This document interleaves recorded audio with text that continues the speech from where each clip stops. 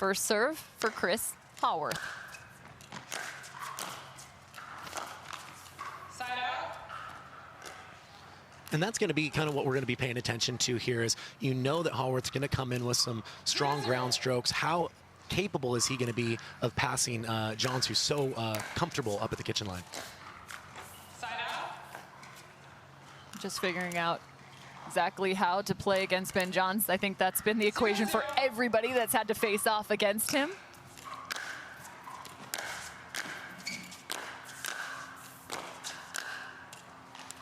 If you hope to stand a chance, where might you be looking? Are you just letting it fly? Well, I think he needs to be aggressive. He's not going to beat Ben Johns playing the cat and mouse exclusively, but I think that finding some of those more 60, 70% drives where you're intentionally taking some pace off, going more spin to find those short angles is going to be important to pressure Johns in this match. 0-0.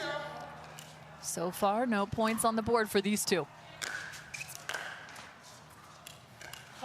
And make it the first for Johns. Yeah, great depth on the serve there from Johns. Really pressures the return of serve, and you can get good depth on that.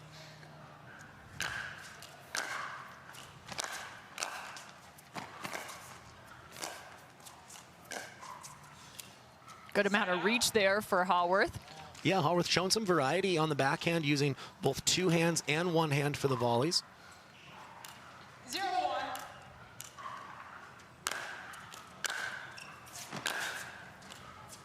That's a pretty passing shot from Haworth. Yeah, always like to get on the board early. And if he can apply some, scoreboard pressure to Ben Johns here, anything can happen. 1-1. Point. Make it a second for the 32 seed. 2-1.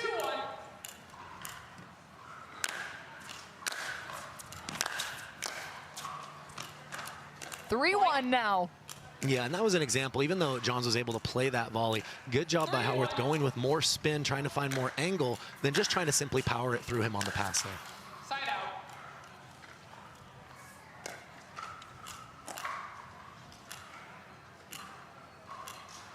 One, 3.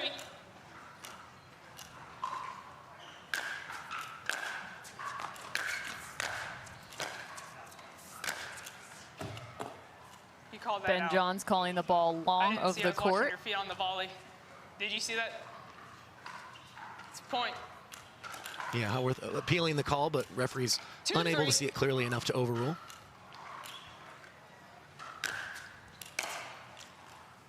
Great angle of the depth of the serve from Ben Johns. 3-2. Point. And actually, speaking of depth, there was too much depth on that serve, apparently. A little too greedy on that one. 4-2 now. We're also still getting warmed up, Kyle. Side out.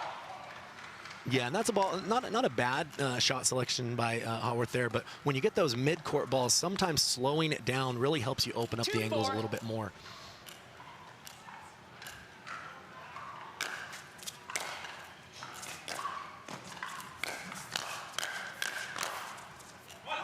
Getting the better is Haworth. Yeah, showing off the hands a little bit here early. I think he got away with one there, though.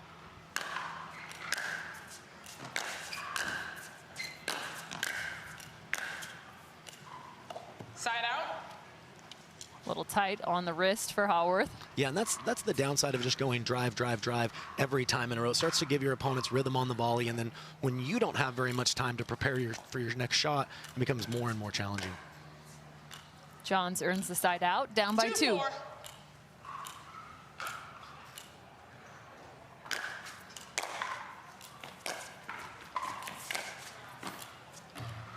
Point. Had the right idea, but a little too much length to the sideline. Yeah, and you see a conscious effort the last few 3-4. points from Johns, recognizing how strong of a ball striker his opponent is and trying to get into more of that cat and mouse, dropping and working his way to the kitchen line. Clean put away for Haworth. That being said, the quality of the drops have to be there. If you do leave it up, Haworth has clearly enough power to put that ball away without any problems. Point. Some spin, like you mentioned, maybe not as much power, but a nice passing shot again for the 32. Yeah, the ability to get extra spin, even if your opponents can volley it, forces them to volley it from lower, which makes them less offensive with the volley. And I think Ben Johns wants that volley back, having placed it just in the middle of the court. No, really impressive stuff that we're seeing from Haworth here. The ball striking is clearly on another level right now, and let's see if he can keep staying grouped here.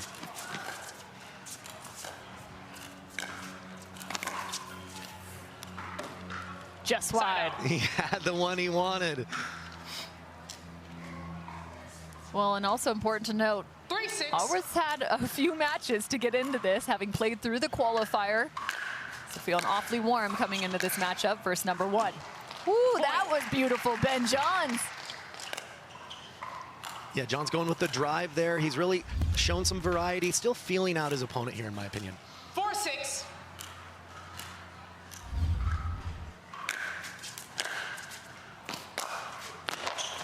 Another good ball. You talked about feeling out your opponent. Timeout, What are some of the receiver, first things you look 5-6. for? Yeah, I think it's more of a foot race right Okay. after that return. You see the last pass that Ben Johns was able to hit. It was a much bigger target because Haworth wasn't able to get close to that kitchen line. So the harder you hit your return, it's a trade-off because it takes your time away of getting forward. Let's see how hard Haworth hits this return. Gives him plenty of time. Side out. To your point. Timeout had been called by Haworth. 6-5. Point. Yeah, John's not quite finding his rhythm so far with the return, but some of that could be the aggressive 7-5. serve by Haworth is giving him some fits here. Point. Another great cross-court passing shot. My goodness. 8-5.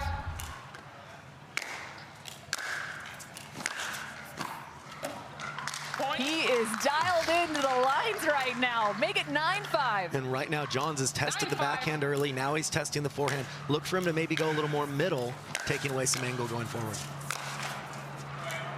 And he gets a favorable bounce off the net. Make it 10. Timeout, receiver, 10-5. 10-5. Point game, 11-5. Misses it long, so Haworth has got to be feeling awfully good about himself as he takes game number 1, the 32 seed, but fully expect that man to make the adjustment here into game 2. Cameron Irwin alongside Kyle McKenzie on the Carvana PPA Tour. 0-0.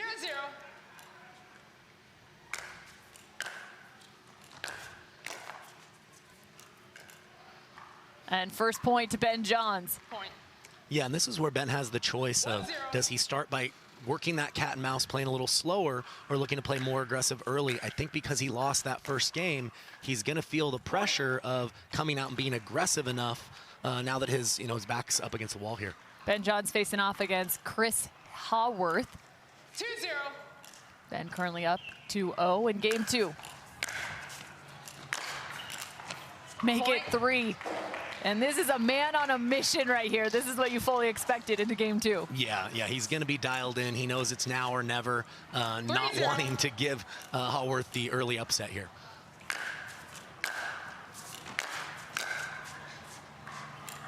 Point. And it's only taken about 2 or 3 balls off his paddle each time for Ben Johns with a 4-0 advantage. Make it 5. Yeah, nice adjustment there with the serve. Going into the body there, you saw how what it did is it forced Haworth to move laterally. Even if he makes that return, it's going to make him a little bit late coming in. There's some length from Haworth. Yeah, nice to have that 6'3" frame covering those passing shots. 0-5.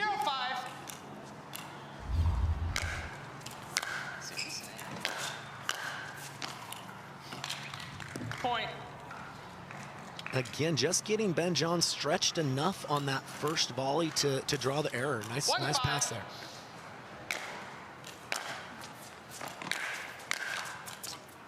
Point. And the second for Haworth.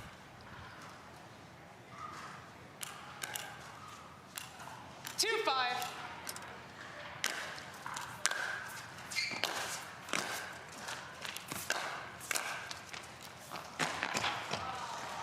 Tried to find the wheels, but can't find the ball. Yeah, and it was a great pass again.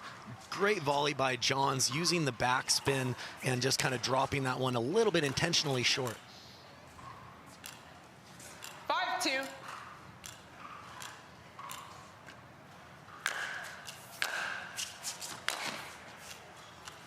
Point.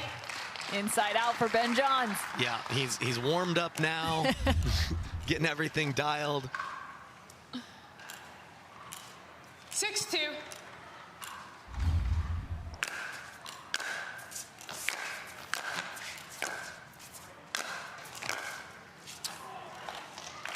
Plenty of depth on that from Haworth.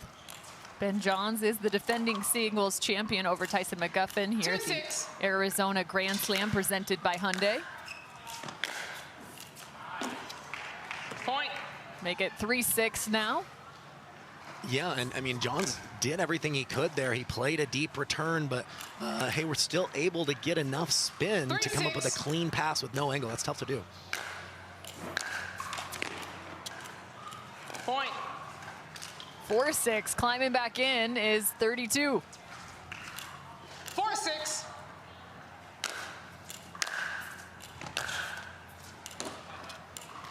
Side out. 6-4.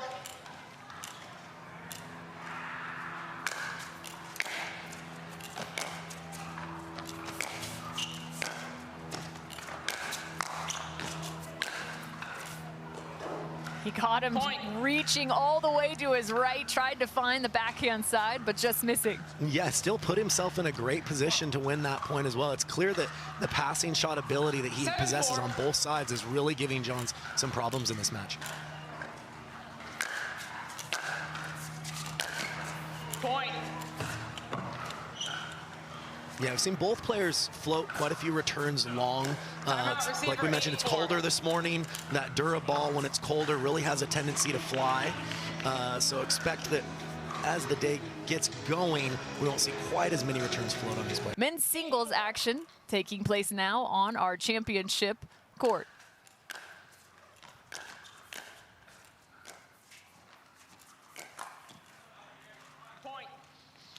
Yeah, this is some of the variety that Johns possesses there.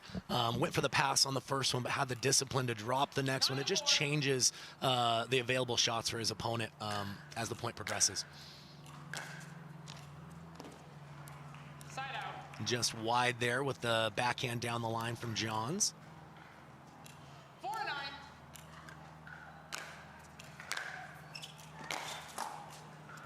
Side out. Yeah, looks like Johns is having success if he can get Haworth reaching for the backhand, where he kind of hunches over, hinges at the waist. It seems like his percentages really go down there. Point. Speaking of reaching, couldn't even get a paddle on that one. Another nice shot from Ben Johns. Yeah, bringing out the early morning ankle breaker on that one. Nobody needs that. No.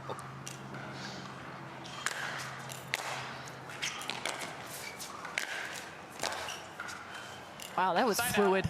You see the easy power. I mean, he's so relaxed through contact. Doesn't look like he's swinging very hard, but the ball is just flying off his paddle. 4-10.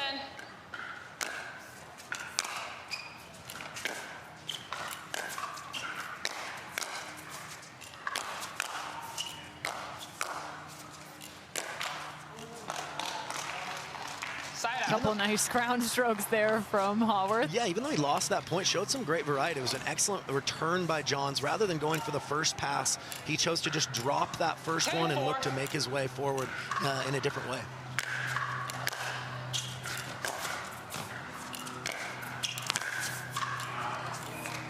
Side out. 5-10. Or excuse me, side out now for Haworth. 4-10.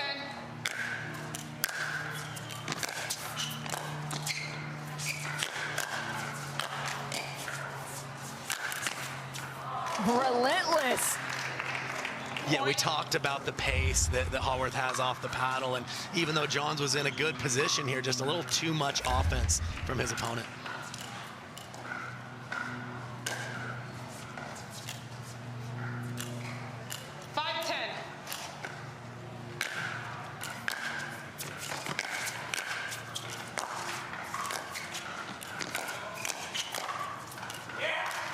Nice cover there in the middle. Point.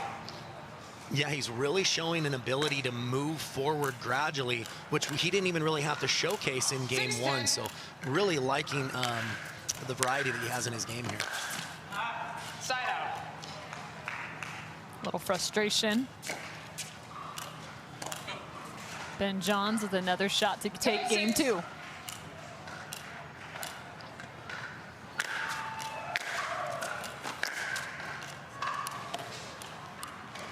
Side out. 6-10.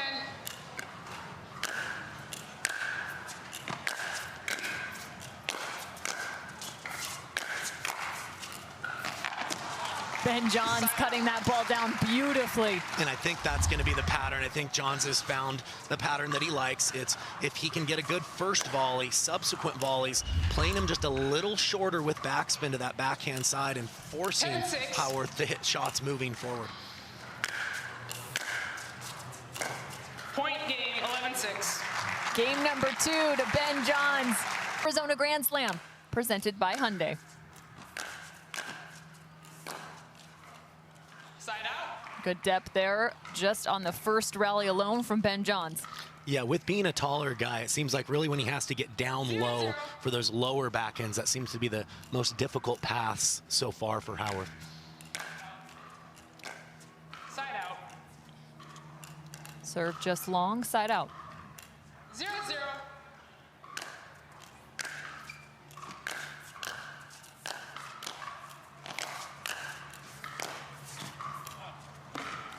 Point. And the first point on the board. Yeah, not easy to hit that with enough spin to get that to drop at the end. Really great stuff here, and the start that he needs if he wants to pull this upset off.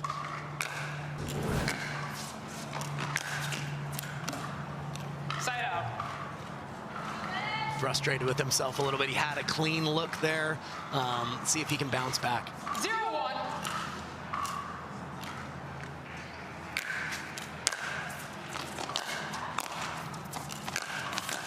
Point.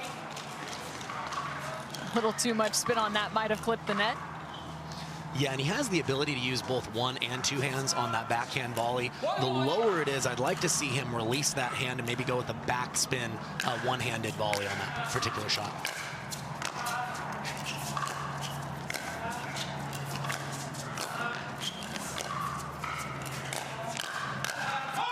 Well, he released the other hand. He went full southpaw on one of those. Well, if it's not enough of a challenge to pass him with being 6'3", when he has the ability to use the left hand as well, that's quite a point there. And let's see if he can get a lead here in game 3.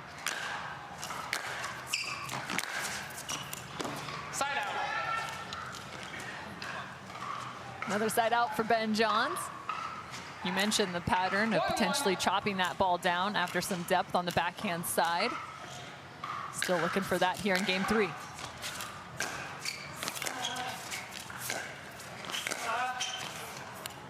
Point. Yeah, it looks like just a little bit wide. You see Johns slowing things down, really trying to get Haworth reaching for that backhand and play more touch shots there.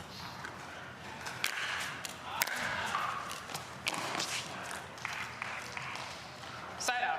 Yeah, looks like Johns had his paddle face very, very closed on that one. Wasn't able to get enough grit to do much with that and clear the net. 1-2.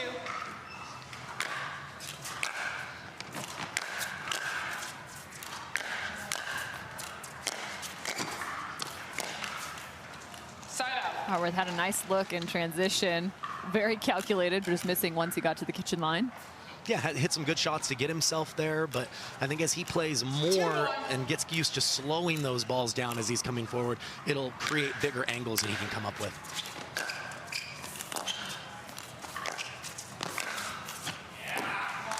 Tons of spin on that one. Yeah, and the reach, too. I mean, Johns is really trying to get that ball to bounce or get Haworth to have to hit up. Tougher to do when he can lean that far into the kitchen. Side out.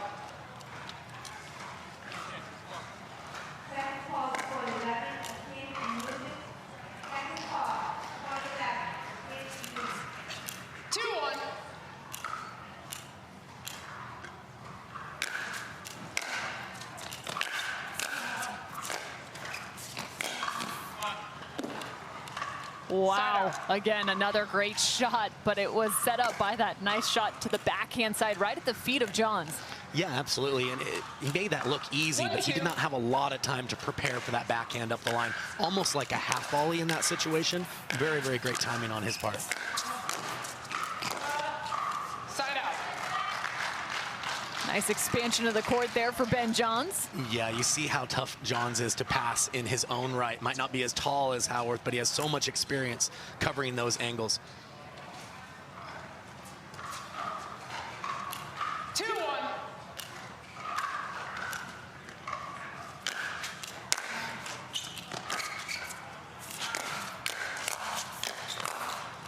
Point. Make it 3-1 now. Ben Johns with the advantage. 3-1.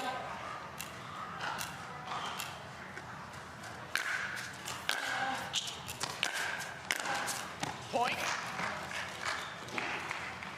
Yeah, Haworth was there for the volley, but it's always a little bit tougher rather than just make the volley to bring it back across your body. That was where the opening was, but just makes that volley just tough enough to miss there.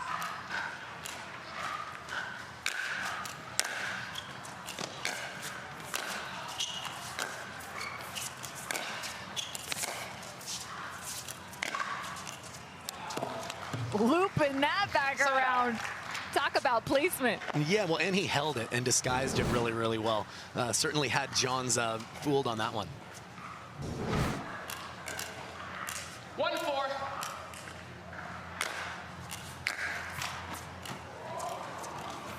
Side out.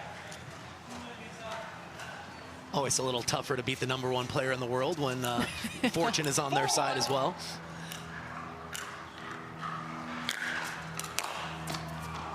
Point.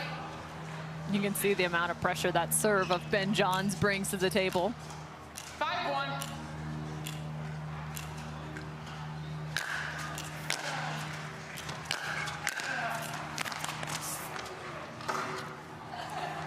Side out. Yeah, it's a shot he was attempting a couple of points ago. Almost that swinging forehand volley to take it across your body. That's where the opening is.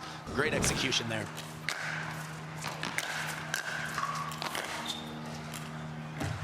Side out.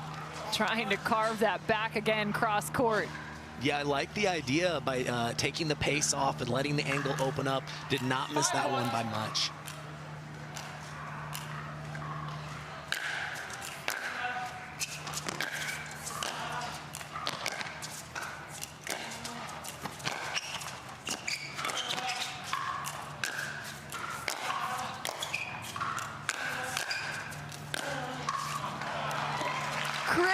With another great shot. He made his way up to the kitchen line and then back to the baseline and still found a winner. It looked like he was about ready to lose that point and pulled one out of his back pocket there just in time. Side out. Higher bounce, ball long. Yeah, he knows that that was a very makeable pass there. A little frustrated with himself. Let's see if he can keep this close here. Reserve. Let's serve. 5-1.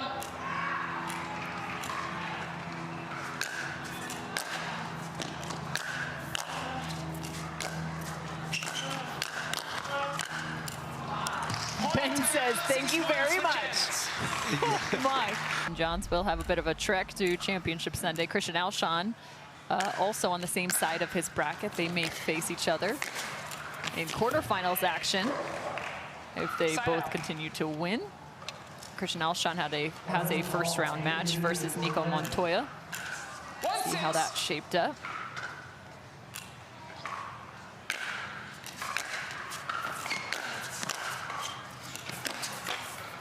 Side out. Yeah, nice depth on that that first volley from Johns there. Just took away some of that preparation time from Haworth. He likes to loop both his forehand and his backhand. When you can take away time, it's really hard with that extra preparation of the looping swing.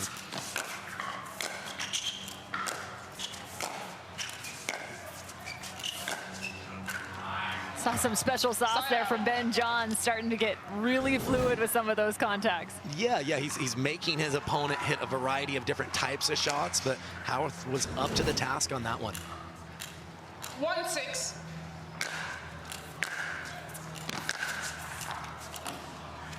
Point.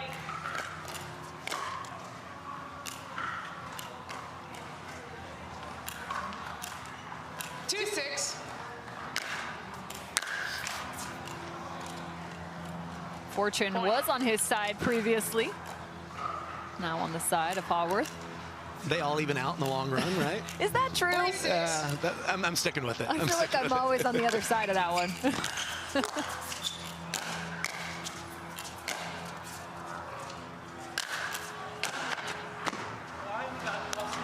Side out. First lob we've seen.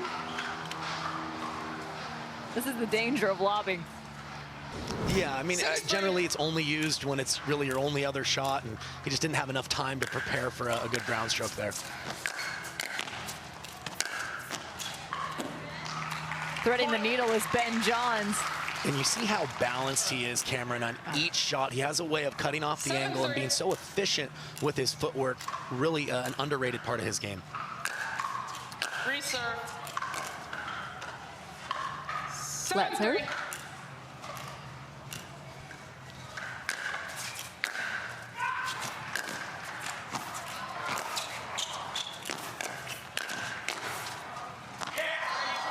And just lofting that, the pursuit from Chris on display. And able to put just enough on that. Johns had the entire court open, but he was surprised with how big this ball came back. Side out. You know, it's so interesting. You talked about that circular motion and having come over from tennis. So many of those the professional athletes have to then adjust and kind of shorten that stroke. Another good ball from Ben. But the question is the balance between the two. Yeah, I think that, you know, the way I teach it is it's definitely allowable when you're back at the baseline. But as you start making your way in, you have less and less reaction time. That's where you really want to think about condensing and shortening that motion.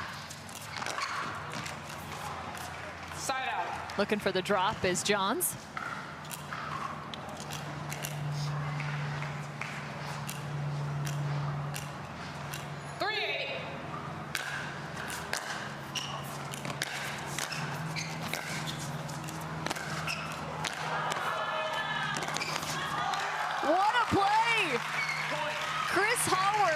Beautifully done.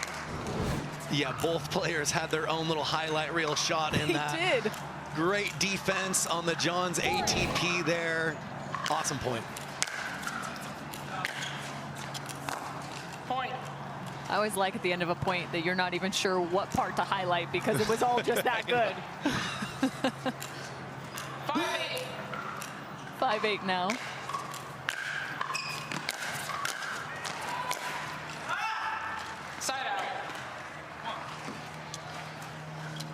Yeah, Johns, like we mentioned before, doing a great job of using that backspin on that backhand volley to really keep that ball low. It makes it so much tougher for the next pass from Haworth on that backhand side.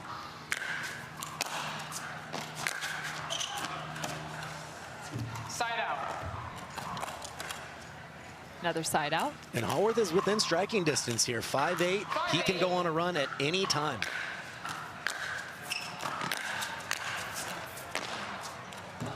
Taking the pace off, you could see him trying to reach well in front. I was just about to ask you, what's the strategy, maybe game plan for Ben Johns to close out game 3? Point. That's one way to do it. Yeah, I think he's done a good job this match of balancing and varying his patterns. Yeah. What I always teach is when you get to the end of the match, play your favorite ones. So whatever he's the most comfortable with, it's more about you than your opponent when you just need a point or two.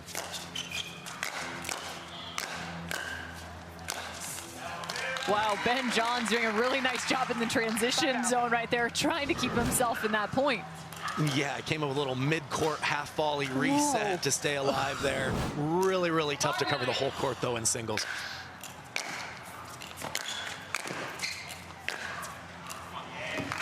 Starting to find those on the backhand side, the short angle cross court. He missed a few of those, if I can remember back to games 1 and 2, but it seems as if he's found 2 now in game 3, that same side. And that's really the counter move. When Johns plays his volley a little shorter, it opens up the angle if you can use more spin.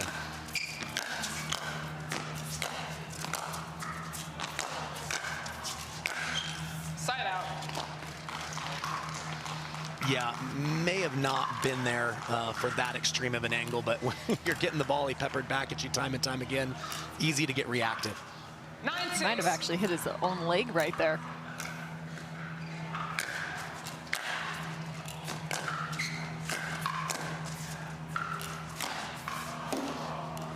What a touch from Ben Johns in the transition zone.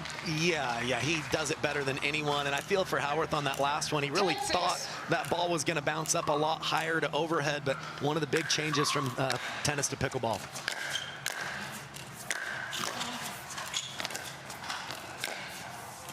Ben Johns was challenged in his first round match. However, he comes up victorious. The #1 seed taking down number 32. Yeah, credit to Christopher Haworth, really pushing Johns in this. Certainly a name to look out for future tournaments. But again, we talked about the poise of Ben Johns, the problem solving. He was able to find that formula to get through this match. Ben Johns, the #1 seed. Hats off to him as he moves on to round number 2. Is Nico Montoya. Look at you, Kim, and rolling your R's already this morning. I like it. We're getting dialed in ourselves here. So Christian Alshon brings a good amount of height and stretch to him. Nico Montoya just a bit more undersized as opposed to his opponent. All smiles there, though. Facing righty versus lefty. Montoya serving to Alshon. Montoya will get us started. Time in. First round action for both of these pros.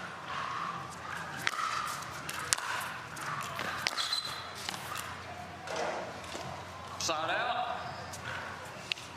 Yeah, Montoya just rose up a little bit too much there on that forehand drive. Important to keep those drives low to stay down with your body a bit more.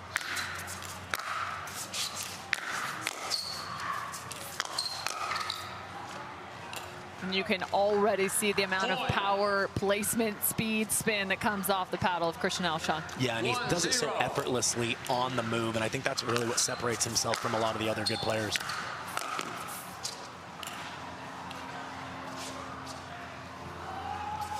Men's singles draw continues to grow at every single tournament. 2-0. A number of tennis players and pro tennis players coming over, starting to take advantage of some singles competition. Yeah, but you know, unlike previous years, they're not able to jump right in. They really do have to earn their spot with the qualifiers now. Side out.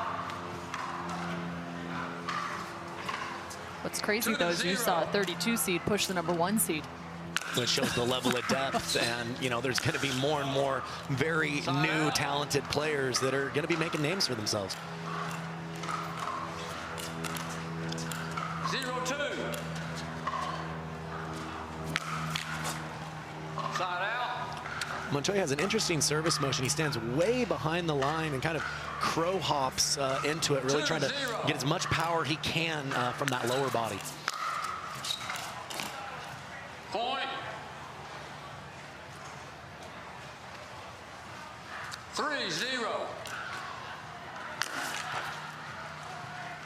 Side out. Here's another look at the serve. 0-3.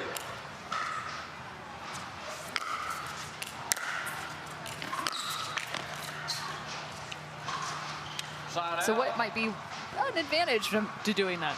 Yeah, I think you can kind of push through it. You're almost building up momentum. I actually used to serve in a similar way for a short period of time. I found that my serve was less consistent because I was slightly moving, and so I'm a little bit more planted and stationary now. But certainly nothing wrong with it. It's certainly a motion to be aggressive, which you need to be aggressive with your serve in singles. 0-3. All Alshon on the move, like you mentioned, just missing that slicing backhand.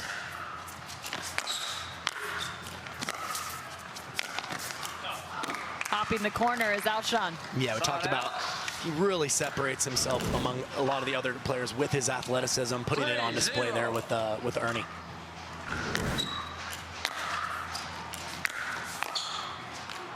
Point.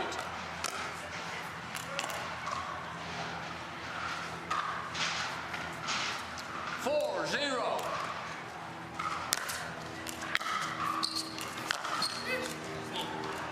Side out. Not finding as much height as he needs. It was a good return into the corner there by Montoya. See if he can get on the board here early.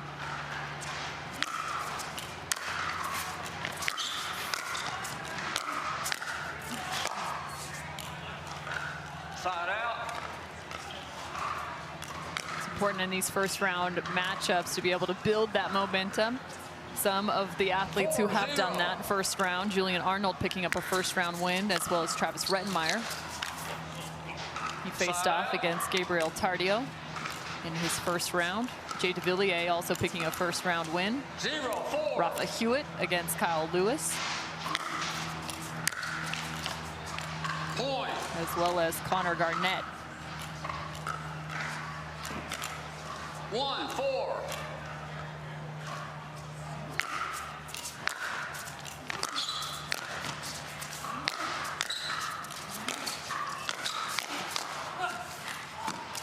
Trying to close out, but Alshon is still patrolling the kitchen line. Yeah, and it was a great point by Montoya. It strung together several good passes, gave himself the ability to move forward, but ultimately the reflexes of Alshon just being too good there.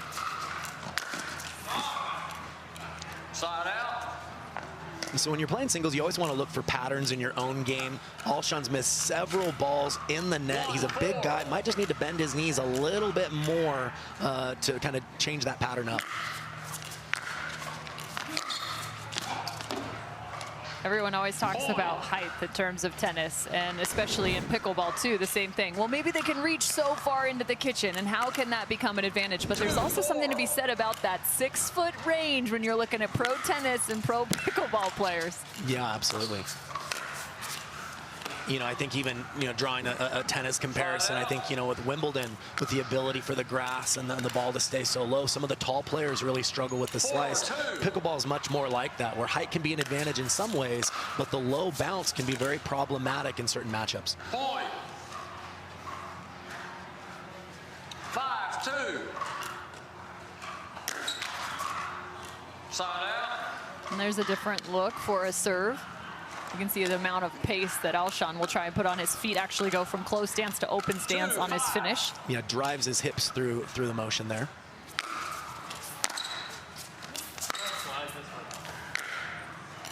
Point. What's interesting too, I talked to Catherine Parenteau as she was trying to increase pace on her serve, and she actually went with more of an open stance to start. She felt like she could get more hip turn starting open stance. Different technique. Yeah, probably wasn't there to go through Alshon on that one, just with the low bounce. But yeah, to your point about service motions, Tyson McGuffin did something similar as well, not for the purpose of getting a more powerful serve, but to get more shape and hit a heavier serve. He switched his motion to be a little bit more square with his hips to start as well. 3-5. Montoya down by 2.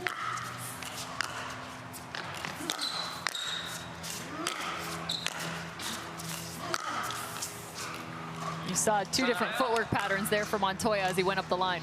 Yeah, I didn't think anything was wrong with that, but you saw how he was able with 2 subsequent passes to force Alshon to hit up, but he never really gained any real estate. At some point, when you get your opponent stretching, driving and closing in immediately might be the ticket to put more pressure on your opponents. 6-3.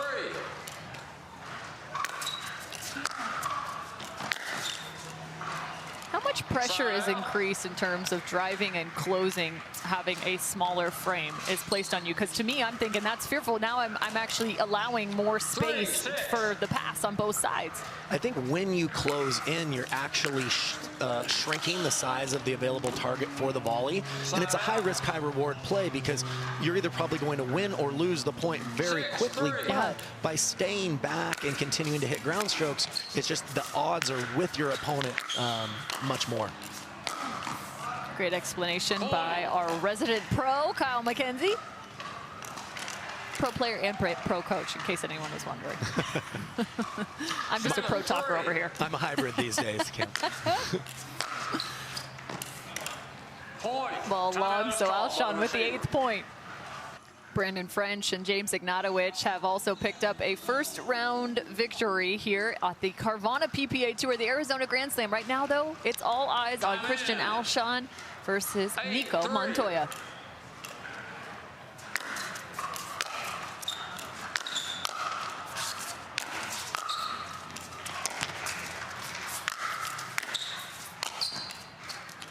Tweener king, but questioning whether that ball's in or out. Yeah, really, really close. He obviously doesn't want to call it out if he didn't see it that way, but appealing to the referee to see if maybe they had a better view. Tweener count at 1. There needs to be a third mark on the scoreboard for him. Leigh Waters also sitting on the box for Christian Alshon. There's been a lot of conversation about Leigh Waters and the expertise she brings being in the box of some of these athletes this year as she's dealing with an ACL injury. Yeah, certainly with the level of experience that she has, somebody that you want in your corner if you can, absolutely. Yeah, talked about her positive energy and the amount of kind of information that she'll give. Point. Yeah, and I know she's never really wanted to call herself her daughter's coach, you know, because they were teammates and partners, but you've got to think that she brings a level of tactical understanding that'd be very, very helpful.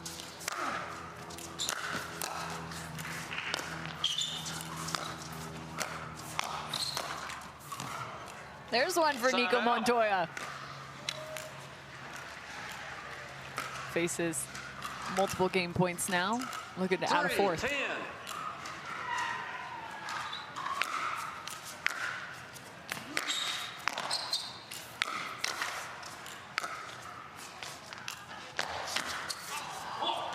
Gonna say that was the perfect opportunity for the tweener.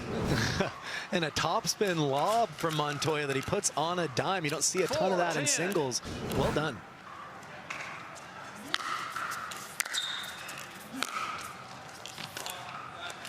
Side out. Yeah, that's one where, to me, Montoya doesn't need to play that ball as close to the line. Just by hitting approach and getting in, you put pressure on your opponent to come up with the goods on that pass.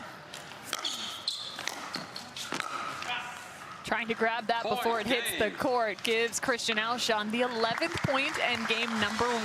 Having some fun out here at Bell Bank Park in Mesa, Arizona. Cameron Irwin alongside Kyle McKenzie. Christian Alshon with the serve.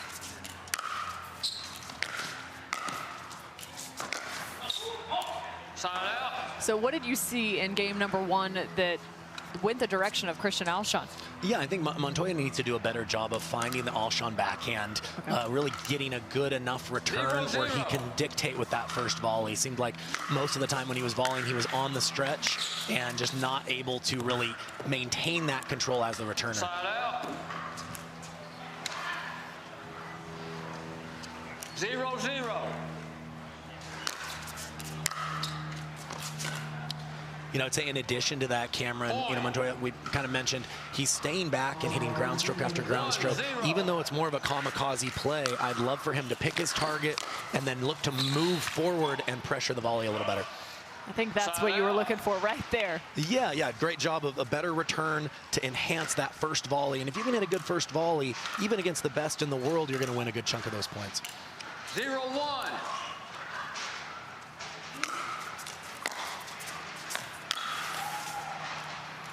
You can see now the amount of preparation from Nico Montoya on each of those strokes. His feet working awfully quick. Yeah, but again, he was well behind the baseline. I'd rather see him try to take some of these balls more on the rise to take some time away from Alshon, just with the timing of when you hit the ball.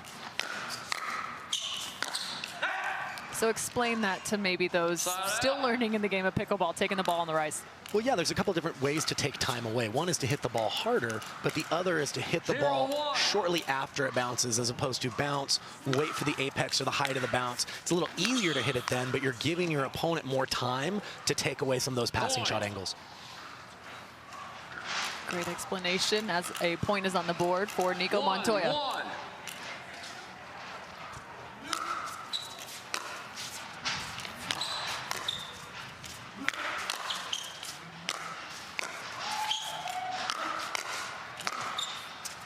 Montoya was trying to take some body shots there, Christian Alshon. Yeah, I mean, not a bad play every now and then to try to go through your opponent when you're that close to them, but the reflexes have been there from Alshon so far.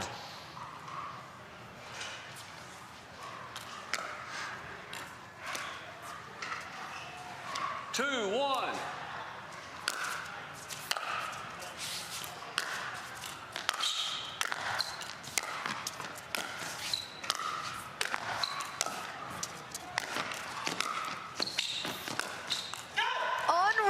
From Nico Montoya.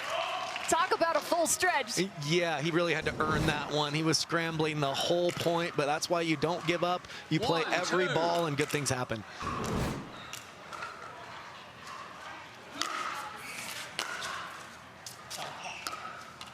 There's some extra pace and placement from Nico Montoya, earning the missed return. 2-2.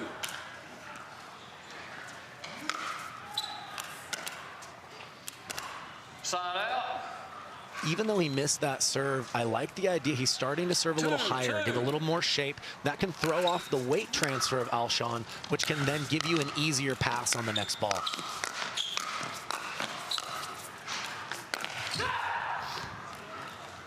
Nico Montoya again starting to assert himself at the kitchen line. And I love that you mentioned the height of the serve, because sometimes as those balls come up and further to the baseline, it's creating some major problems trying to get to the kitchen. Yeah, it can change the strike zone of when you hit it and the weight transfer, and makes you do something different.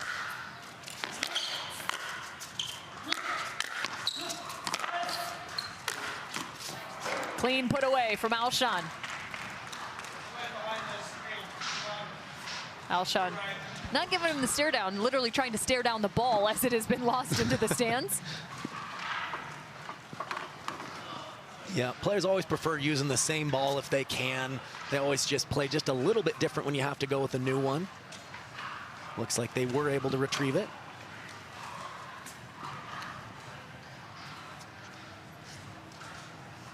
Side out. Slow walk for Christian Alshon. 2-2. Back to the baseline.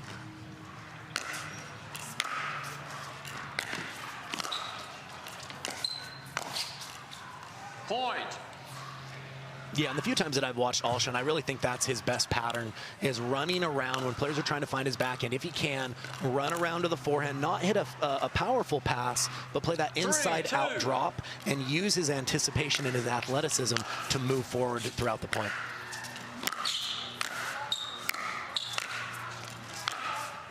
Makes me think of Ben Johns in that regard. Playing that inside out, working around, and then trying to crash in. Yep, it's certainly one that is very much in Mr. John's repertoire as well. I mean, what isn't, right? Exactly. Point. 5-2.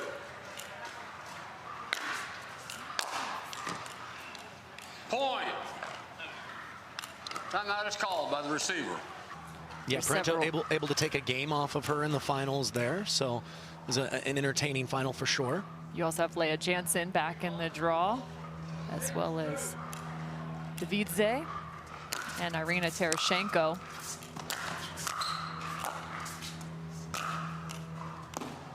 Nice hold there from Montoya. Yeah, it was a really nice assertive point. He did a better job, in my opinion, with his weight transfer on the return, of really pushing through with his lower body as he's hitting it, and got him to the kitchen line in time. You've talked about previously hitting on the move and more so that your feet are still stopped, but there is a weight transfer that's taking place on those returns. I call it the bounding return because you don't want your feet to be pitter-pattering through contact because obviously that's a no-no. But if you hit, wait, and then run at this level, you're often just going to be too late to get forward with any real significance. A few missed returns there for Christian Alshon, so just 2 points separation now. Catches it moving the opposite direction. Yeah, it was almost a delayed path to the net by Alshon there. It almost looked like he was going to stay back. Then he comes in and puts it away.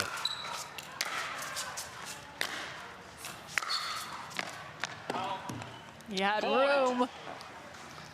And I think that lack of confidence in that weight transfer is why Montoya chose to return and stay back there. You don't see that being super effective in the men's game just yet.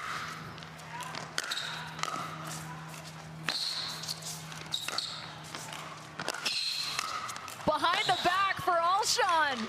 Oh man, it's a highlight reel and he didn't even win the point. Well, we talked about needing a tally for the tweeners. We might have to have a separate category for the behind the back or all the other highlight reel shots that he can come up with. It's like a Rihanna dance move right there.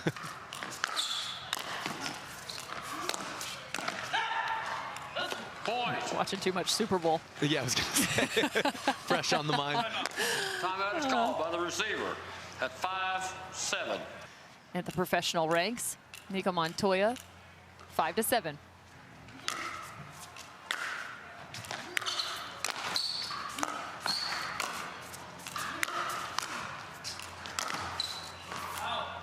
Looking for the cross-court winner.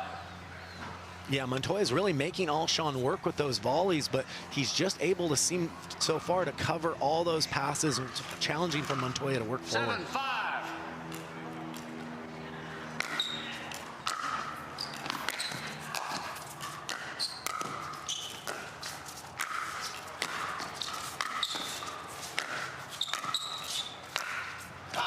Just having to put that ball back in play as Montoya for 2 straight, and Alshon takes advantage. Yeah, Alshon had him on the stretch, it seemed like, for every one of those volleys, and eventually he found some space. 8-5.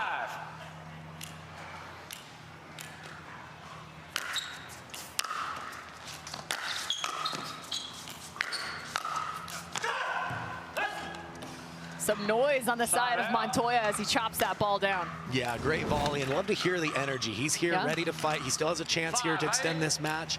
Needs to make a move now.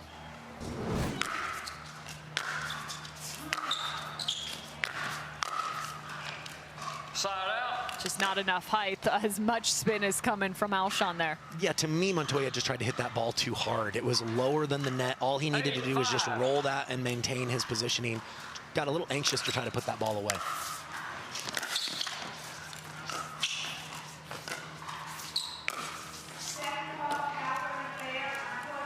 Point.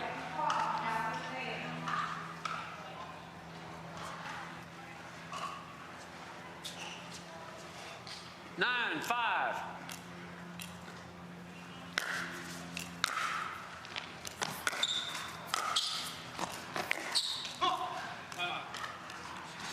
So tough for Christian Alshon as he's fully stretched forward. Not giving you as much leverage as you're hoping for, so Christian Alshon immediately takes a timeout here.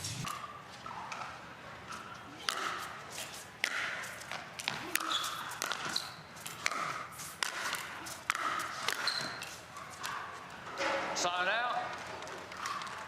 Yeah, you see Alshon kind of running around to play a forehand on the return. It looks like he's got too much court to cover, but he's able to still get to that forehand volley time and time again. So if I'm Montoya, I might think about going back behind him because he seems to be leaning that way pretty regularly.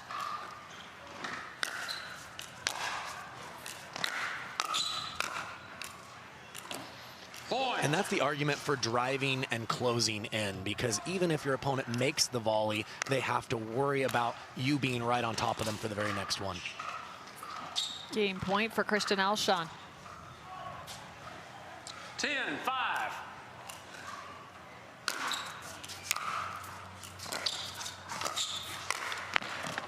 Point. Game. Some help from the net Match. gets the game for Christian Alshon. So match has completed. The number 9 seed moving on. Game 1. Championship court now underway. Ryan Sherry Time in. in a nice lavender tone. 0-0.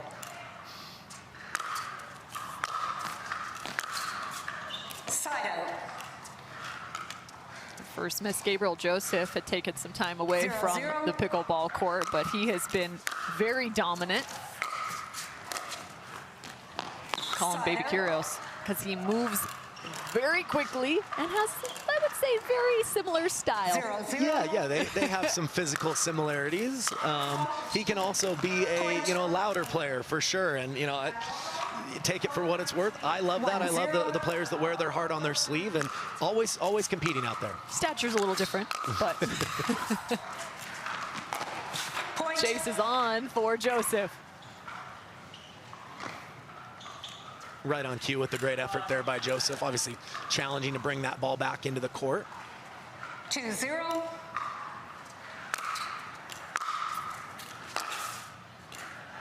Point. Dialed is Ryan Sherry. Make it 3-0. Yeah, really looked like he had some side spin on that ball. I'm not sure when it cleared the net that it was straightened out enough, but he bent it right back in perfectly.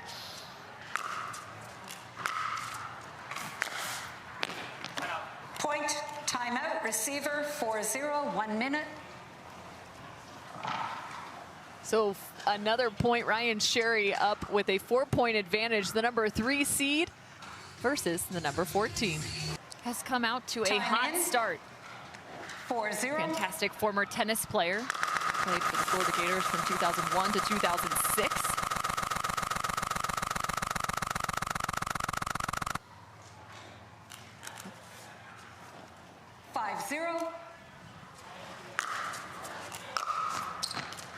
Point. Yeah, and to me, I think Joseph just going for a little too small a target on the return there, especially when you're down. Somebody like Ryan Sherry that passes so well on the forehand and backhand side. 6-0. For me, I would focus more on depth and give myself maybe a bigger target up the middle. Side out. And this is going to be a match of runs. Both these players are similar in a sense that they're shot makers. They can string together 3-4 points in a row. 0-6. Let's see if Joseph has a run in him here. Well, and we heard Gabriel Joseph say, I am having a hard time seeing the ball. I don't know if that's figuratively or actually quite literally in terms of the vision. 1-6. Yes. Seems like he's making a complaint about the conditions. So I don't know if there's a little bit of glare that he's dealing with, but just certainly not comfortable yet. Maybe that last forehand will help.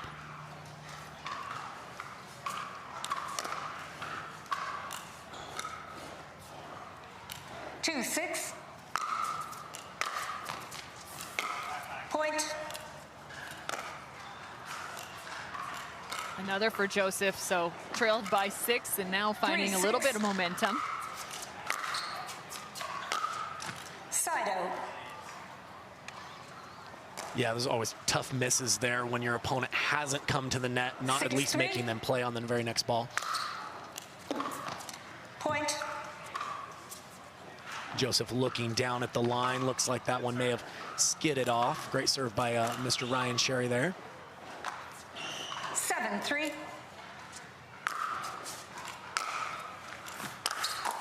Side out.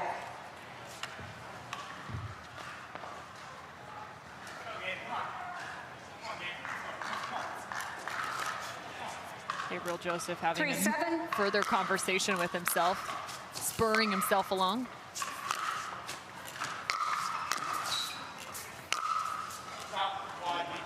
Side out. And you'll see that Sherry will return and stay back more than a lot of the other top male pros. And part of what gives him the ability to do that is his passing shots are so good on both sides that he can throw that in once in a while just to change the rhythm of the match and the rhythm of his opponent.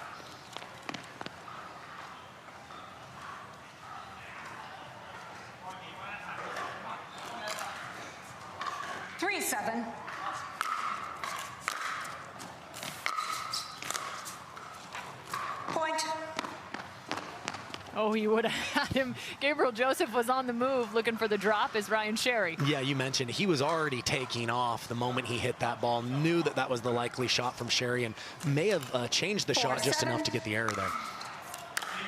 Side out. 7-4.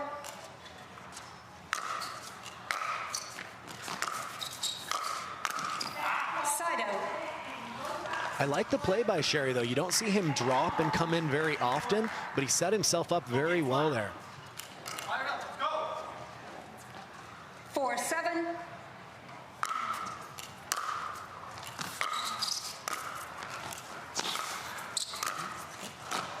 Wanted to call the foot fault on Ryan Sherry, but instead the play continues, and it goes his direction.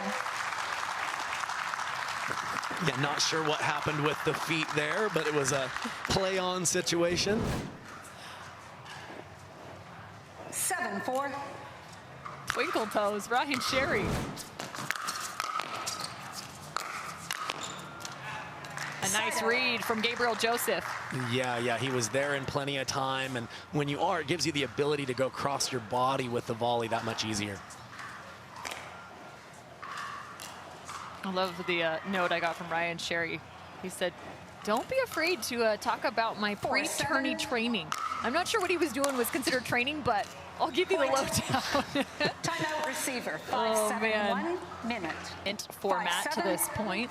He said he's never beat him before. That is Ryan Sherry to Gabriel Joseph right now. He's got the advantage. Yeah, Joseph just not able to clear his body before hitting the forehand there. Kind of had his momentum falling off that shot a little bit.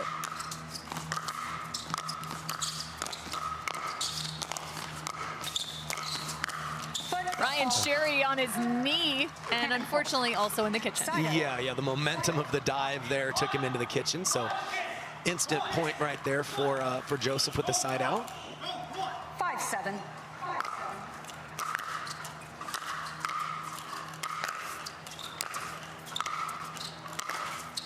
Point. Yeah, really liked what we saw out of Joseph there. Other times where Sherry has returned and stayed back, he's missed his approach shot going for a small target, took his time with that one, and at least forced Sherry to attempt the pass.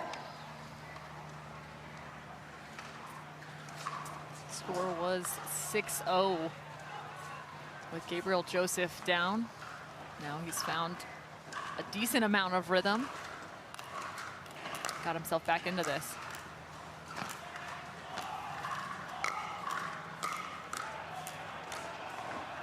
Grabbing a new ball at this point, checking it out. Ryan Sherry with the serve.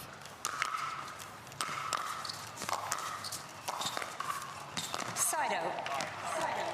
He had it lined up, but a very difficult shot to come up with. Just fell a little short for him there. And like you mentioned, Joseph was down 6 points, now down just 1 with the serve here.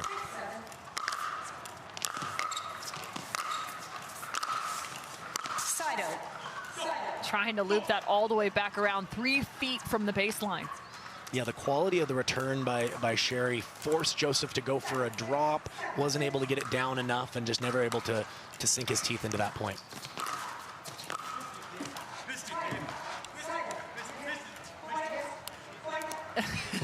Ryan Sherry having a conversation saying, no, man, you missed it. You missed it. Pulling a little French Open move there. I think he pointed to the mark as well.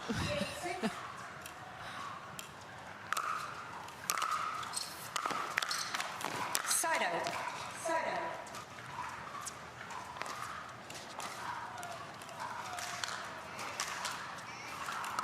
Yeah, I like the return there from Joseph going deep, but to the middle. You saw that it drew the error as Sherry's trying to create angle when there's not really a whole lot given to him.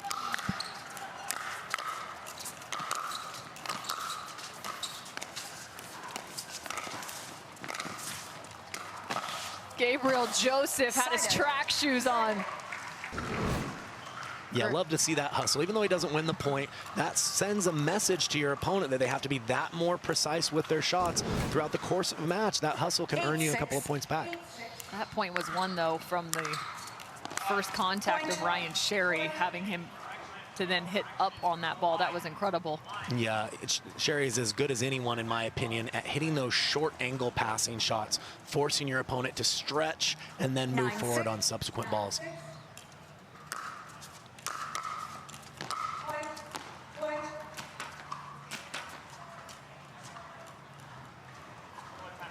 Timeout, receiver, 10-6. That's enough for Gabriel Joseph to say, I'm going to take a timeout right there. Tried to kick the ball to the other side, and that didn't even go his direction. Comes down to execution, and these players know their own game so well. It's about finding the patterns that you love. Point game. Well, he's going to love that pattern there in the miss from Gabriel Joseph. So game 1 to the number 3 seed. To get into the action yet again, the number 2 seed here at the Carvana PPA Tour Arizona Grand Slam, presented by Hyundai. Little cat and mouse to get us started in game 2. Joseph can't believe it didn't go his direction.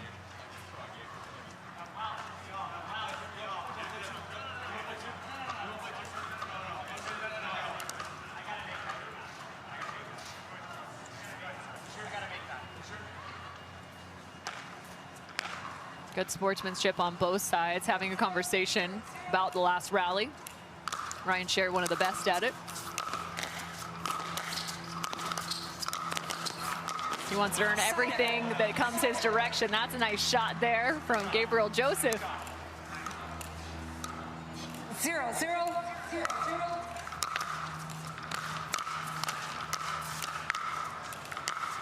And another fist pump for Joseph.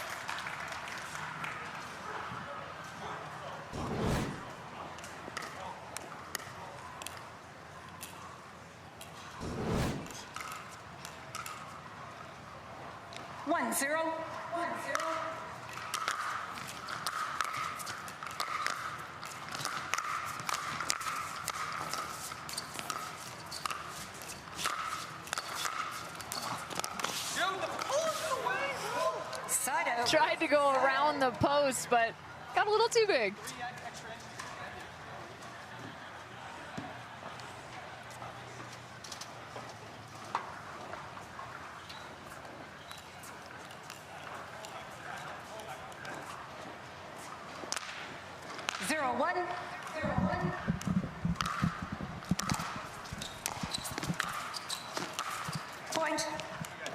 And just threading is Ryan Sherry yet again, one apiece. 1-1.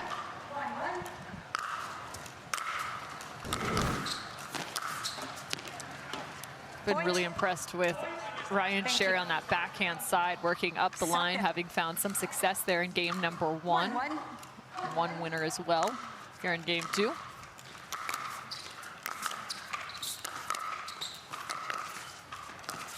Tries to keep the ball middle, but just enough of an angle for Sherry to work with. Yeah, and that's the fine line, and it's why Sherry can get away with returning and staying back on occasion, because you see Joseph just kind of played more of a mid-court ball on his approach there, and for Sherry's passing ability, probably isn't good enough to expect to win the point there. Nice close from Gabriel Joseph.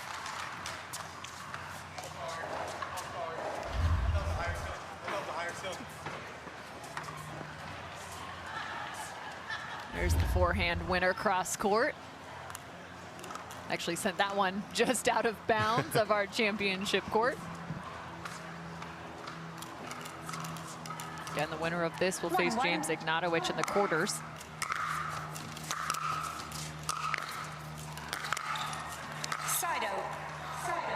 The women's draw also just about to begin here on Thursday. 1-1.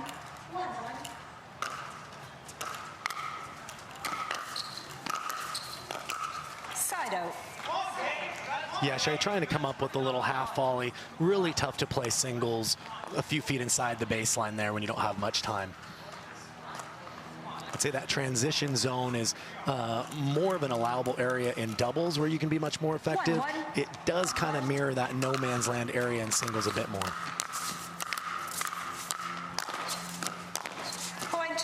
Looking for a wildly sharp angle as Sherry forced into it, though. It certainly would have been his highlight reel shot, but yeah, to your point, he didn't have a lot of other available openings. Tough to come up with that one, though. 2-1. Point. Missed return, so Joseph up 3-1. And this is where if I'm Joseph, I'm going to take more risk on getting that serve just a little bit deeper, because right now when he is, Sherry is staying back and not using his positional advantage to come to the net. Side out.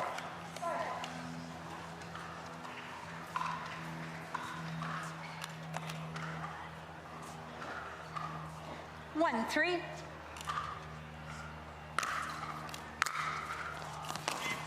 Point. Point for Sherry as that ball was long.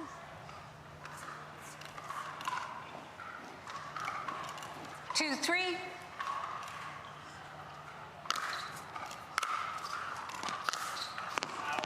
Side out. Yeah, another good deep middle return there by Joseph. Let's see if he can continue to kind of work that pattern a little bit here. 3-2.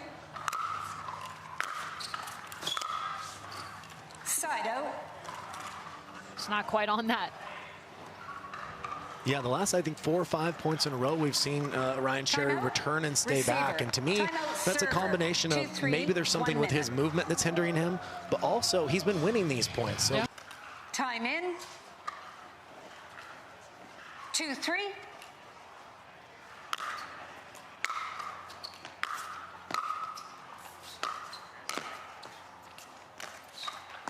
Side out.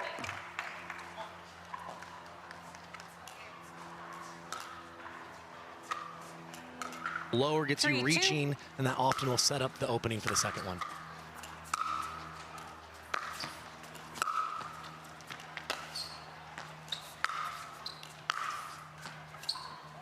Both athletes burning some rubber on that one, using the entire length and space on the court. Yeah, better job by Joseph just staying in some of those baseline rallies, not necessarily getting eager to come forward immediately, but just making Sherry play a little bit more.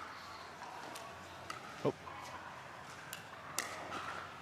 A new ball. Yet again, they keep losing them into the stands. 4-2.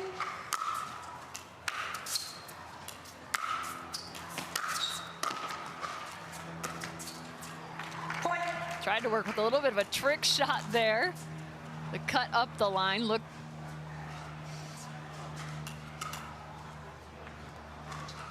5-2.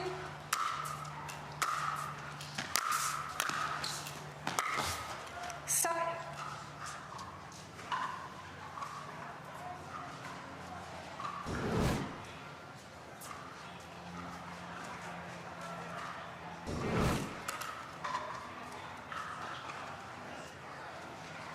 Two, 5.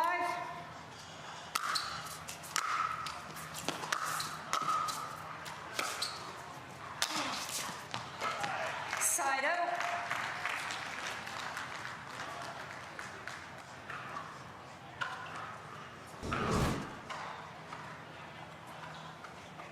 To put that overhead away.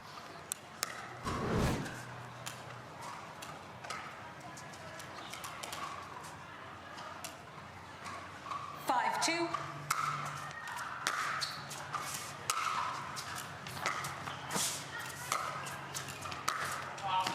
Point.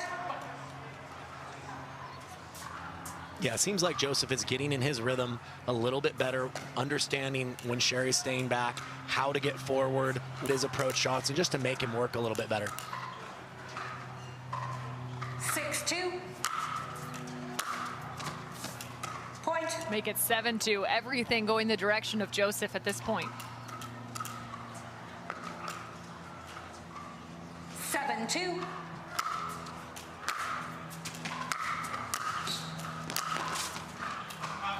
Side out. Aggressive play from Ryan Sherry, getting himself up to the kitchen. Yeah, his momentum on the volley took him off the court, where Joseph had the whole court to work with, but was able to do just enough with that volley to get the error from Joseph on the stretch.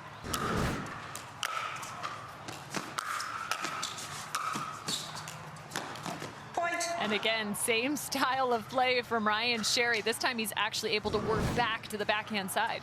Yeah, and he closed in quite quickly right after the pass. That's why it enabled him to take that next ball out of the air and take Joseph's time away. Ryan Sherry picked up game number 1, 11-6. 3-7. We do play 2 out of 3.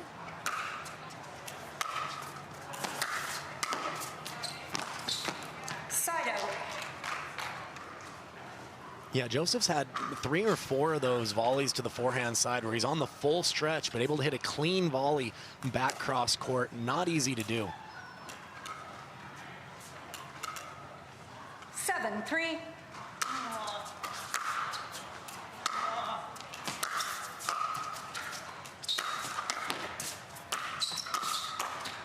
Point. Backing up Ryan Sherry, then bringing him in. He had a good look.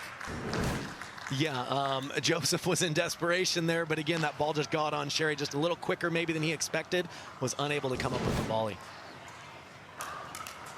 Gabriel Joseph first found pickleball back in 2016. Point. However, only really committed to the game in 2019. Started to compete in tournaments. Also took some time away. Has spent a lot of that time in terms of playing singles competition. Yeah, it's always been his best event. Like I mentioned, he's got elite ground strokes, also moves very effortlessly out there. Both of those really can help the singles game. Works with Team Electra. 9-3. Point.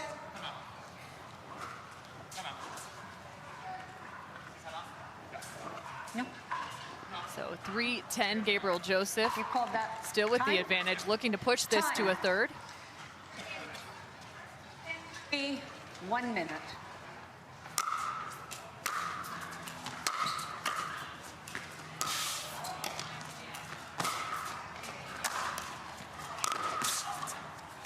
Gabriel Joseph's looking to earn it, and he does! Game number 2 with a wild fist pump. Yeah, and we're going to pay attention to how well is Sherry able to move forward, potentially hindered by that foot injury. Point. Mentioned he has a foot injury. He said it's really been bugging him right now. We've only seen it at times, maybe on some of those more extended rallies. Coming off just a little bit gingerly. Side out. Cameron Irwin alongside Kyle McKenzie. Men's pro singles action happening all across Bellbank Park here on the Carvana PPA Tour. Point. Sliding in, cross court. Yeah, an amazing shot by Joseph. I will say Sherry is pretty consistently on his first volley looking to bring Joseph forward. Yeah. He seems to be anticipating that better. So might just want to vary occasionally punching a volley deep just to keep Joseph honest. Football, right toe. Point. Foot fault on Ryan Sherry. He's making sure that is the correct call. Yeah, as a player, you never feel like you're in the kitchen, but obviously you have no idea, as you pretty tough to watch the ball and your feet at the same time. Our second official, Maxine 2-1. Bierman, our lead official, Leslie Shaughnessy.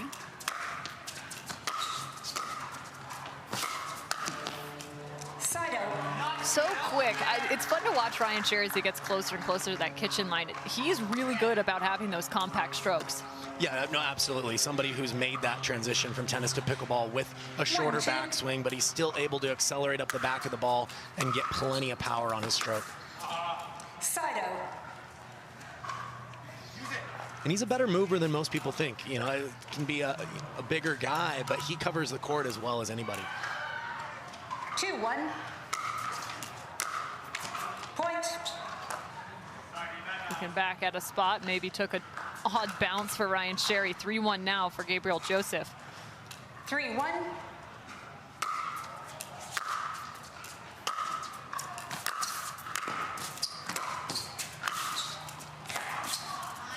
Point. It's crazy to watch some of these volleys take shape. As soon as you think the ball's going to bounce, they're still able to grab it out of the air and really reduce the amount of time. Yeah, a couple times off the Ryan Sherry paddle. Looked like he had the clean pass, but there comes Gabriel Joseph flying in. Very tough to pass these athletic pros. Foot fault. Point. Right toe.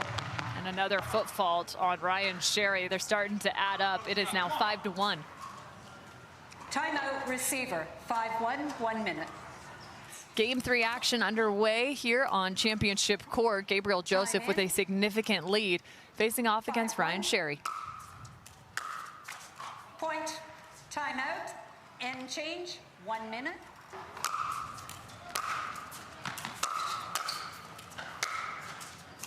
Side out. You know, and Sherry may have got away with another shorter volley. It seems like Joseph is wanting to hit and come in immediately. I think he needs to keep him honest by getting a little more depth on the volley. Side out. Looks like Sherry's trying to get in on his own right. 6-1.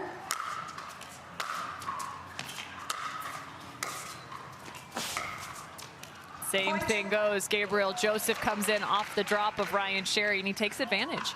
Yeah, and like I mentioned, it's a great shot that Sherry's hitting that little short volley, but if it's the same one every time, your opponent then, the moment they hit the ball, can just start moving forward.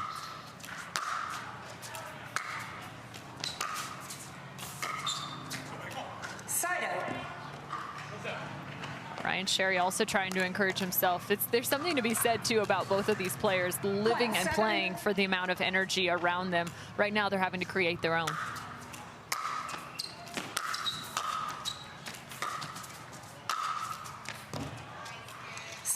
Placement over power. Yeah, and so where Sherry's gone with the drop is often when the ball dips below the height of the net.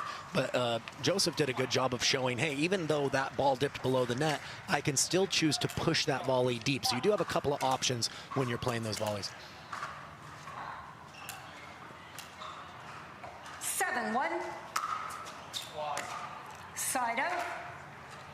Miss serve. Those always hurt. Yeah, it just seemed a little maybe too casual there with the score line. But Ryan Sherry can go on big runs. So definitely a dangerous opponent. Point. He has a gold medal to his name. Cincinnati. 2-7.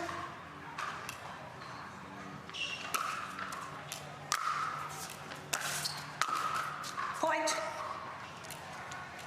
And what we're seeing here from Sherry is just throwing a different look here at Joseph. Notice how he's serving, he's sacrificing a little bit of power 3-7. for extra height, extra shape, just to change the trajectory a little bit, take Joseph out of his rhythm.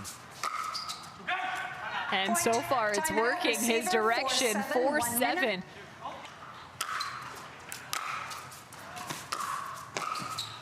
Point. Make it 5-7. Yeah, and the storyline here has been Sherry's been struggling to slow Joseph down, but when he's serving, he doesn't have to worry about that. Totally different strategy. We talked about his ability to make a run. He's in the middle of one now.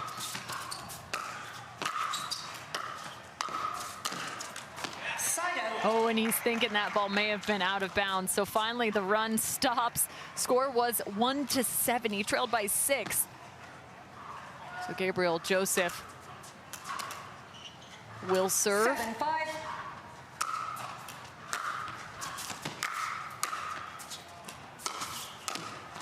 Point. And a great pass again, just threading the needle from Joseph. It was an excellent volley by Ryan Sherry on the first one, but that is the superpower of Gabriel Joseph. His two-handed backhand, he has a lot of variety with that shot, even on the move. 8-5. Point. And that's where you don't want to give away points right there on the Timeout missed receiver. return. You've had a 8-5, solid 1 run, minute. 5-9 now. So Ryan Sherry has a 4-point deficit. And I'm sure that it's going to be ever increasing as this sport 9-5. continues to grow. Back out of the timeout now.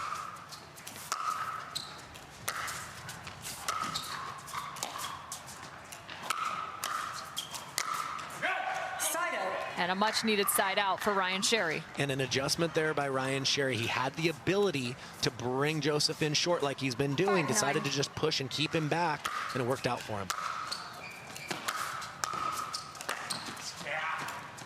A nice strike by Gabriel Joseph. He's calling that ball out of bounds for Ryan Sherry.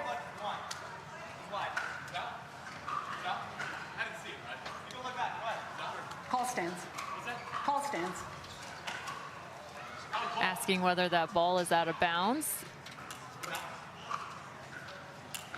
Gabriel Joseph feeling very confident that it was. 9-5. Here's the look. I'll recall the score. Looks like a good call. 9-5.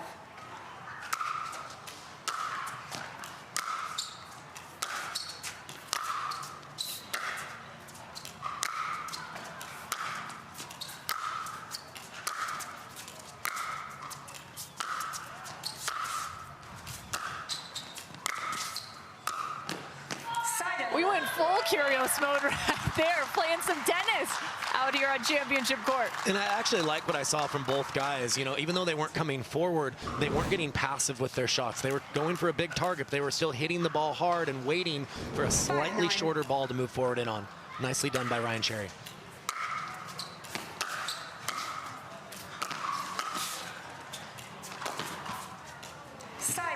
Wow, Gabriel Joseph just hit that facing the opposite direction. Yeah, Sherry had him on the full stretch a couple of times, but able to just do enough with those volleys to stay in control. On that backhand side, when you're at full stretch, your back ends up being to the net. Gabriel Joseph displaying just that.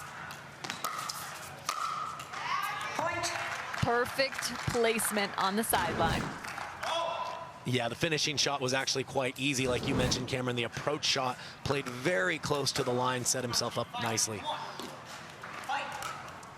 And he has earned his first match point here. 10-5.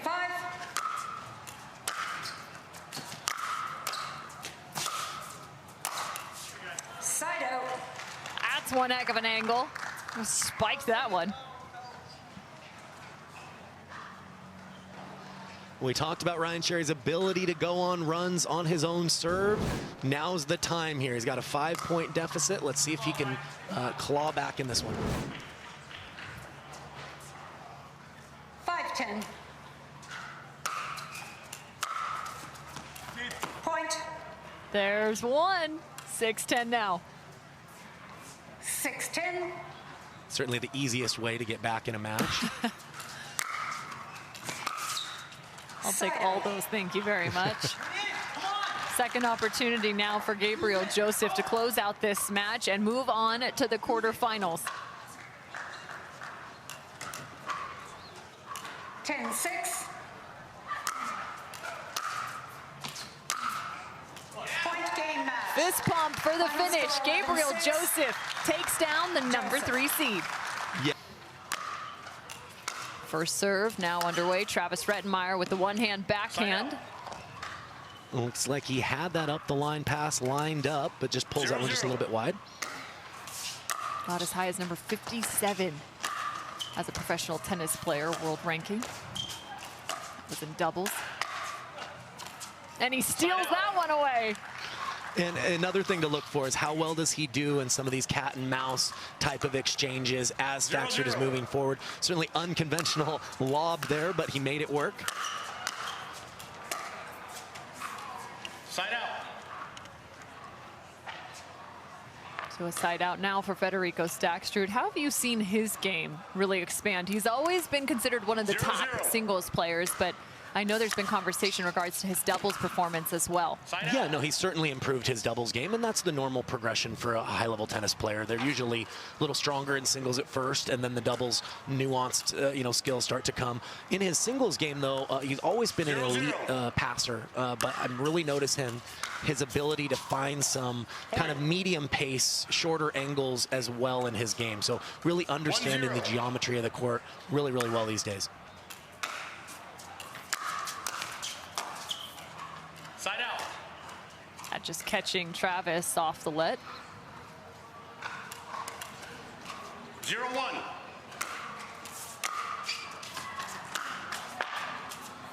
And a second.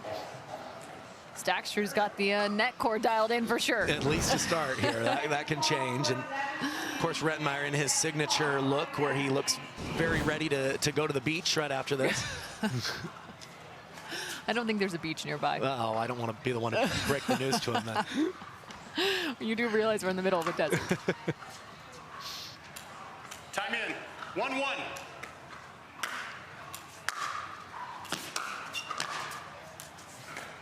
Point. And missed there. Travis Rettenmaier having switched from professional tennis back in 2012, finished his career in that regard, started coaching a significant amount. Then decided to find pickleball. A friend introduced him to it. And it has forever changed his life.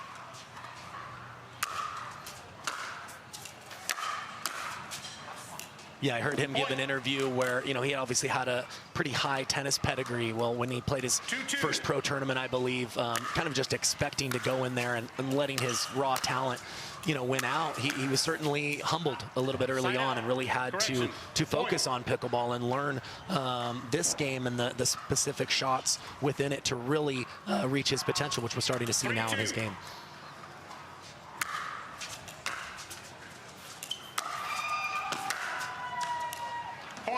And it's interesting, I actually caught up with him just about some of his tennis background, having grown up. He did go to a tennis academy, and then next thing you know, he found himself at UCLA only for about 2 years. He was actually what he considered the youngest Division I athlete. He was only 16 years old when he finally got to UCLA. Oh my goodness. And it's crazy, we actually have another pro that did pretty much the same thing. Parenteau was a 16-year-old in her first year of college. Just remarkable. Those two in their tennis and academic careers. Nice shot from Staksrud. Yeah, he really held that a long time. Very tough for Rettenmaier to read where that was coming off the paddle. 2-4.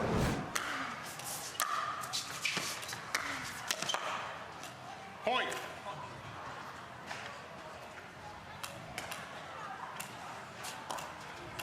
Three, 4. Side out. Yeah, like I mentioned earlier, Staksrud really known for right after that referee calls the score, that serve is right on you. Well, and pushing pace of play is one form of control, right? It's another way to take your opponent out of their rhythm and to play on your own terms. If you're more used to it than they are, it's just another way to have an advantage. Side out.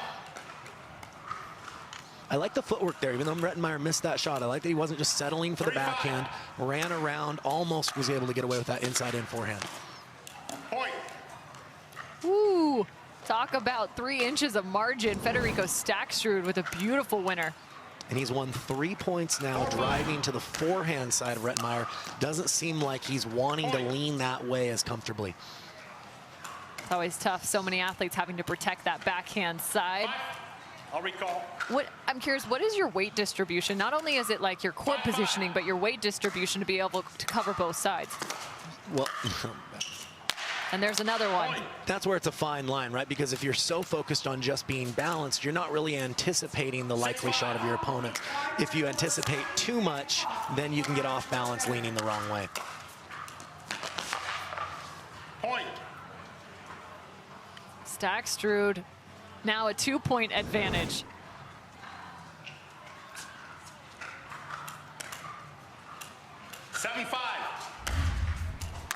A little bit of a slide there from Rettenmaier. Point. Different type of backhand. Yeah, but again, he's finding success, ultimately winning the point, taking that ball to the forehand side of Rettenmaier. Seems like he's just leaving a little bit more space on that side. Side out. So is the adjustment simply court positioning? You know, at times, sometimes it can be following the ball. If you head to the backhand, just one step over to be disciplined, forcing your opponent in the tougher shot.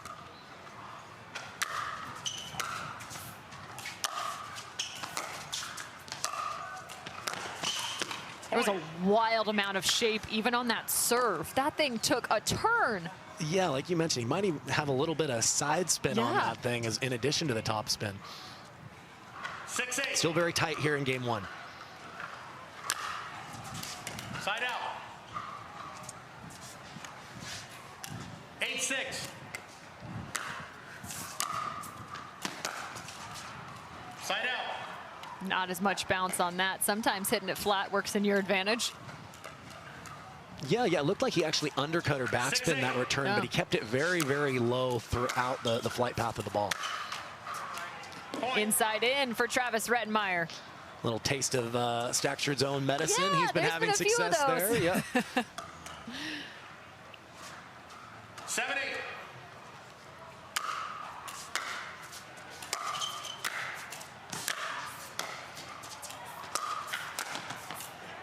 Side out.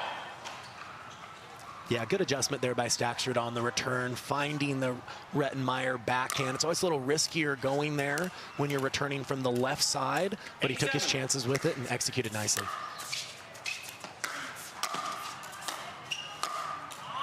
Side out. Goes cross court, holds, goes down the line. Yeah, Rettenmaier been getting really good depth on his last few returns, which enhances that first volley to keep him in control.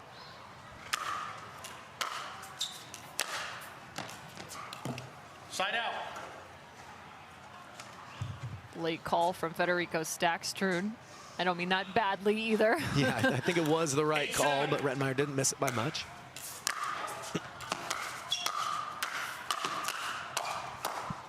Side And a out. firefight. So another side out for Travis Rettenmaier. They're keeping things awfully close here. Only 3 points of difference has been the largest margin here in game number 1. 7-8. That was 8-5 with Staksrud.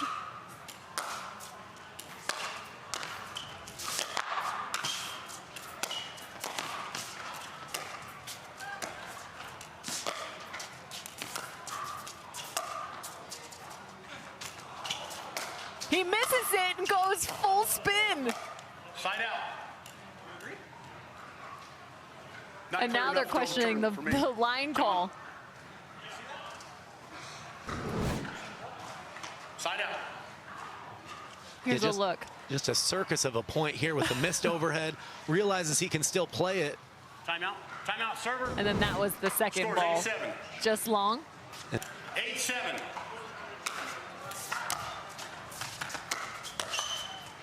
Point. And again, going with that inside-in pass. The turn was just a little shorter than Rettenmaier had hoped, but Staksrud there to take advantage. Side out.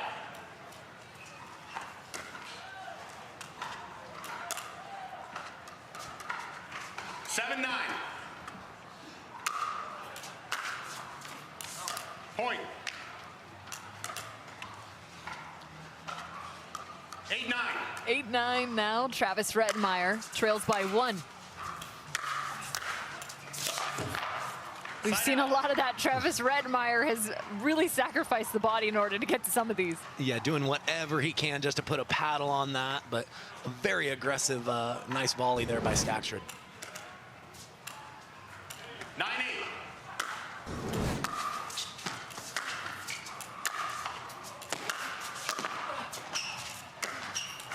Point.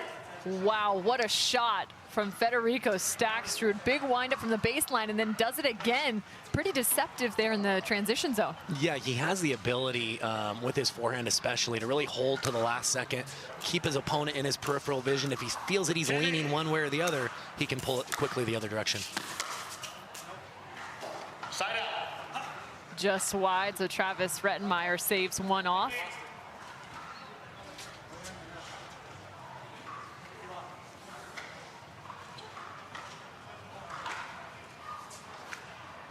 This has become routine at this point.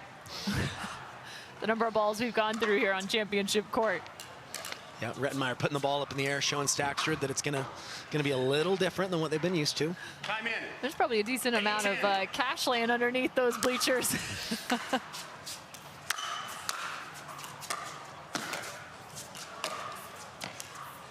Side out. Oh, look to kind of flick that ball to the back corner. Just missed. Yeah, I like the point construction, though, by Rettenmaier. Wasn't able to convert, but showing a little bit of the variety that he has by getting forward in a couple of different ways. And there's game number 1. Federico Staksrud sneaks by 11-8. Played at not only Tennessee Wesleyan, but also Game 2. Time University in. of 0-0. New Orleans. Usually in the top 10. And Argentina ranked under 18. Point. That ball is good.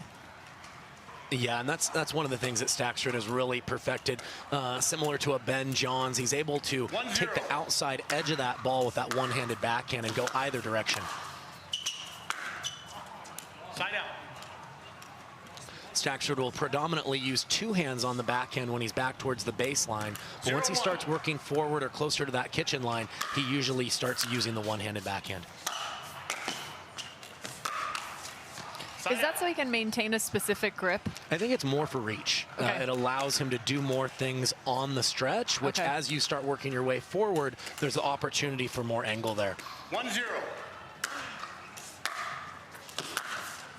So how much more Sign reach out. do you think there is from two-handed backhand to a one-handed backhand? Because depending on the play, it could be significant. Yeah, kind of depends on the shot, and that's what's kind of funky. In doubles, a lot of times, if you don't have a two-handed backhand and they hit it in that quadrant to make you reach, you can reach with your one-handed backhand, but you can't get much on it. For the volley, sometimes you can do more with two, but I think once that ball bounces, you're really trying to maximize your reach. The one-hander allows you to come up with more angle. 1-1.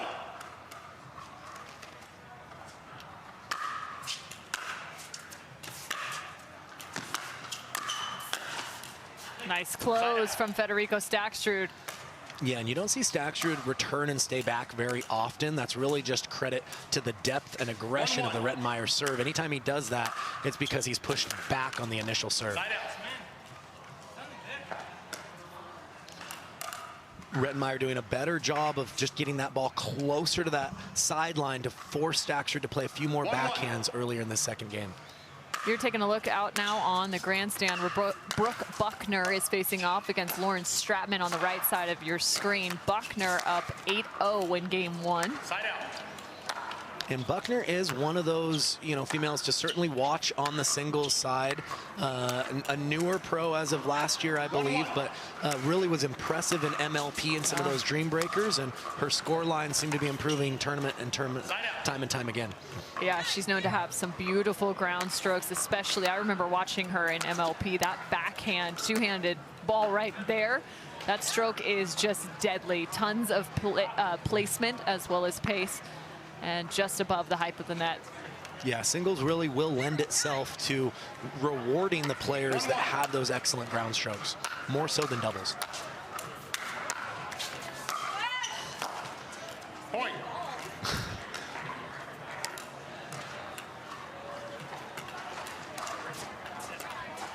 Two-one.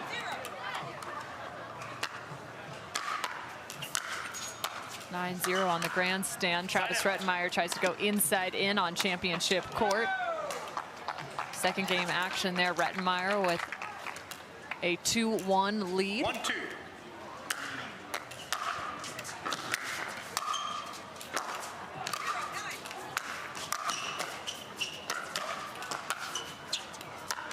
Rettenmaier doing a much better job covering that forehand side here early in game two. Yeah, looks like he's maybe made the adjustment. Staksrud hasn't been able to beat him there. A lot of that has to do with the quality of the return of Rettenmaier, getting it close enough to that line to still force Staksrud to play backhands.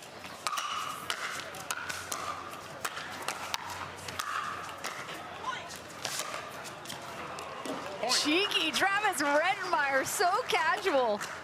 Wow. Yeah, he's come up with a couple of circus shots where he's kind of powering a backspin forehand drive, but was able to straighten out the next one and come up with the pass. 3-1.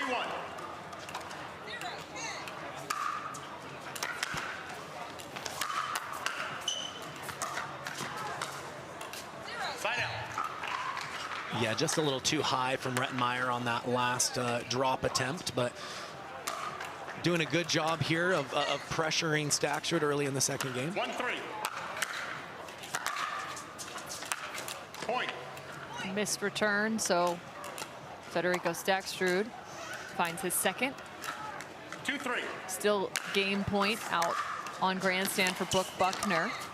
She needs to earn the ball back though first. Side out. And Stratman's found 3 straight.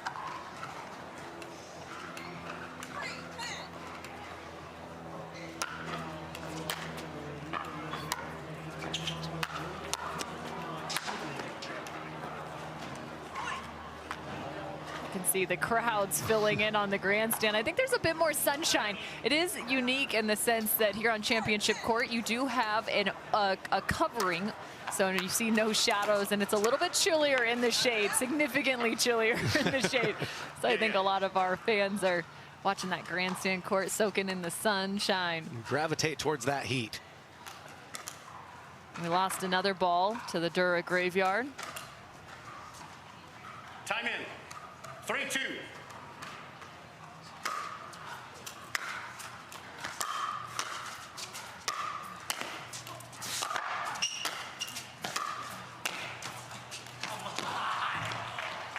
Getting a nice little bounce off the net is Federico Staksrud. Travis Rettenmaier's just, you know, taking a few laps. You know, looking up to the pickleball gods saying, why? Why I put out such a good effort? But honestly, in all seriousness, really impressed with his court coverage, his lateral movement. He seems to be using that longer frame to really cut off angles and force Staksrud to hit several good volleys. Point. One heck of an inside in from Federico Staksrud. And I think that's been the difference is when Rettenmaier isn't able to get that ball close enough to the sideline, Staksrud's able to play the forehand where it just appears that he's got a few more options on that side. Side out. Body shot for Rettenmaier. Just catching him slightly off guard there. Yeah, it looks like Staksrud is still leaning or moving, which you almost have to do in singles. That's why occasionally going right at your opponent is a good play.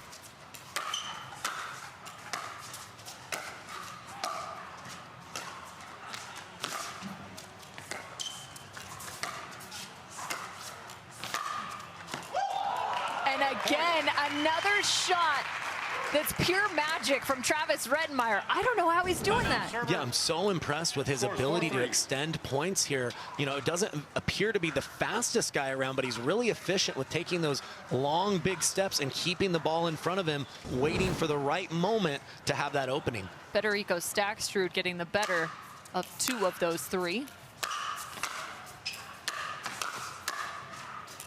Side out. A little too much on that pop from Travis Rettenmaier. I still like the point construction, though. He got Staksrud stretched. He closed in, got the volley he was looking for, just wasn't able to straighten that out. But he's done a really good job of not pressing in this match, playing within himself, but throwing some different looks at Staksrud here.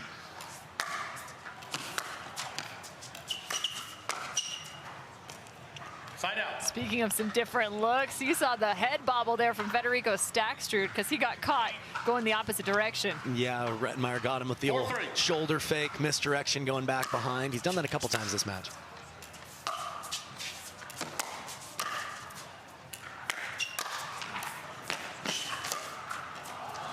Side out.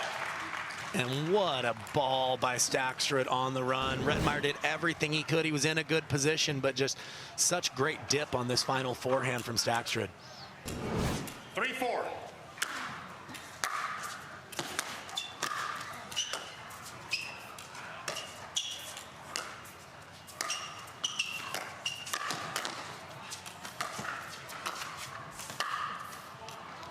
Oh, and he had so many like that. He does a really nice job on extension, and then literally it's just a wrist flick on that backhand side. I don't remember from my experience seeing too many players that necessarily have that from the baseline. Yeah, it takes a tremendous amount of body control, but he's able to stay so balanced on the stretch, and that's what's enabling him to come up with these passes on the move. I mean, you see it a lot at the kitchen line, right? Like everyone always talks about the wrist of JW and whatnot, but it's interesting to see it in terms of his capability from the baseline and transition zone for that matter.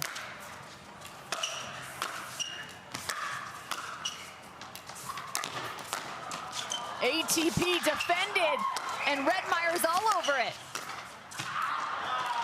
Just making him play every single inch is Federico Staksrud. Yeah, after an amazing point, Staksrud's able to almost make this last one look too easy with a perfect little dump backhand volley to finish.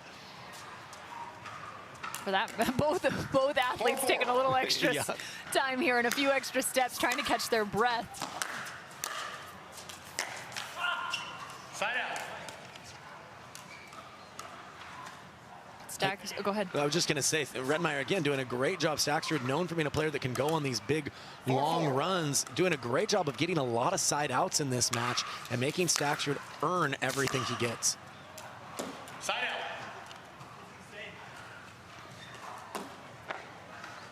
I think it's fun to watch Staksrud through the transition zone. It, to me, looks as if he's really good about lowering his body in some of those moments. So oftentimes as you get to that kitchen, it's a little tough, right? Like you start to stand up a bit more.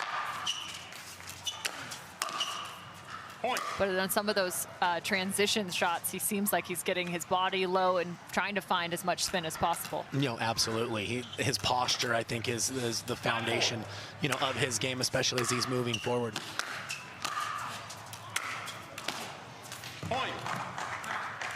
He's showing a full range of shot selection, really working the inside in, and then right here, excuse me, the backhand up the line, and then the inside out from that same court position here in game 2 action.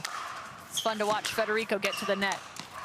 That time just missing, but the conversation was keeping your body low through the transition zone so you can volley, so you have the ability to be more aggressive on that next ball. Well, yeah, like you mentioned, in order to get your max speed, your body wants to raise up a little bit, but if you do that, you're not going to be in a position to hit a good volley coming forward. So Staksrud does a great job of staying in that low athletic position, kind of crouching forward and being ready for that next ball to get on him in a hurry.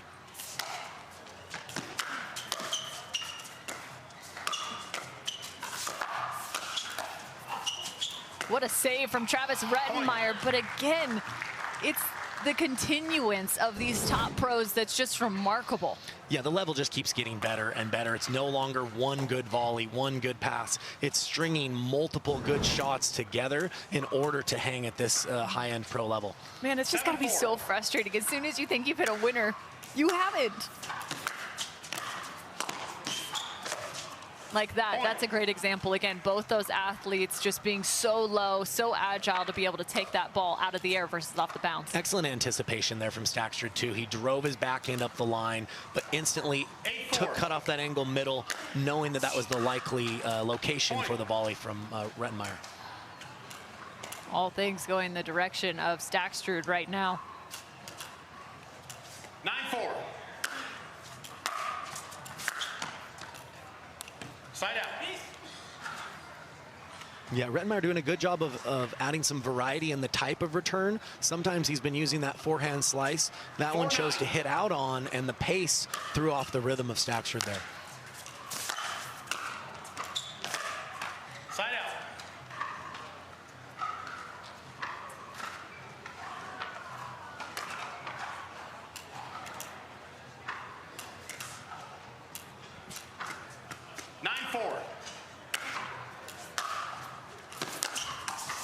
out. Another side out for Travis Rettenmaier. Looking through the quarterfinals right now. Christian Alshon will face off against Ben Johns. This is quarterfinals action here. Side out. Yeah, good depth on the return there by Staksrud. See Rettenmaier opting to try to drop that one. That's just because he didn't feel he was in an offensive enough position to go for the pass there. 9-4. Side out. And again, great variety from Rettenmaier. We've seen him hit harder returns. We've seen him go up the line. We've seen him go cross court, but he's varying both the spin and the location of the return right now.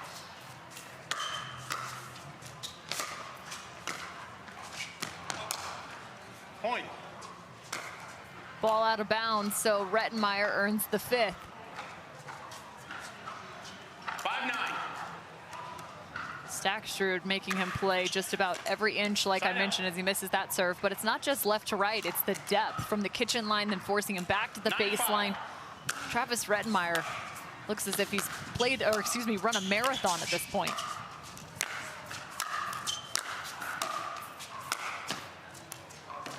Side out. Yeah, I think, and that's what Staksrud's known for. I think just his contact point on the drive, he was behind the baseline, so it's a little bit more bold to go from behind the baseline and get significantly in on the very next ball. Side out. Return just long.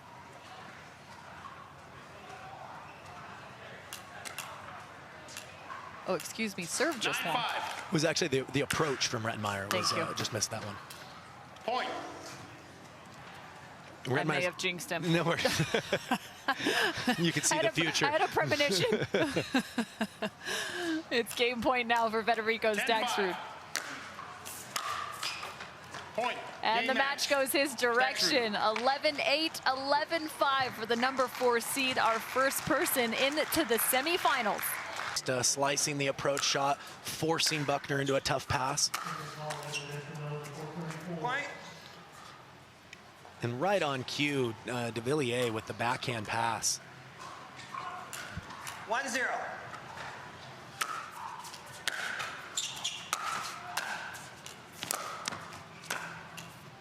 Side out.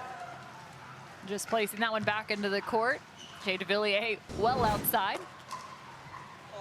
So Connor Garnett and Jay Devilliers. This is quarterfinals action, so looking for a semifinal. Federico Staksrud has already booked his ticket to a semifinal.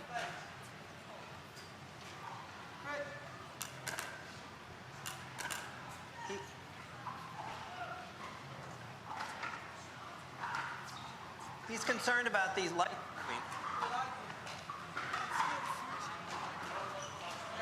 Okay, got it? Jay Devilliers having a conversation about the backdrop, making it tough with the lights coming back on and off our video 0-1. board. Looks like they've got it figured out for him, though. Side out. 1-0.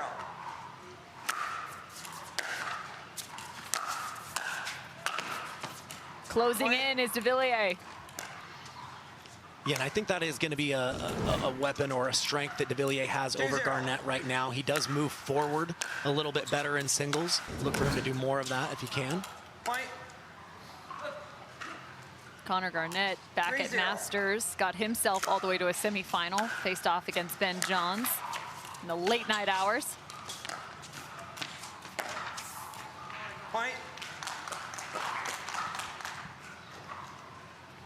Tried to work his way through the back draw after the 4-0. semifinal loss to find a bronze, but just came up short.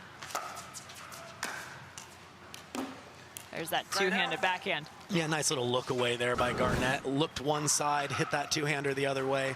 See if he can get on the board here early.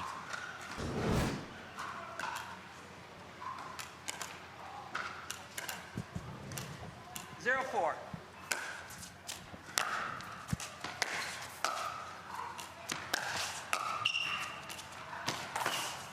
Connor trying to slide into that right now. Jay Devilliers is doing a nice job side to side. Yeah, Devilliers, big guy. I think he's about 6'3", very tough to pass on the cleanly on that first one. 4-0. Garnett may need to take a little power off his passing shots in order to find a little more angle. Point. Another missed return. 5-0.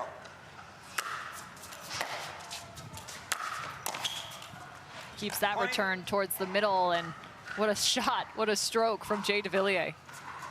Yeah, the initial return was a little short there by 6-0. Garnett and really tipped the scales to be Devilliers' advantage.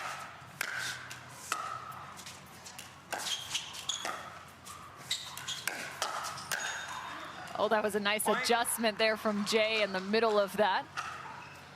And that's where sometimes the aggression of Garnett 7-0. can have a level of predictability there. Devilliers was already geared up for him to have that ball try to go right through him.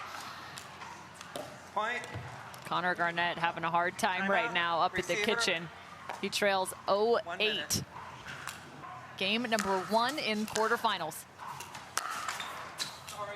And that's not going to help. Continues to mount. Jay Devilliers 9-0. Yeah, and so far for Garnett, it's just his returns have been consistently about 9-0. mid-court. And at this level, really getting your return in that back third of the court is Point. critical to slow your opponents down. 10-0. Game point for Jay Devilliers.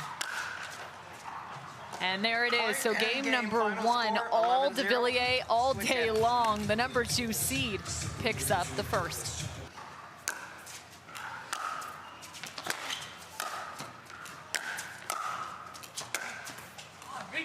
Side out. Yeah, and right now Devilliers is just a wall up there, and Garnett's struggling to really pressure the volley as well and really get Devilliers stretched for those volleys. 0-0.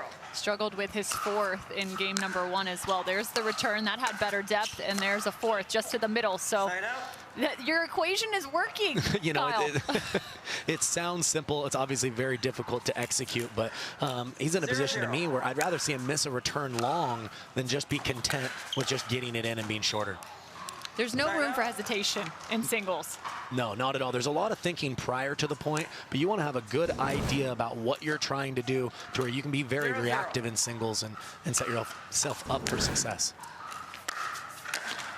And also, to Devilliers' credit, he's taking advantage. He's all gas pedal, no brakes right now. Yeah, he's giving very little away, which makes it feel that much more difficult to climb that mountain if you're Connor Garnett.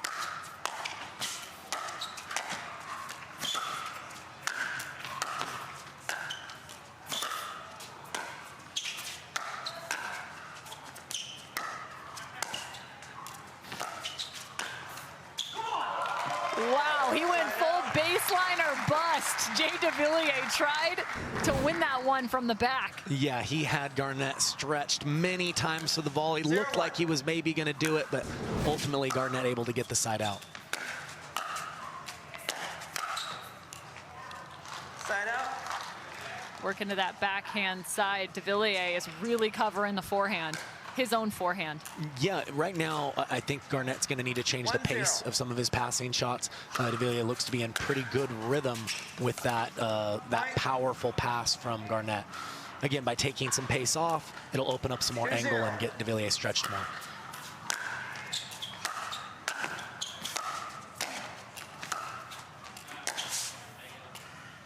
Point. And that's just excellent anticipation from Devilliers. But even before Garnett hit that two-handed backhand cross court, Devilliers was already stepping inside the court and darting over that direction to cover it. Side out.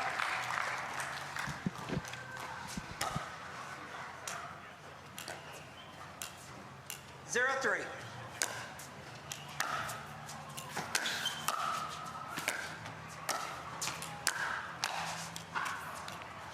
Side out. A little bit of a missed contact there from Jay Devilliers, so he gives the apology.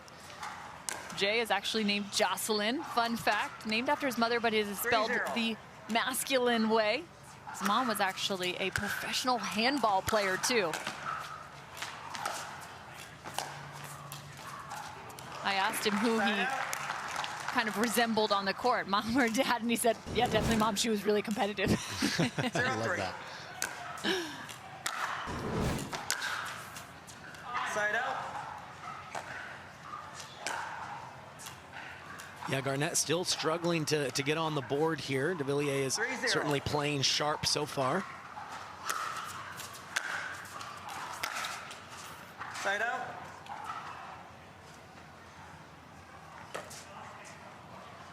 Both athletes, former Division I tennis players. Jay Devilliers 0-3. played at Wichita State.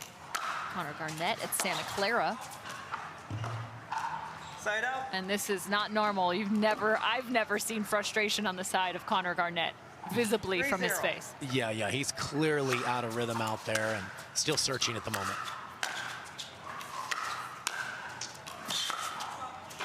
Side out. You got to take every small victory your direction. Starting to build upon it. He's still looking for his first point scored in this match. 0-3. Yeah, one of the things that's the progression in his game is the serve in singles. He still is much more comfortable just spinning it in there. But in singles, you know, a lot of the best players really do take a little bit more risk to set themselves up for an easier pass. Yeah, and it's no longer just 3-0. risk in terms of depth and pace, but it's the variance, right? Giving different looks. Yeah.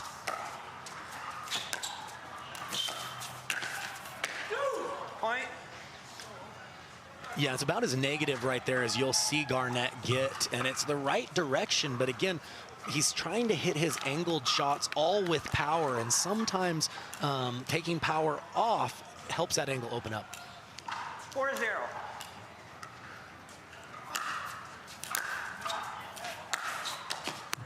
Devilliers, the backhand wonder right there. Yeah, it's very challenging with a one-handed backhand to be able to get that top spin to play it cross court consistently. Devilliers does it as well as anyone.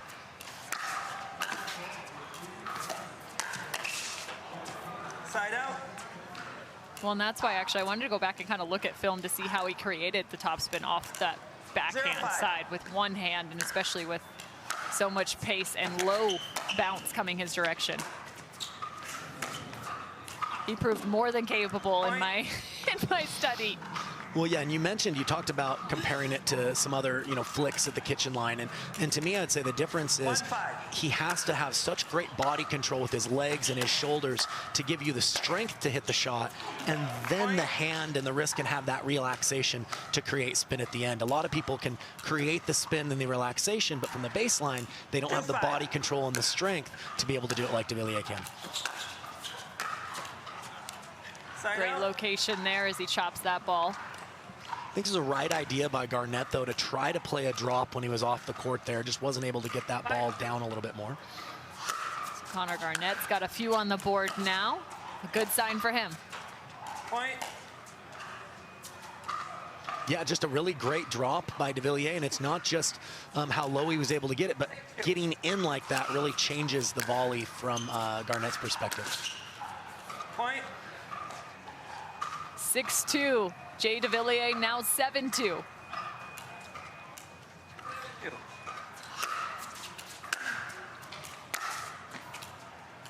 Side out.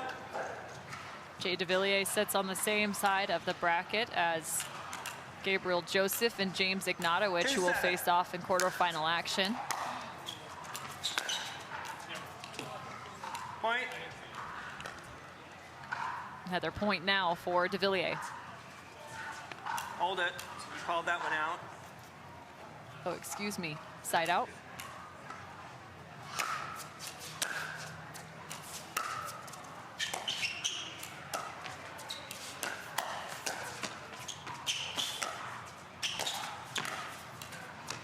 Point. It looks as if Connor Garnett, and when he has a look, he's liking to speed up the line, whether it's on the forehand side or the backhand side, and Devilliers is just sitting there. Yeah, right now Devilliers is really reading all of Garnett's shots well, especially when he's up at the kitchen line. So it's like you mentioned, it's just time for Garnett to try his best to find some variety. But with the score line, he's just really got to find some rhythm, period. Point. Well, there's one for him. Connor Garnett finds the third. Little net love always helps when you're kind of in a rut. Let's see if he can build on that here. 3-8.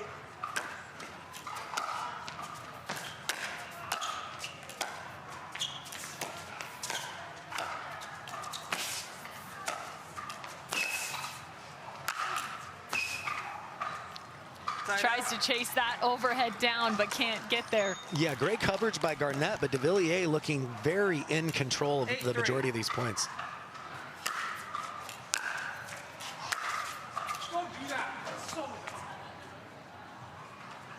Yeah, Garnett chastising himself a little bit, and I think what he's referring to is he's had a little bit more success making the change and returning to the Devilliers forehand, tested the backhand there, and paid the price. To your point, he goes to the forehand. Point.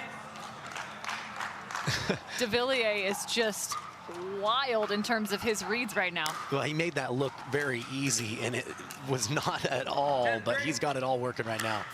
Match point. Wow, Jay Devilliers is on a riot. 11-0, 11-3. Tellez, 1-15 versus Jaume Martinez Vich.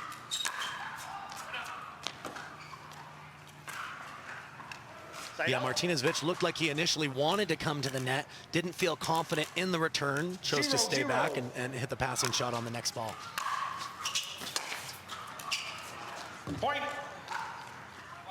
And this is my first time watching Martinez Vich play singles. Really excellent use of the left hand there on that two-handed backhand pass. Point.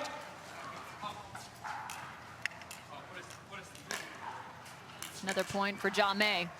2-0. Honestly, I think he's got the coolest name on tour. Yeah, I wouldn't argue with that. I'd take it. Point. And one of the coolest forehands. Look at that one. Another point for the 25 seed.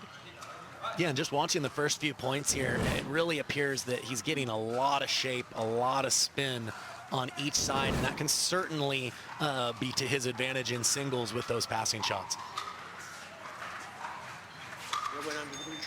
Originally out of Spain is Martinez Vich. Played some professional tennis as well. 3-0.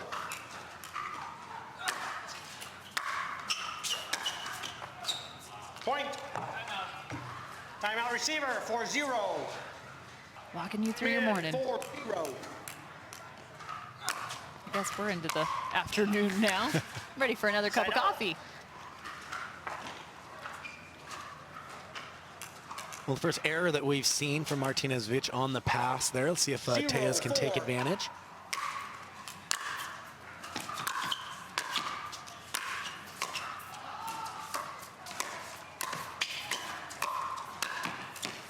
Side out. Nice close from Martinez Vich. Both him and Tellez picked up a win already in the back draw.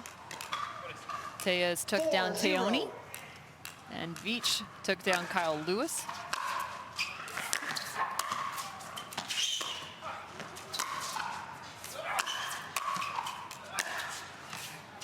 Point. Yeah, and right now Vich is just stretching Tellez consistently side to side, and so far it's paying dividends with the precision of his passing shots. 5-0.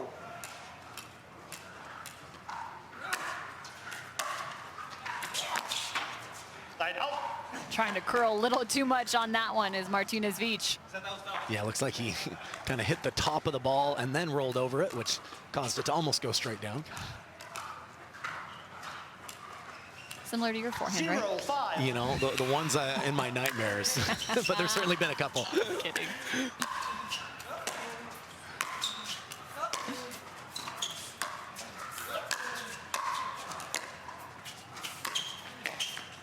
Longest rally to this point goes the direction of Tellez. Yeah, good point by both players. Nice job by Tellez, feeling Vich closing in and putting that ball right at his feet. 1-5.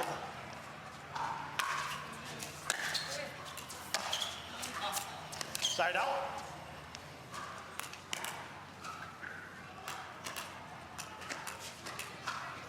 Five, 1.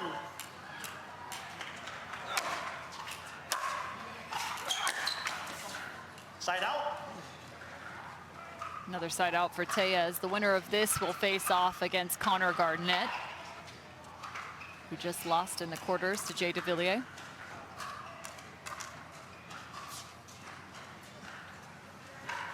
One, 5.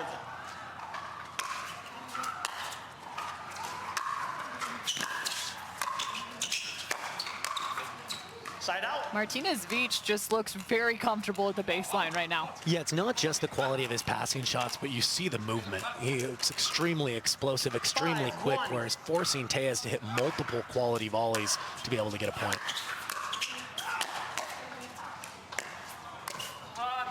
And to your point, again, Tellez having to hit multiple volleys, one after another, just trying to fend off the pressure. Yeah, the shape from Vich is consistent, and he's doing what he needs to do out here. Point.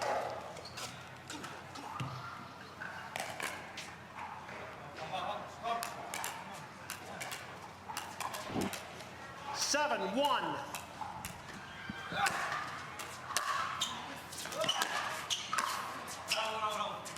Side out.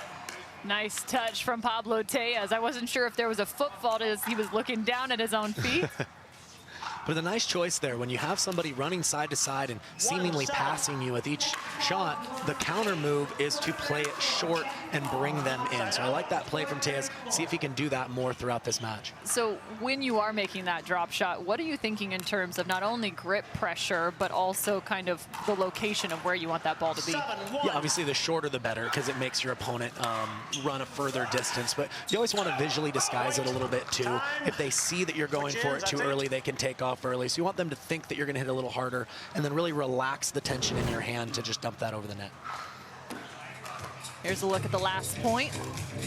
So 8-1 brings us to the change of ends. Martinez Vich on top in this game to 15. Martinez Vich versus Pablo Tellez. Vich has a significant margin in this backdraw matchup. Side out. Well, and you said it beautifully and executed beautifully. Pablo Tellez right there with the drop shot.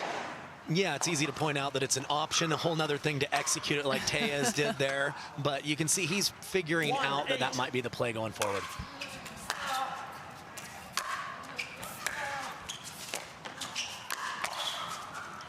Oh, I thought he was going to steal that away just off the edge of his paddle. Yeah, again, the spin that Vich is able to get from the baseline, to get that ball to bounce from where he did, is extremely difficult to do. Point.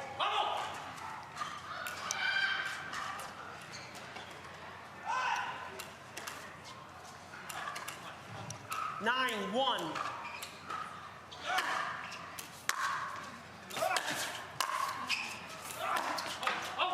Side out. Well, and that's the other side, right, of the margin.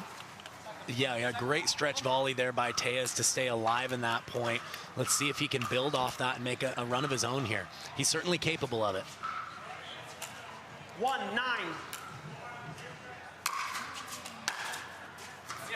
Point. Make it 2-9, Pablo Tellez. 2-9.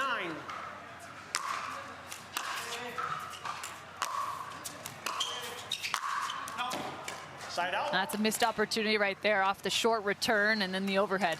Yeah, you just have to give yourself a little bit of bigger target there. I like the idea of him hitting big and coming in. Put himself in a winning position, just needs to clean that up if he wants to come back here.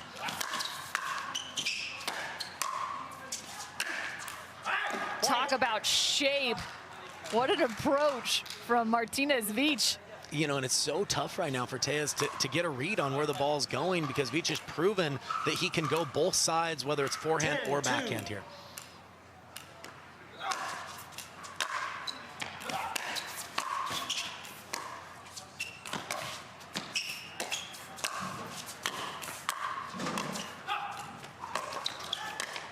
Forcing him to have to work as well. Martinez Vich. Ball is coming off his paddle perfectly. Yeah, and showing the skill set too, with playing a little dump volley of his own. He got Tellez reaching forward and set himself up for an easy put away on the next one. A little showmanship there too on that drop. 11-2. A reminder, this game is going to 15 as it's just one in the back draw. Point.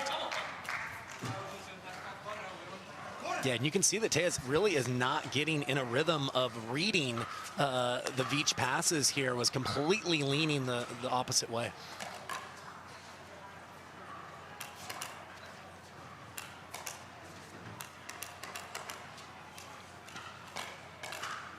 $12-2.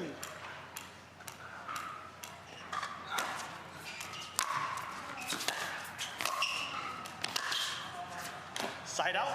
Seen that just a handful of times, the occasional one flying off the paddle of Martinez Vich, but more often than not, it's been going his direction. Yeah, certainly has thus far. If he misses big. 2-12. Go down swinging, Cameron, go down swinging.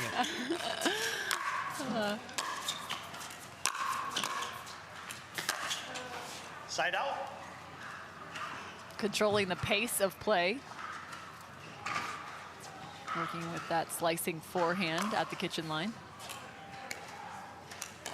12-2.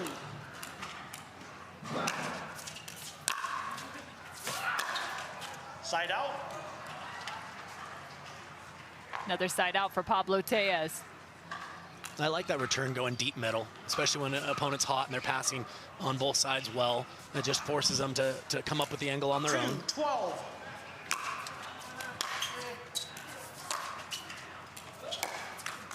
Wow, you could see how much of a bounce that ball took. It jumped about a foot to our right. 3-12.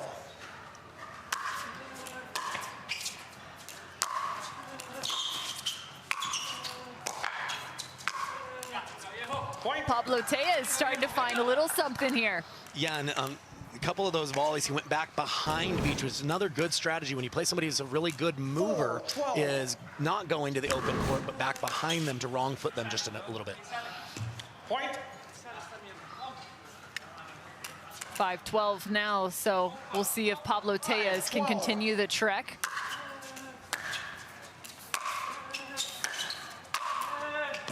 Says enough with that ball. Timeout receiver, 6-12. 1 minute. Remains such, but now only 6 points of difference. Side out. Yeah, I like the timeout by Vich, and I also like that he came to the net off the return. If an opponent's going to beat you, make them beat you by coming up with the goods. When you play a little passive and let them come forward, it's a good way to lose a lead.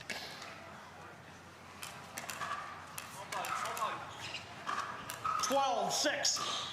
I didn't know there was a good way to lose a lead. Subjective, very subjective. 13-6. Winner of this will face Connor Garnett in the backdrop. 13-6. Point.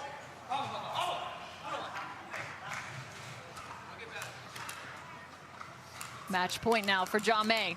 14-6.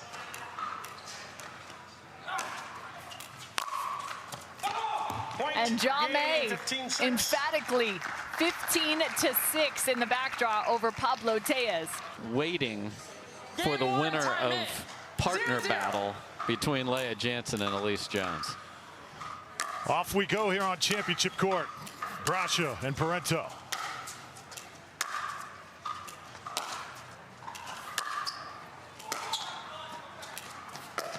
And Brascia can't get to it. What a nice job of shaping that pass. Brascia was one of those where you're like, it's not going that fast, and I'm running right next to it. Like, why am I running right next to it? And just couldn't get a swing at it because of the rounding that right inside the line. Beautifully done. 58 degrees right now here in Mesa, and underneath this 10, it's probably even a little bit cooler. It's probably 48. 0-0. Me too. All right. 0-0.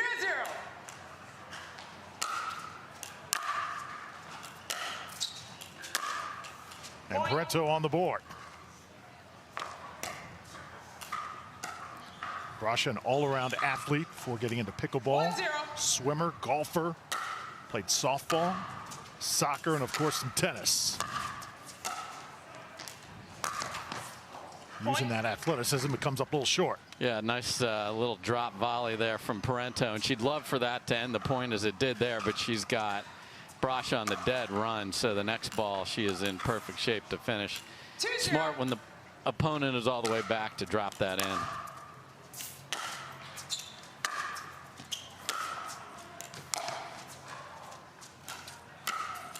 And Parenteau able to measure it up. Yeah, the ball before that was a beautiful backhand down the line, just staying down. You want to stay down on that and hit through. It's hard to hit a ball down the line. You usually drag that into the middle. That was outstanding from Parenteau. Side out. Parenteau a little tied up that time. Side out now to Brascia, who committed to pro pickleball in May of 2022. Had to finish up her studies at Biola University. 0-3.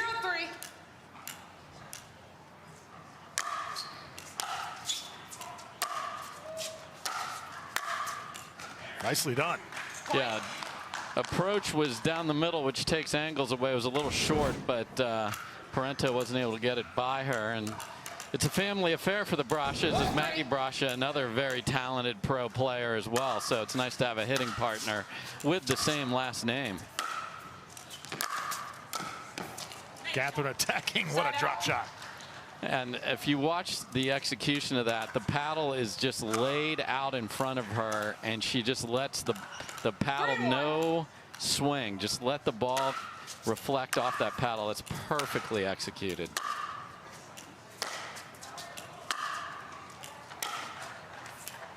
Just a little bit wide from Catherine. Side out.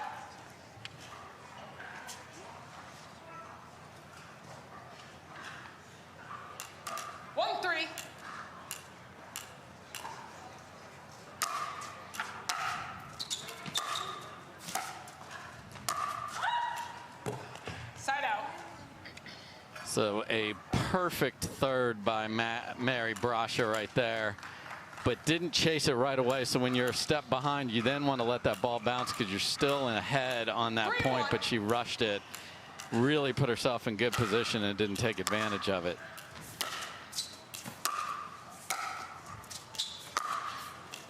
Oh, beautiful shot.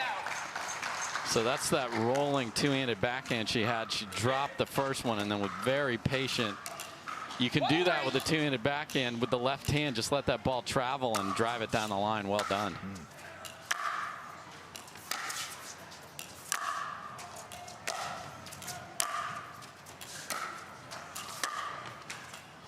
Up against the net for Brascia. Also competing today, Dave, Leigh Jansen and Elise Jones going head-to-head. They're right now probably one of the hottest teams in the sport. Yeah, I talked to both of them. They're like, of all things, you know, they have this great dynamic between the two of them playing together, and then here they come having to battle in singles. But that's the way tournament of life works. Point.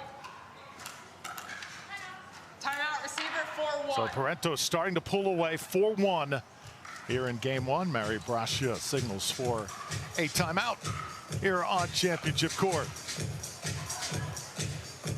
So once again, Drew Felios, Dave Fleming here on the call. Day one of this third stop of the PPA Tour. The Arizona Grand Slam, Bellbank Park. This is one of the more unique sites, I think, in the entire Carvana PPA Tour.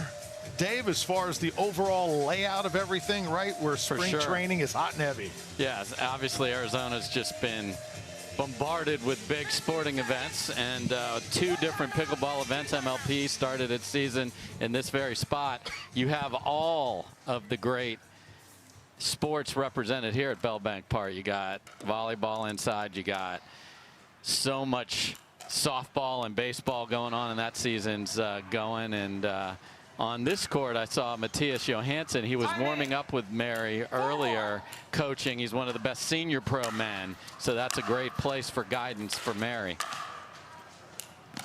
Point. Brascia trying to switch up the momentum here, but Parenteau makes it 5-1. 5-1.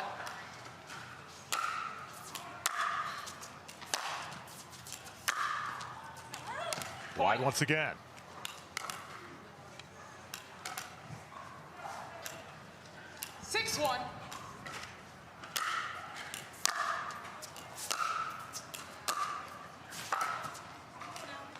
Side out. Yeah, that's going to be the key for Mary, to get that ball to drop and then chase it. That time she did put the pressure, and Parenteau missed wide.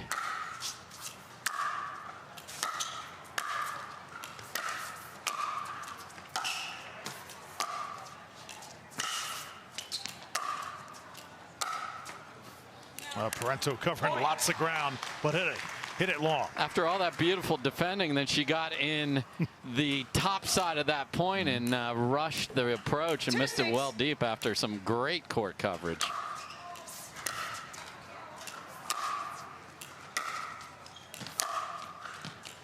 Brascia, does it get line? Yes, it does. And those are those passing shots that she has that look like they might sail a bit wide, but the topspin, she's able to get on it with that paddle, and she is the poster child for Selkirk with the new paddle, the Ava Leigh clothing line. They got it all going on there. Side out. Side out coming back to Parenteau. 6-3 lead, game number 1, the number 2 seed. Catherine Parenteau did team with Annalie Waters at the last tour stop, but now that's Anna Bright's tour. Yes, she'll be with the youngster Georgia Johnson on Saturday, so that'll be an interesting pair with Parenteau and Johnson.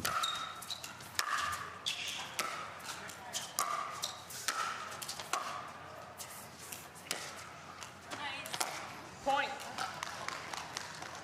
The other challenge with this side, or with this court, is there is a glare, especially earlier on the side facing what Parenteau is looking into. So you definitely want to be on Mary Brascia's side just from a visual standpoint as well. Another passing shot, 8-3 Advantage Parenteau. And interesting there, Mary held the ball when she went back to get the towel, because when Catherine's going, it's mock speed to get to the line to serve again. Really knows how to pick up the pace, doesn't she?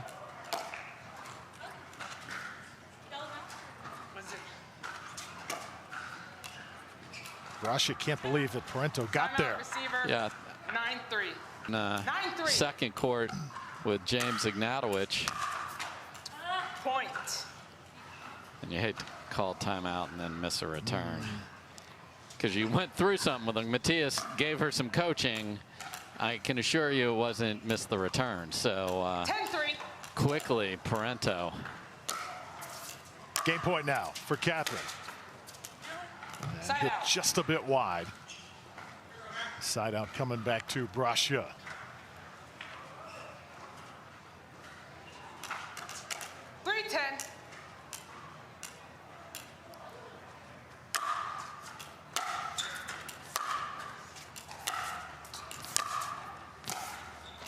Once again, that drop shot is lethal. Yeah, there's a lot of people that are like, ooh, that ball's up, I want to hit it hard, but they're deep. So, you know, as a real, in singles especially, there's some folks that use it in doubles. The problem, obviously, is there's a second player that can come track that down. Once again, just too much from Catherine Parenteau. Impressive 11-3 in game one. 0-0. Passing power and finesse of Mary Brascia, and Point. gets a missed return right off the jump here, and sometimes it starts to snowball and you got to get it stopped with your best stuff. So that's what Mary's now choosing to stay back. Point. Looked like it was just yep. a little wide that time. 2-0.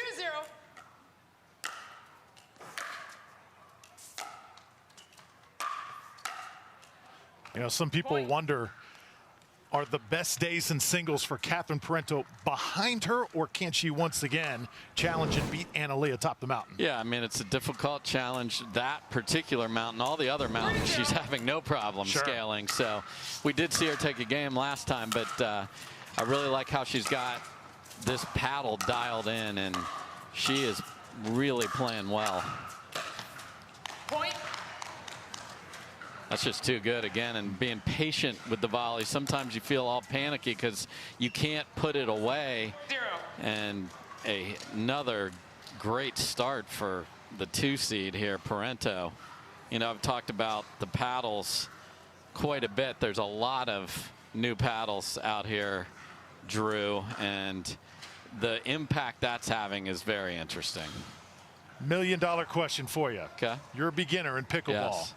About how much can you expect to spend if you just want a legit paddle? Maybe not the best, but just, hey, I just want a good paddle. I want to get started.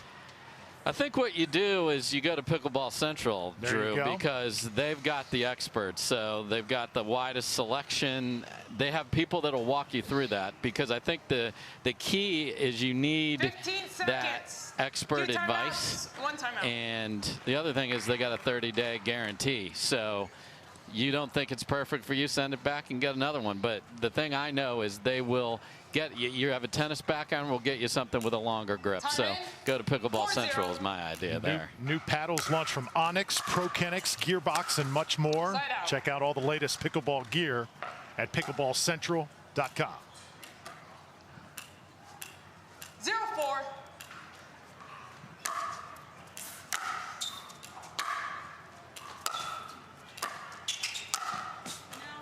Just a little bit deep. First mistake Parenteau's made literally in this match. Again, we saw one from Brascia earlier where she got the ball down and the ball was popped up and just a little late and came flying in, and your momentum helps push the ball deep, and especially on a cold day you get no margin for error. Another passing shot by Parenteau. As we watch this match, we're kind of keeping that other eye on some of the brackets going on, especially on the men's side, where Christian Alshon and Ben Johns are set to collide here. Yeah, that's going to be a fun one coming up next. Catherine on the defensive. Good job by Brascia. Yeah, Catherine actually overran that one. Couldn't get her body contorted the right way.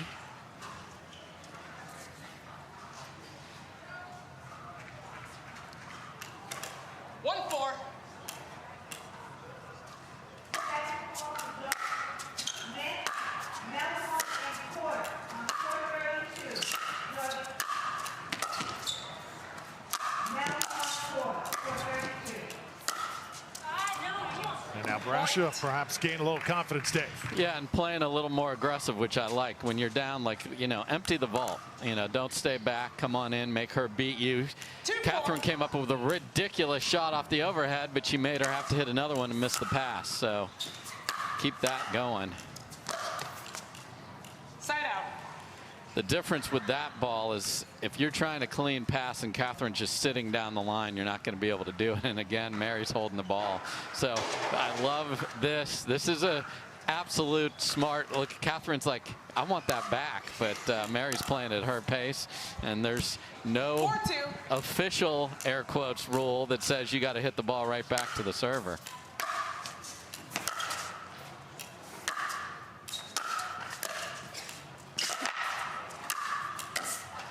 Brascia now dictating, and yes, sometimes time spent between points just as important as time spent actually playing. No doubt about it, because obviously she's been under siege a little bit, but here lost the first 4, got 2.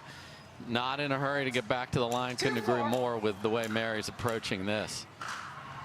4-2. Well, those you got to have when you're playing the number 2 seed. Yeah, played a beautiful point to get in position there, just didn't make it. 4-2.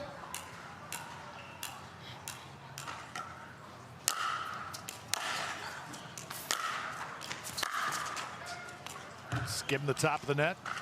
Point. And landed out of bounds. And you saw the value in going for a big serve and singles there from Parenteau. Just an inch inside the line, set her up, able to take the net.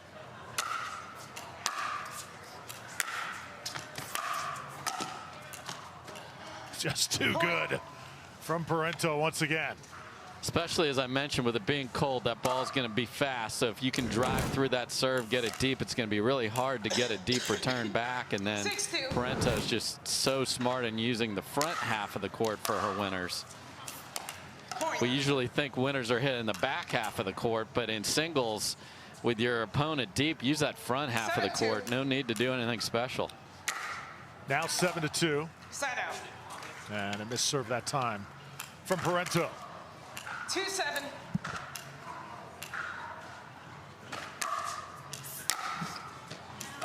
Point.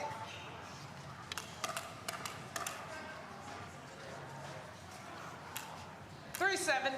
So Parenteau trying to get a berth here in the semifinals. Nicely done. Side out. Backhand once again working from Catherine. 7-3.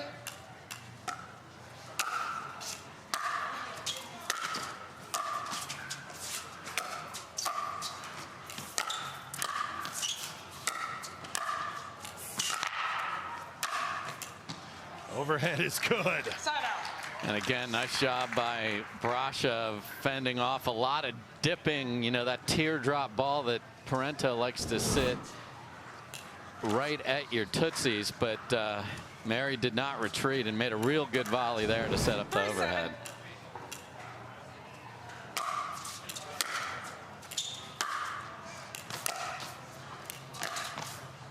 Oh, did she get that? Wow. Parenteau thinks she hit a winner. 7-4 here in game 2. Point. So that time you had both pace and dipping and diving from Brascia. So that forced the error. And look at this, just a 2-point deficit after giving up the first 4 points of game 2. Point.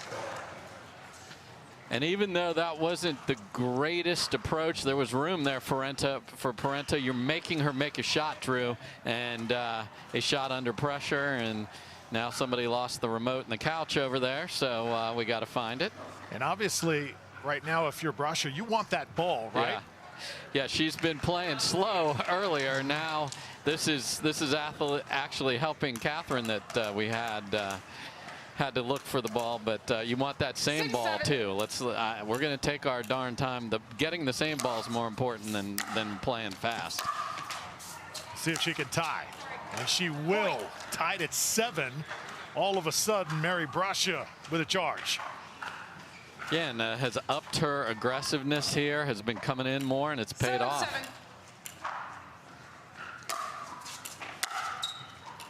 7. And all of a sudden, too, Catherine Parenteau. 8-7.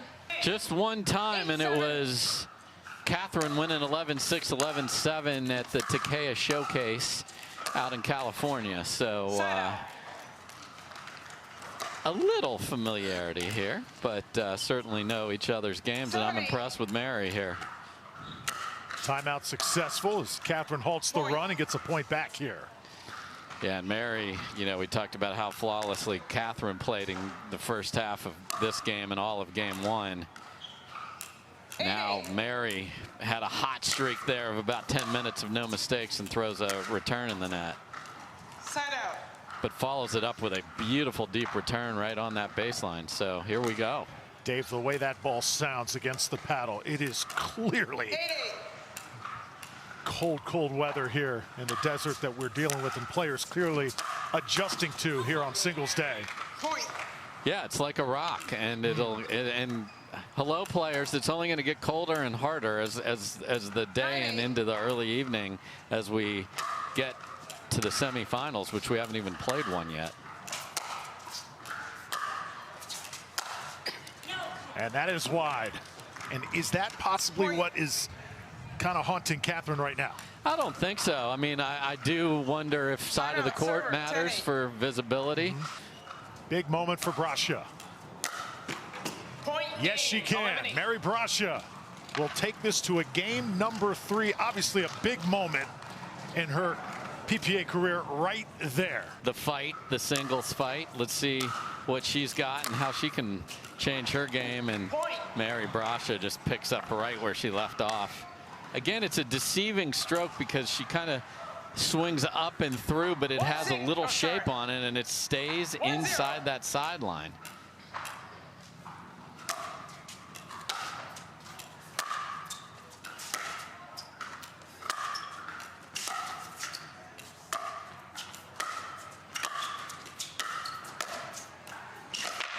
Brascia right now is bringing it. Yeah, and you saw Parenteau stay back, and the first chance that Brascia had to come forward, she did. And she's like, I'm gonna press the pace here. 2-0.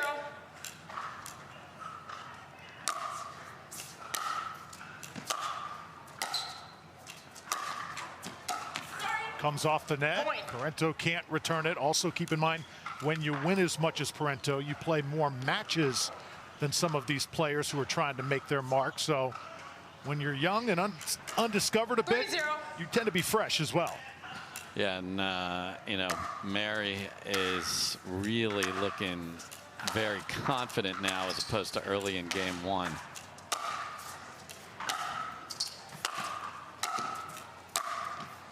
Oh, wow. Point. 4-0.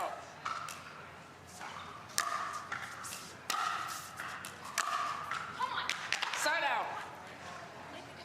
That's a clutch return after calling timeout, down 4-0. You want to not give Mary angles, but the depth of that return was perfect right down the middle.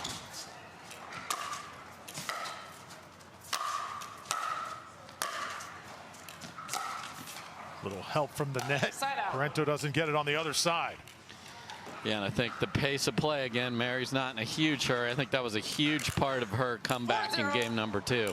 Don't feed into the pace of your opponent if you don't like it.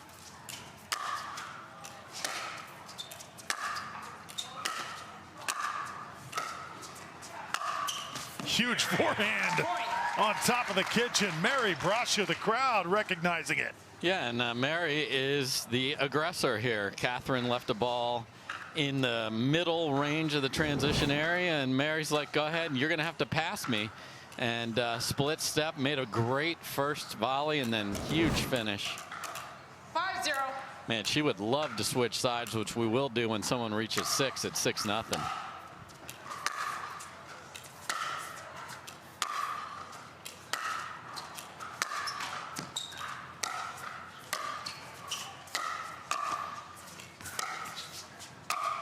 Brascia once again applying the pressure. Switch ends. Now Time take in. advantage 6-0. of the moment. 6-0 in game 3. Catherine cannot return the serve. Are you shocked, Dave? That's Fleming? 7-0 for sure, for sure.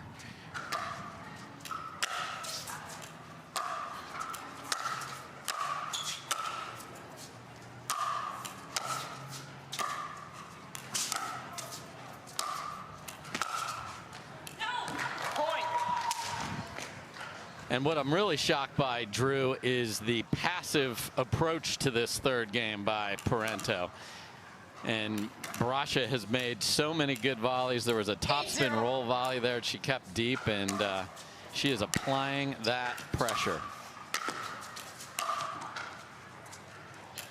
Side out. Saw last week big upset in women's doubles with Ansberry and Ashiro taking down Callie Smith and Lucy Kovalova. Did not expect what we're watching right here.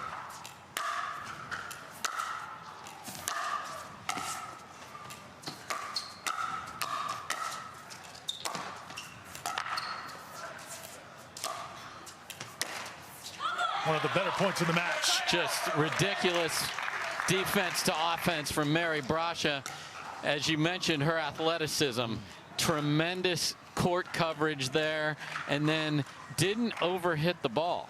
Had a chance to move forward, put Parenteau in a bad spot, and gets the ball back. Really well played. Just out by about 3 inches. So again, now your heart starts beating a little faster. You can see the finish line. 3 points. You got to just keep it all together. Parenteau needs to do some scoreboard pressure by getting a couple points. Okay, she hits it wide, Dave. Kind of like in baseball, you have an 8-run lead, you're on the mound. What's the mentality, Dave? Just continue to make your pitches? Absolutely. Throw strikes. Don't give it to him. That was ball 4 right there. So got to make her beat you.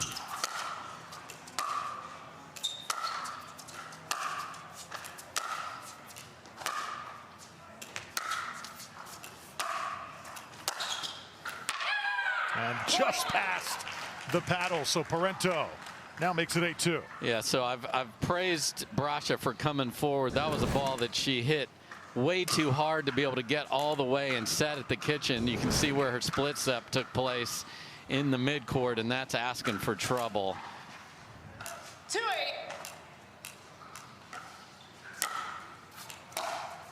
Point. And that one's not going to be returned. So 3 straight now for Parenteau. And again, going for the serve like she did in game 1. The first serve where she got a miss was not a big serve. That one was there. So, and again, Brascia not in a hurry to get the ball back over. I like it. And Parenteau all of a sudden has found something. So 4 straight points. Timeout Brascia.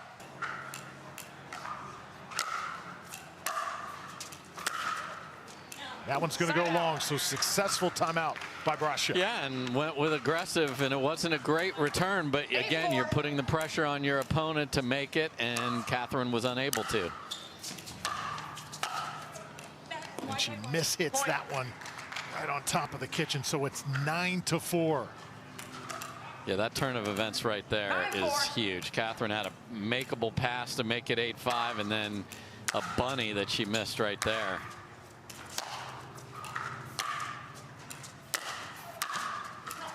Is it in? No, just a little wide by about a fingernail. Wow. 4-9. Love the approach, though. Just missed the execution. Point. Brascia comes up short on the return.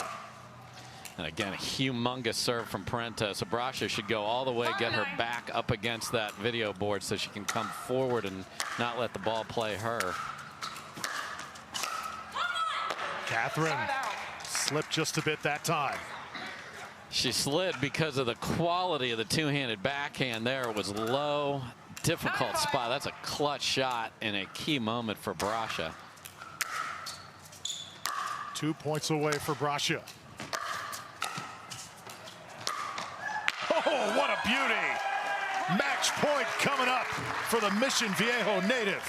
Dead sprint to the forehand, gets a ball in a great spot, and then absolutely out of the starter's blocks, Drew, to get over to the other side. And again, watch her run with paddle ready.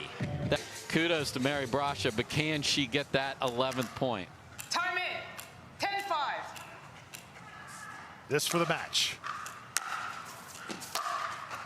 And there it is. Mary Brascia. What a performance on championship court. Taking care of Catherine Parenteau, one of the best players in women's pro pickleball. A tremendous upset, 3-11, 11-8, 11-5. Can't wait to see what Alshon puts on center court here. Point. And first point for Johns. The other thing you saw there just behind Ben Johns was Leigh Waters, who is coaching Christian Alshon and helping him out. So again, we talk about that second set of eyes and that other brain you can tap into. It's also got to be tough for Leigh. Of course, her daughter is the partner of Ben Johns in the mixed doubles. Yes. 0-1. Little mixed emotion. Maybe that's why she's in the crowd, not sitting on a bench here. Great point. Nicely done by Alshon. Yeah, and you saw on the rally prior to this, Ben got tagged with a little rally at the kitchen. Don't see that very often in singles. Oh, Alshon. Point. Passing shot that time.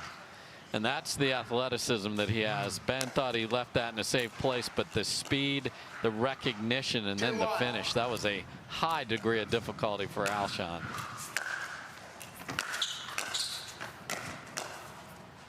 Point. Alshon, another newbie in the sport. As soon as he entered the game of pickleball, took down Jay Devilliers, took down Rafa Hewitt as well. This would be his biggest catch if he could somehow find a way to knock down the GOAT.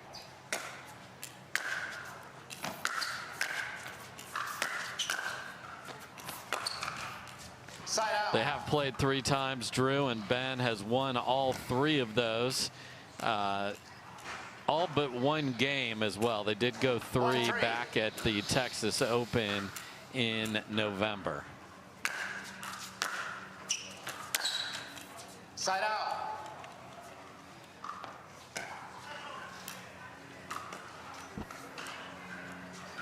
3-1.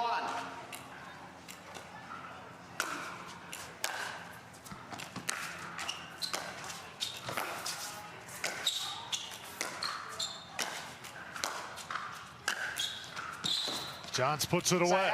Side out now. Back to Ben. Yeah, you can see how Ben just holds that paddle and he can go cross court or go for the big topspin inside out finish. Alshon can't track it down.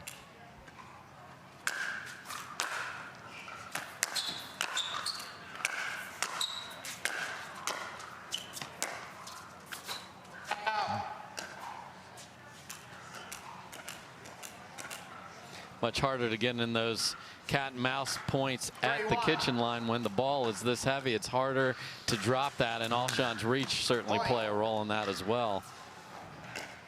And now a 4-1 lead, so this is exactly the start that Alshon was looking for. 4-1.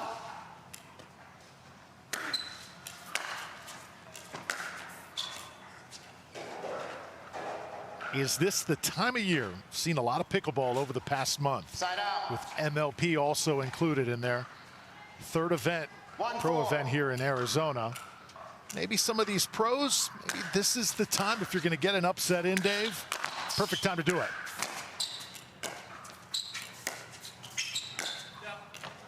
Yeah, I mean, I think all year you're going to carry that target, whether it's I've played a lot, I've not trained as much as somebody else, or the other person's just better that day. That's what the top 4 or 5 players on both sides, everyone's gunning for him. And you saw Mary Brascia take down number 2, Catherine Parenteau.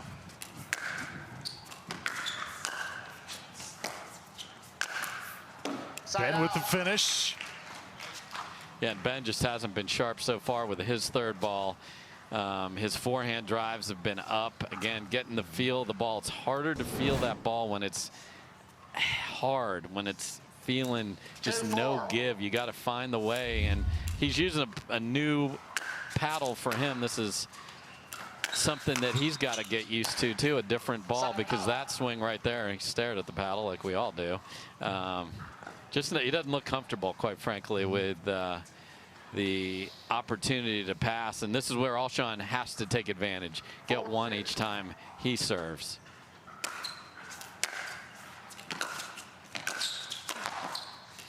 Alshon hits it long.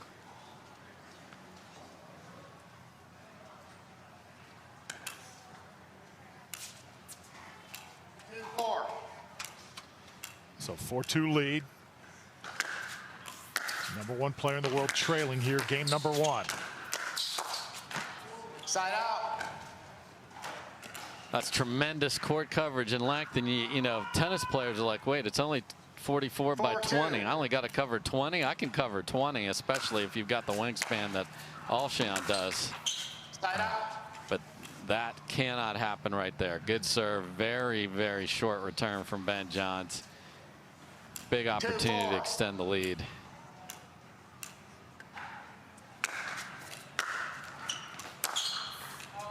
Just a little bit wide. Ben Johns wants that one back.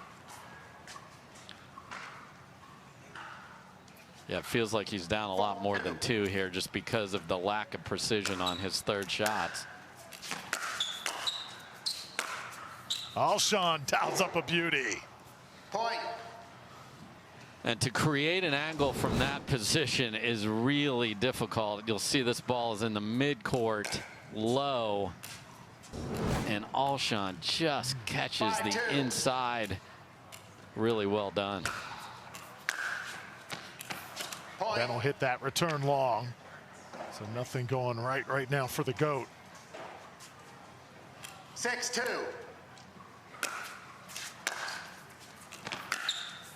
It's not out of the ordinary, though. Ben will call that Can't overrule it. just a little wide. Looked like it was very, very close. Call stands. Yep, and Alshon, you know, we have the crew here to look at that if you want it. Point.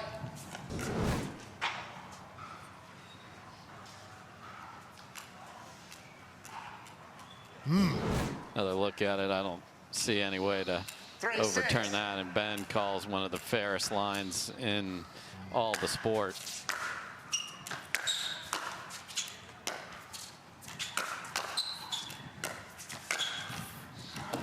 Slips one past Christian that time. Yeah, so Alshon let a ball bounce earlier in that rally, and then you are now at the mercy of Ben Johns coming forward. Needed to use his reach and keep Ben back.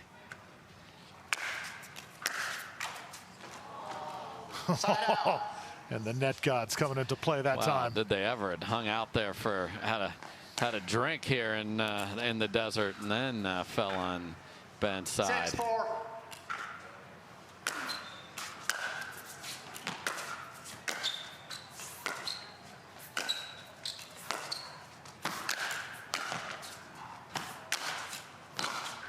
Alshon hanging in. Can't return that backhand. Yeah, just decided to stay put, and Johns kept hitting it back there instead of in the open court, because oftentimes your opponent will sprint to that other side. Still nice patience from Johns. Point. Back-to-back triple crowns for Ben Johns. The first 2 stops on the PPA Tour for 2023. As Christian Alshon will call timeout. Drew Felios with Dave Fleming watching Ben Johns, number 1 player on the men's side, battle Christian Alshon. Alshon, a 1-point lead here in this first game.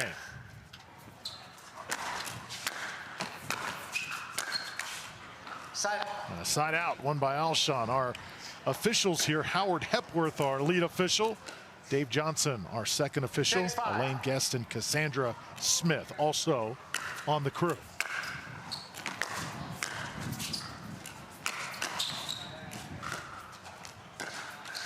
Point.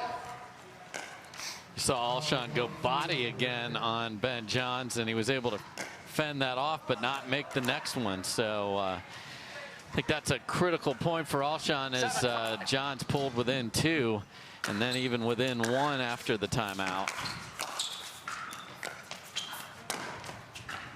Point.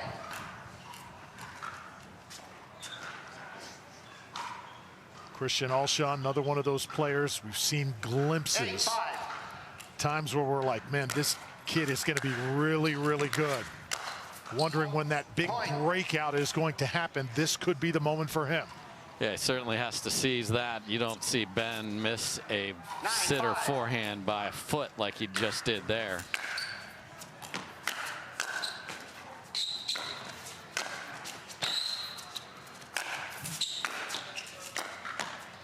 Able to hang in the point, and Johns can't redirect.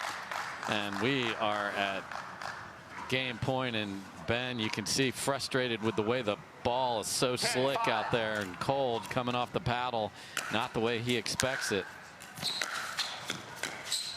Comes off the net, Johns hangs in. Alshon goes through the legs. Side out. And I think he realized, wait, this is game point. If I win this point, I haven't hit a tweener yet. Wait a minute. So again, he had held the showtime together here, threw it in there. Will it cost him? Point. And that just gets over thanks to the net gods. 1 each way.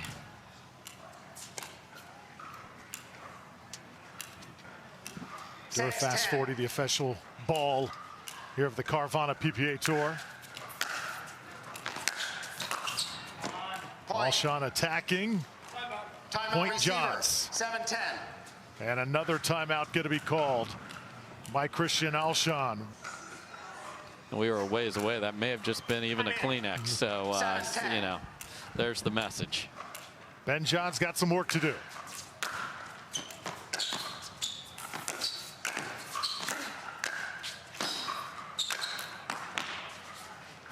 Trying to stay on the point. Eventually, Ben going to make it point number 8. He trails now by 2. 8-10.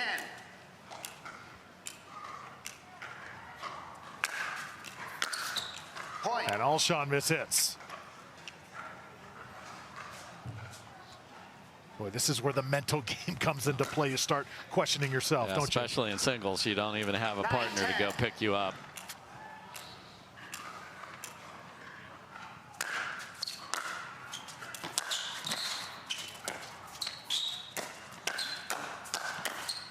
Two great players going at it.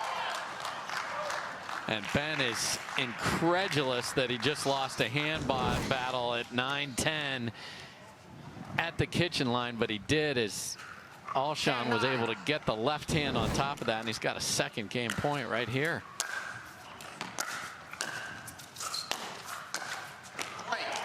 Into the net from Ben Johns. Christian Alshon. 0-0. The great pickleball opportunity here against the #1 player in the world, Ben Johns. Ben comes out firing. Side out. Yeah, and the beginning of this second game will tell me a lot about how comfortable is Ben. He was rubbing the paddle quite a bit. What happens when it's cold is not only is the ball harder, but it slides off the face of your paddle too, so you don't get the shape and you don't get that precision that you want, because it quite frankly is like a skating rink in and of itself. It gets so hard and so slick. So Johns has to find that. This Perseus paddle from Yola isn't even in the market yet. So how many matches has he played? MOP was certainly chilly, but that was played with a different ball, so that isn't even an experience he can draw on. Because that was with the Franklin X40 ball, which is a ball that plays slower. This is the Onyx Dura Fast 40. So a lot of interesting things from the gear going on here, Drew. Hit just long First point for Alshon here in game 2. Keep in mind, Ben Johns has not lost a singles match or any matches on the PPA Tour here in 2023. The one thing we can guarantee is that he will not play Federico Staksrud in the final if they were both lucky enough to get that far, as Staksrud has the winner of this match in a semi-final.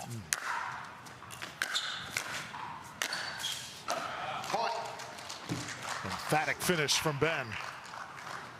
Yeah, Staksrud, a couple silver medals in the first 2 PPA Tour events. And now finds himself as that 3 seed, so he moved up, but the draw put him on Ben's side this time.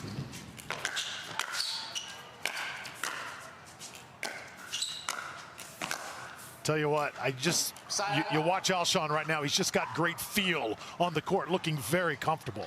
He is. He's moving well and not trying to do too much, and sees that, okay, maybe this is my day.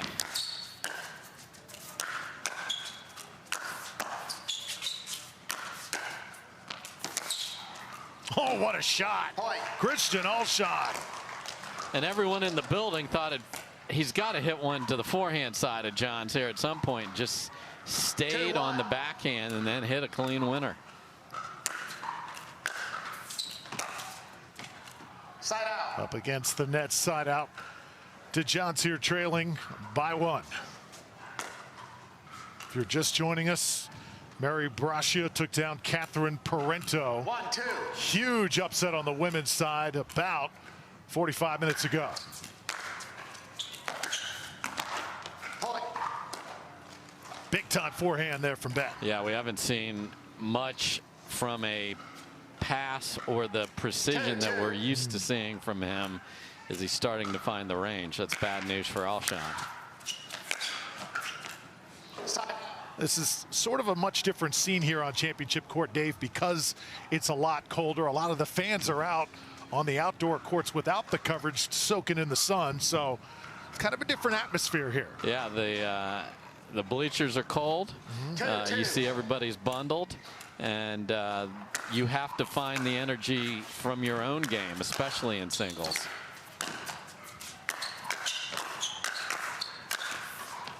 What a hands battle, Ben, with the final say. Well, there was a little message sent on that swat at the end because the court was open and the target was Mr. Alshon from Ben Johns there. 2-2.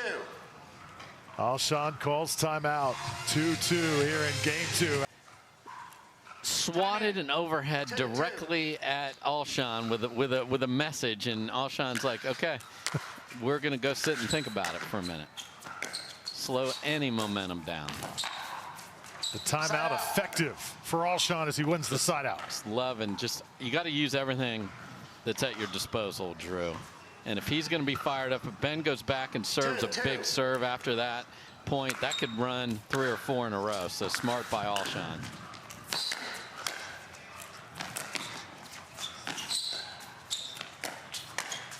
Oh, little flick of the wrist. That top spin backhand roll, just devastating. Yeah, it's a tough ball to make. Alshon went with more of an off-speed roll down the line, got it up a little high, and sometimes people will miss that backhand over their head. Johns most certainly did not. Side out. Again, going big on the serve, and singles should be in the budget. If you're just laying it in every time, you're doing it wrong. 2-2.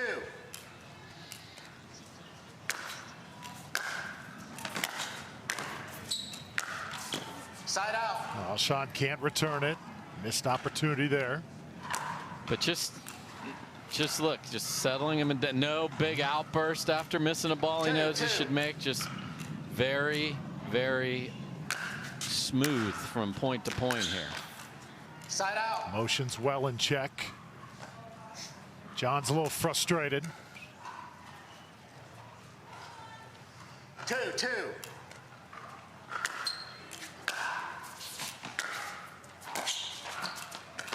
That's wide. Side out. No, I think that's no, it right is. on the line. Yep, Yeah. on the line. It's one of those where you're like, I know, I see that it's in, and I have zero swing at this, and I'm 2 feet from it.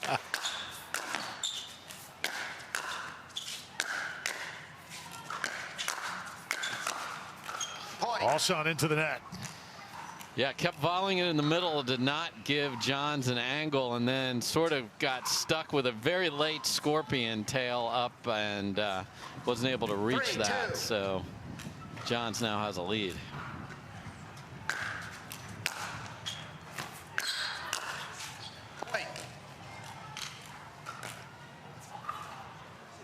And possibly another busted ball here. And this is going to be a scene that will be likely throughout the rest of the day.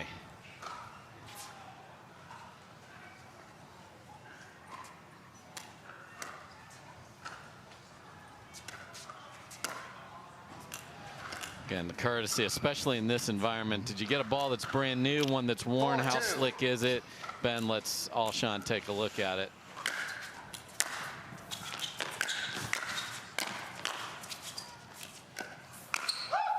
Alshon into the net again. So Ben Johns starting to pull away here. 5-2 game 2. Yeah, a little off-speed pitch from Johns there, and Alshon was ready for the fastball. 5-2. It's one of those when a batter's frozen in baseball, you make a mistake. Point. What's going on right now with Christian? For new BFF Elise Jones, who had a great run in women's doubles at the last tourney. I talked to both of them. They absolutely hated that they had to play each other in the draw, because you want to have sort of that little competitive fire, and they have really gelled as a partnership. But Jansen was the one able to take that. Side out. Ben Johns, top of the kitchen, wins side out, and it's 6-2 here in game 2. Irina Tereshchenko, she loves this venue. Another Major League Pickleball champion. She has won countless number of those, right? Since she's the GOAT beginning. MLP. 4 out of 5 with all these great players. Are you kidding me, Drew? Now 7-2. 7-2. That speaks to Tereshchenko's ability to rise at big moments, because all those Major League Pickleball matches are so close, and she's a great teammate. Yep. So that together, that's why she's got 4 titles. Tied at 4 over there in women's singles action.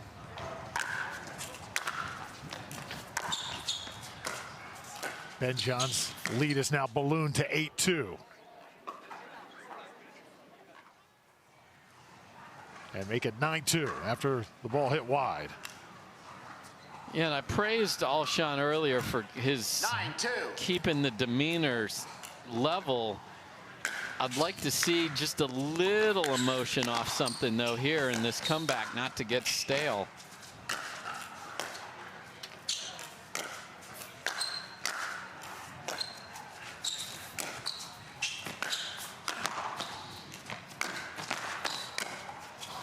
Oh, big time.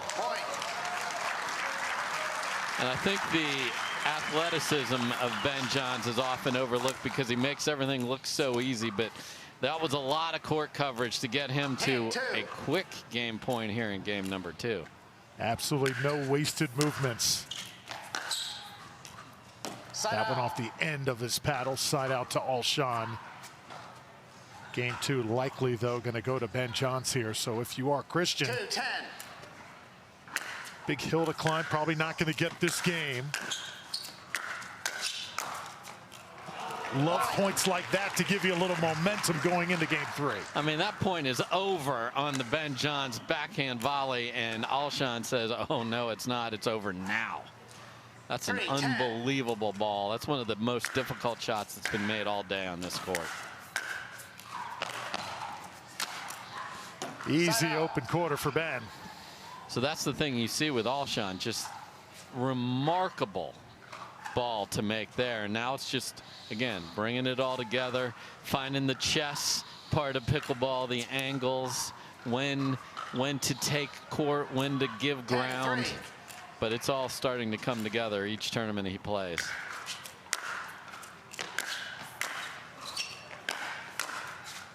Game point here for Ben.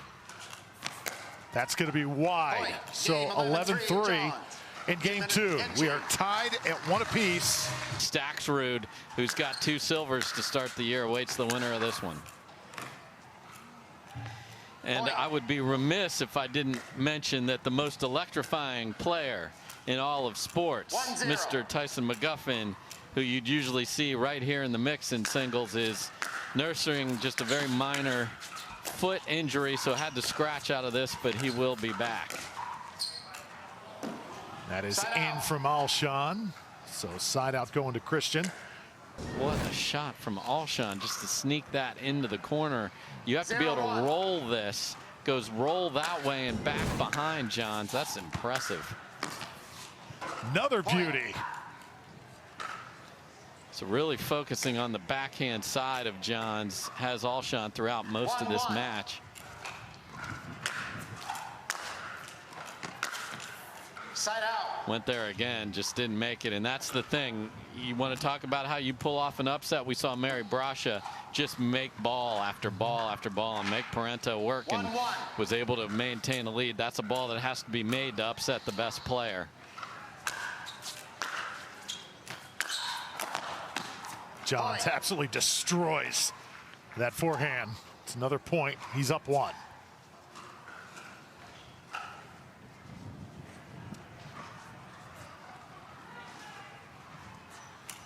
Two, 1.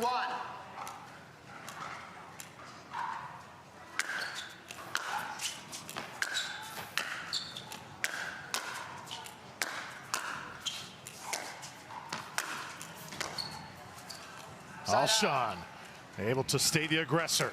Yeah, and both players are making their opponent beat them with backhand volleys. Side out. So you heard Alshon say stay focused, and then brought the soccer game back out with a awkward right-footed kick there. I liked his header a lot better, Drew. 2-1.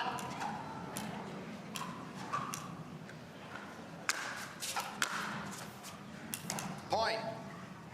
So there's another mishit. Yeah, that's what the advantage of going for the big serve, and then you put Alshon in a hurry to try and make good contact, and that ball's going to fly. Alshon seeing vintage Ben Johns here. He does not like what he sees. Just like that, 4-1 here in game 3. Ben goes out with a plan against everybody that he plays, so he's going there. I did not see Alshon texting anyone at that break. See if the timeout is effective here for Christian Alshon. Not going to be. Right now he is a little bit stunned. Yeah, now what happens, you go for a little too much, because the shots you've been hitting in game 1 that were working are not working now. We'll switch sides if Johns wins this point. First one to 6.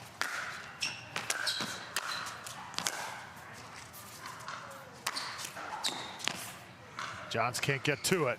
Side out. So side out coming up here, and this is a side out where I think you've got to make some progress here if you're Christian Alshon. Yeah, you'd love to at least switch at 6-3 down, if not even closer.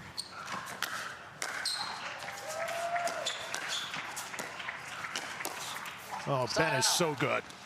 Yeah, and he, you know, the way he holds that backhand, there are so many ways that he can put that down.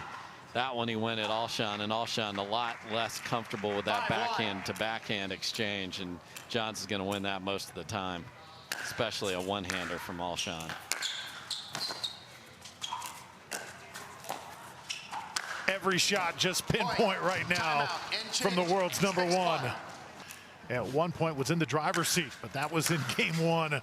Now much different story, and another beauty by Ben here to start us out of the timeout. Yeah, just saw none of that. There's a tweener ball retrieval there, which went flying, and Ben will go pick it up. But yeah, just the forehand precision not there in game 1, and good for Alshon. He took advantage of that, but it's been a problem ever since.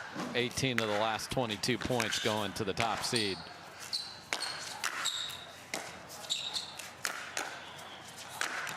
Alshon needed that one. And I remember your message overhead in game 2, Mr. Johns. That overhead could have gone anywhere. And much like the bull that sees that red cape, he saw a red shirt. Look where this thing goes. Right at him.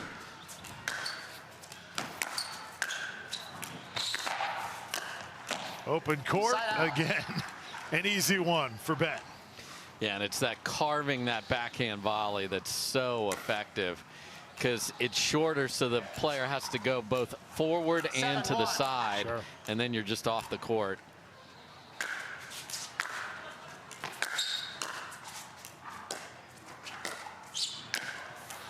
Ben John's just a little flick, and it is perfect. It's 8-1. Yeah, and that's where Ben has the big advantage here on the backhand side, and he's exploited that, been going there time and again when they're in those near the kitchen exchanges.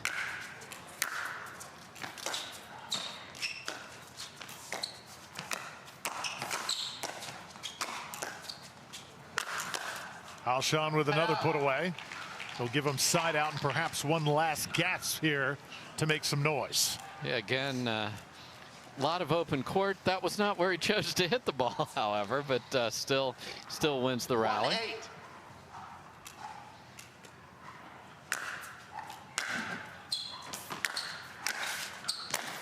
If this match teaches you one thing, it's how good you have to be to beat Ben Johns. I remember, Dave, in Phoenix a couple weeks ago, Julian Arnold played exceptional, but it looked somewhat similar to this match right here. Yeah, he was able to grab a game in that one as well, but not the whole thing. And, you know, the fact that Ben feels great driving his two-handed backhand, which we quite frankly haven't seen him a lot. There's one right there, and there's, thank you, Ben.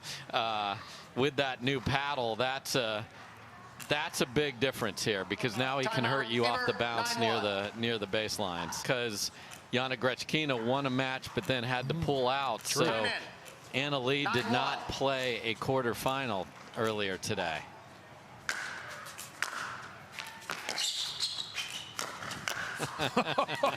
Oh, man. He has got some guts, doesn't he? He does, and he ate it, and he deserved to eat it on that one. But this is the entertainment business.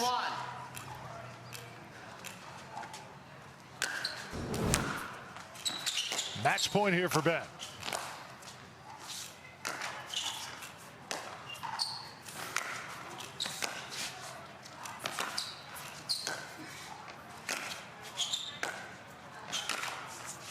Point.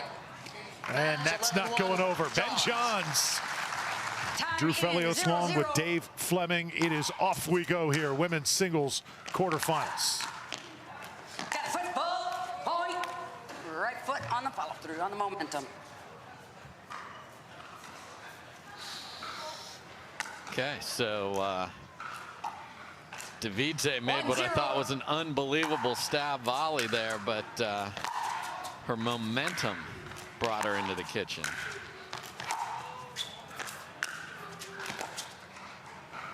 And let me explain what I mean by that. So if you make the shot and you're moving, even though when you made the shot your feet were behind the kitchen, if the momentum of your movement to get to that shot propels you forward and you slide onto the line, that is still a fault. You have to be under control and stay out of there.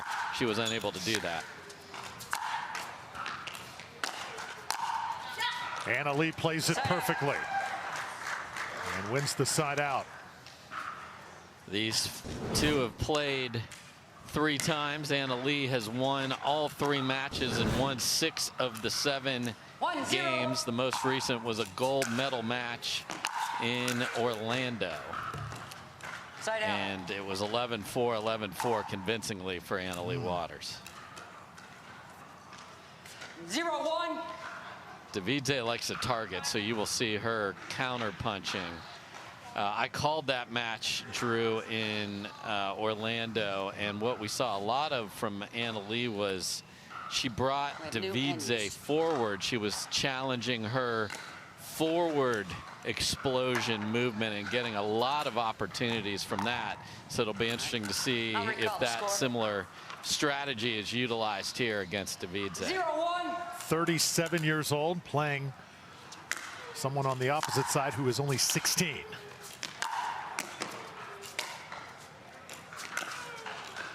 And playing that as well as it can be played. Yeah, that's a beautiful ball. I mean, she can hit that two-handed backhand in every corner of the court. 1-1. Great stab volley, and then just holds this and finishes. Can't return it that time.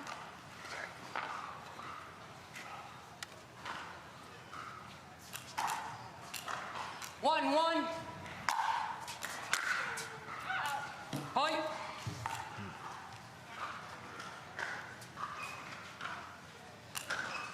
Two, 1. Side out. Goes for the big serve, gets the missed return, and then not a clean contact on that serve at all from AL. 1-2.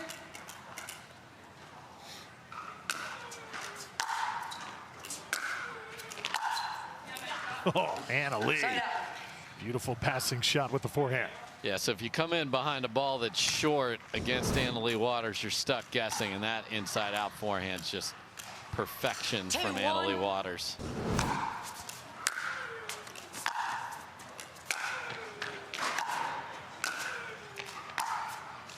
Side out. Couple triple crowns for Anna Leigh Waters here in 2023, and a brand new Land Rover, Range Rover, Yes. as you're seeing in the commercials. Yeah, look out, South Florida. Anna Leigh is not just loose on your pickleball courts, but she's loose on your streets. Point.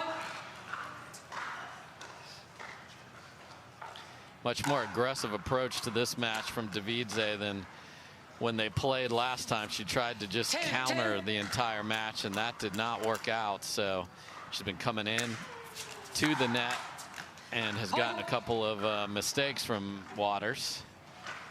Now the first lead for Devidze. 3-2 here in game 1. 3-2.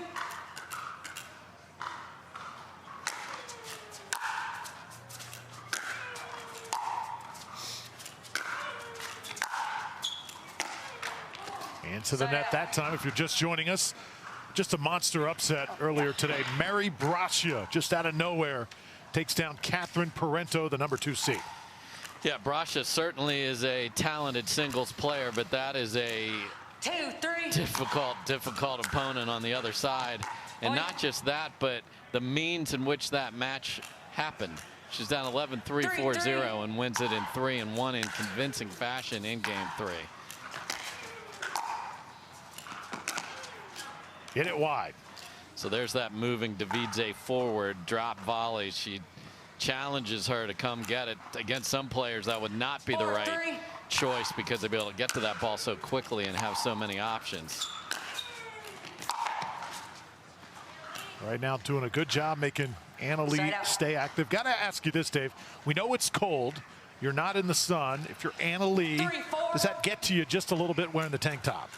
You know, she's got to find what she's comfortable in, and you know, only she could answer that question officially, Drew. But if you're not, you got to find the fit that works for you if you can't play your best. So most of these players can warm up and be pretty comfortable in what they're used to playing, because you really don't want extra layers. And it's everything. It's just feeling fabric on your arms that's not usually there. It's just a lot of the players, myself included, are very particular about things like that. Seen Anna Leigh also very vocal on this day 1. Yeah, and it's a weird day for her. Played an upstart from Taiwan, which really pushed her, then didn't get to play another match to dial it in, and now runs into a very talented Devidze. 6-4 lead here.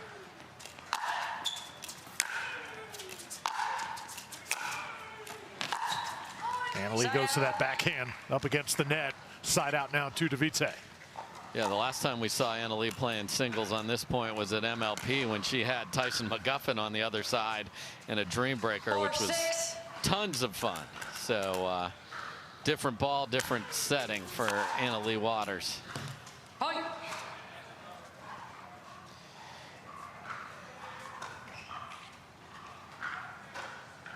Devidze trailing by 1 and serving.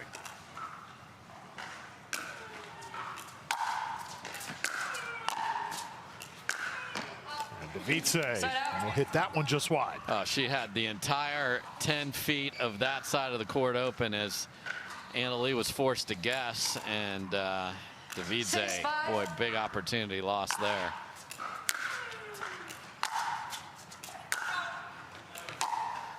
There's a line call calling it out. Looked very close.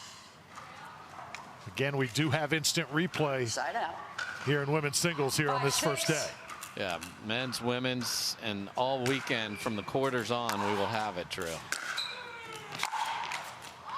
Point. Again, Devidze really coming forward and putting the pressure on Leigh to beat her with a passing shot. And 6-all shows you that that is working. 6-6.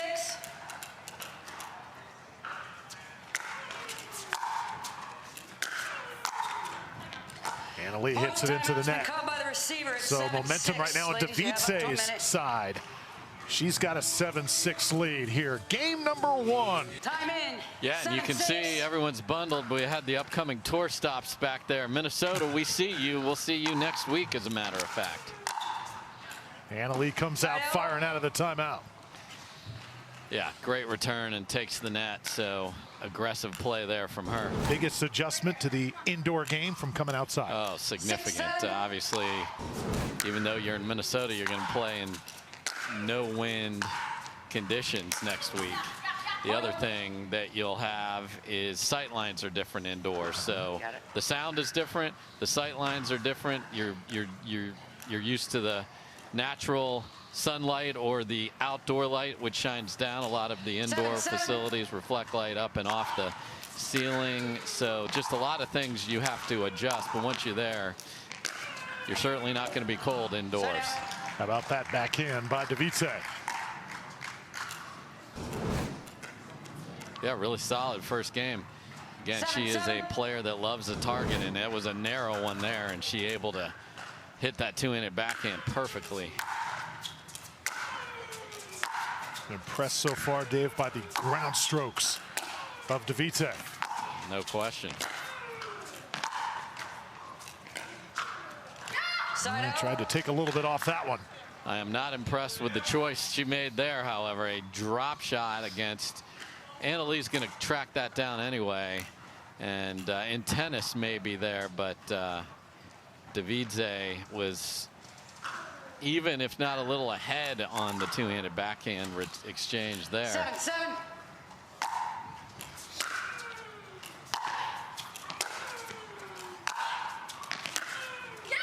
Point.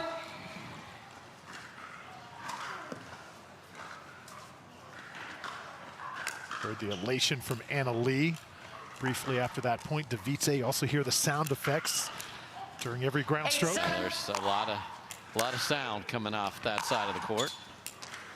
I think of sound effects, Dave, in the game of tennis back in the day. The great Monica Seles, how vocal she was on the court. Sharapova, another one. Yes.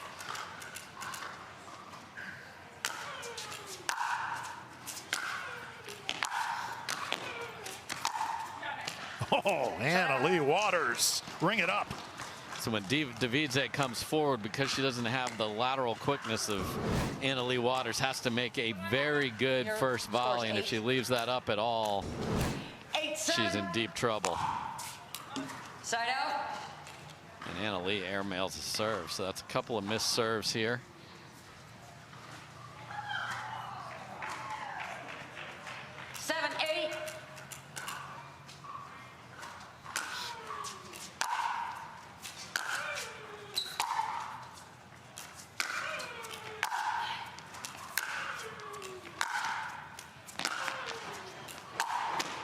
Leigh Waters turned her inside out that time. Yeah, that was amazing. That was a rolled gold pretzel right there. And Devidze could do nothing more than clap her paddle after that. Just gorgeous execution as Devidze ran to the other side. 8-7. Nothing she could do. 8-7.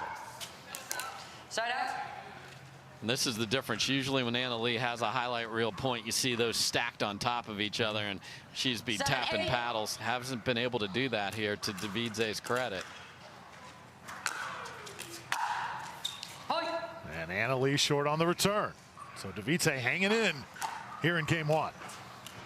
Well, it's cold enough to have two snowmen on the board here, so can Devidze come up with something here and really put some scoreboard pressure on Leigh?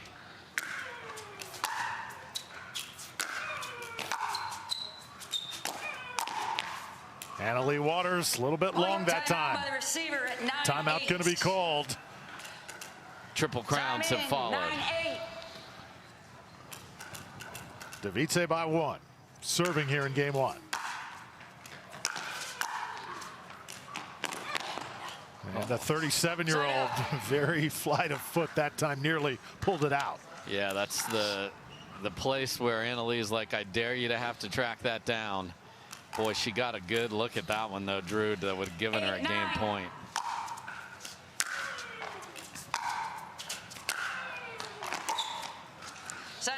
Leigh can't return it. And again, Devidze, any ball she's had a chance to come forward, she's done it. You know you're going to get passed on occasion by a player of the quality of Leigh Waters, but you're going to get mistakes and you're going to get opportunities, and here we go again.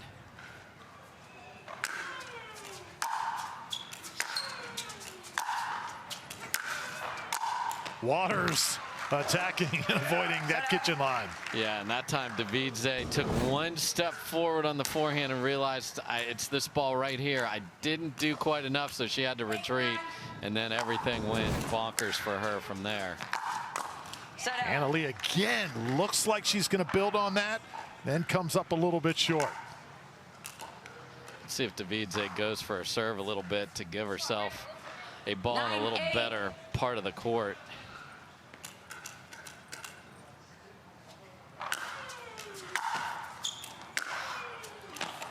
That one too long. That's exactly what she did. It was in a great spot and then couldn't make the next one.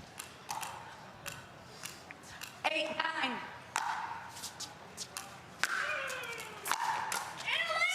Leigh right now frustrated as can be. Yeah, you don't get extra points for hitting the guaranteed rate sign, Drew, and she's hit it 2/3 in a row. I mean, stunning misses after she went with the lob serve, which I thought was great. Got a very short return from Devidze.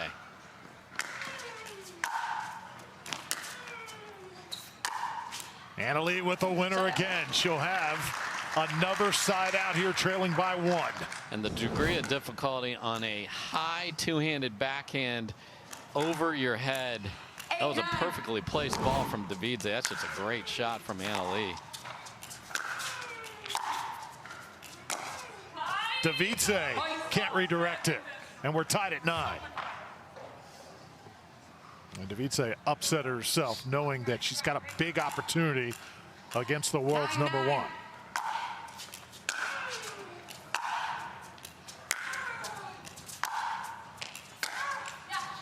Little short. Leigh Waters again pulls herself up when she's in trouble. We saw it earlier today against Yushe Shui out of Taiwan.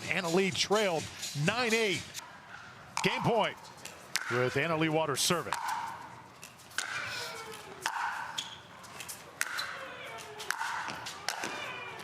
That's just out. Leigh Waters hustles up to the net.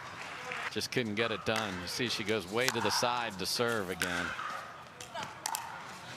And that's a good message for people watching at home. You don't have to stand right at the tee. You have that width. You can't go wider than the wide edge of the court, but gives you some different approaches and angles. Devidze misfires.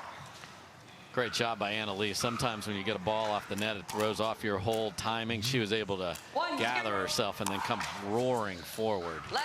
I'll recall it. Let's serve. Leigh will do it again. 1-0.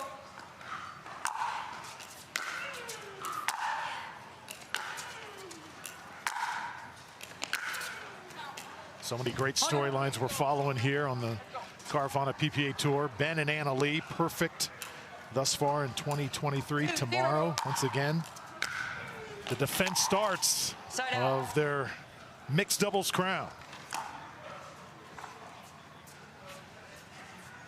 Both have won triple crowns. Basically unbeatable as a team. 0-2.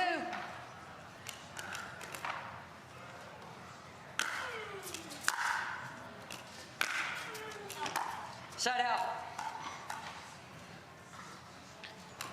Devidze had a ball that you don't want to let this get too far away. Had a good look at a ball there. Just and here we go with the bringing it short again.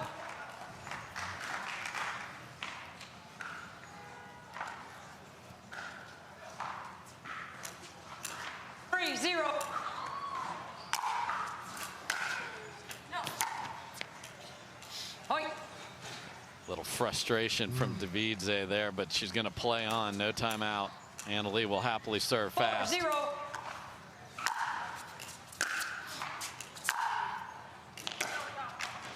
Side out.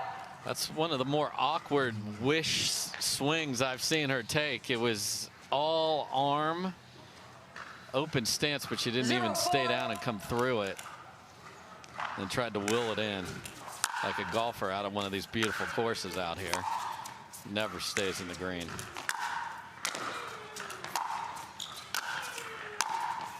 Oh, big time point there.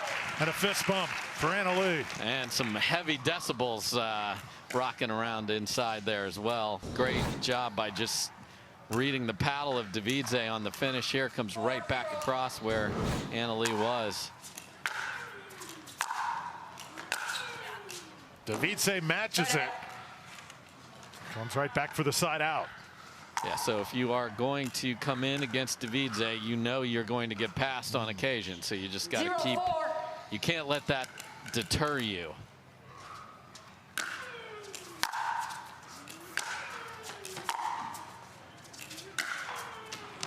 And Devidze right now teeing off. That shot is in. Yes, it is. So she stands way wide for the serve to move Leigh as far to the right as she can. Goes in the backhand corner on the third, and then winning shot in the corner on the fifth. So the serve set that whole thing up. Great job by Devidze. Side out. That ball was wide. Well, that ball was not even within the realm of the line there. And Waters able to put it away. Just caught the line on the far sideline. And Devidze really needs to play a good return here. And did just that.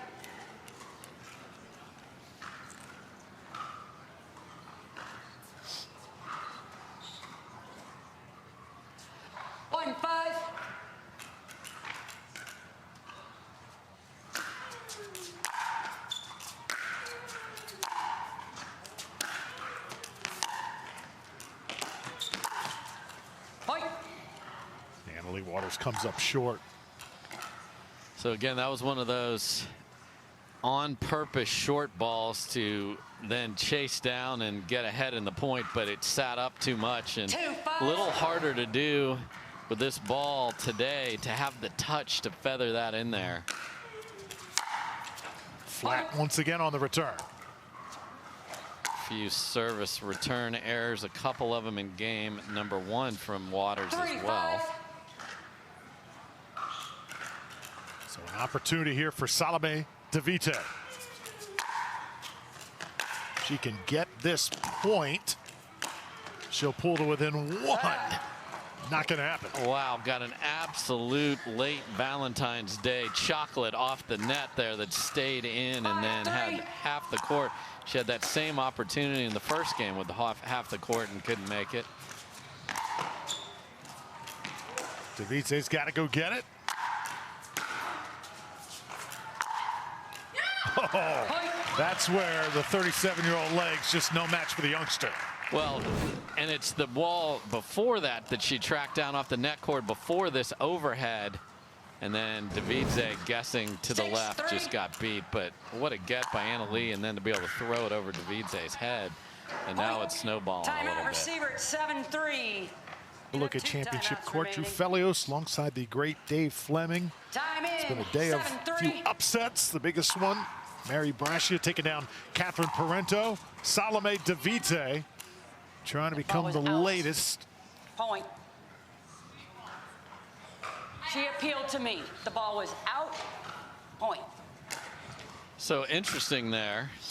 Leigh played a ball that she wasn't sure, and immediately you have to immediately appeal to say, did you see it? And the ball was deep. Devidze will put it away. Safe to say, Devidze's had a few controversial calls over the course of her career in the PPA. Yeah, no doubt. I like that we've had a very clean match here, Drew, and now Devidze needs to focus on a massive comeback here, or it won't matter because she'll be playing in the back draw. Oh, how about that inside out? So that is, if you want to learn what inside out looks like, it was beautiful because she set up to go cross court with it and then cut the paddle through. Watch this. This is what inside out. Brilliant. Fooled Devidze. That's a great ball from Leigh Waters. And you see the frustration from Devidze. Yeah, that was a very, very attackable ball for Devidze. Now she's got to go on an egg hunt to find that over there. That's it. That's it. That was it. 9-3.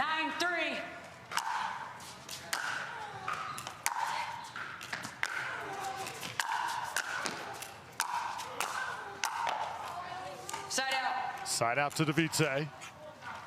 The other thing the cold can do, Drew, is it just sort of gets your legs in cement. It's hard to keep them warm and be able to keep moving and get your feet in a good position. Leigh would usually be there on that last ball, just couldn't quite make it. Oh, what a forehand. It's one of the best shots of the match for Salome. Yeah. Return that was up, so you want to go deep, but you also not want it to sit up and give them a good look. And Devidze wrecked that. Let's see if she goes with that same pattern, wide serve, and then try to go to the backhand. Now Devidze in full attack mode. Probably wishes she had this a little bit earlier in this game. She let so many get away. And Leigh will now try and halt the momentum. That's the new Leigh line of women's gear for the ladies that she was wearing and will be wearing in the next women's semifinal against Leigh Jansen. Yeah, brought to you by Selkirk. Devidze trying to work on Leigh. And Leigh Waters here will have a side out.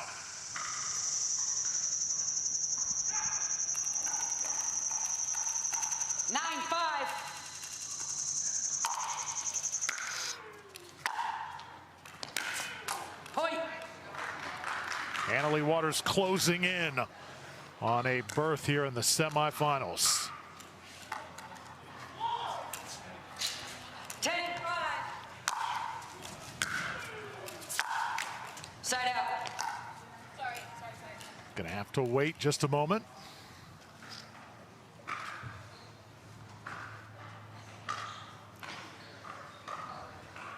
Yeah, she would love to be done for the day right here. Yep. Berth on Championship Sunday.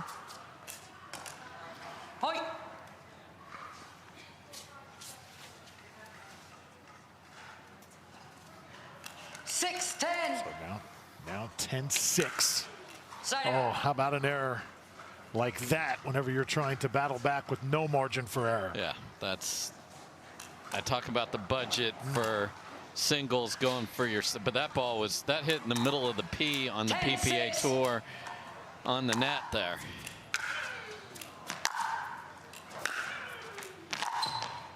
Oh, Leigh Waters. What a point to finish it off and head to Championship Sunday. Right now, it's Ben John's time here in Mesa. And Staksrud comes out swinging. Yeah, so we saw Johns in game 1 against Christian Alshon, and his quarter wasn't precise with his passes. 0-0.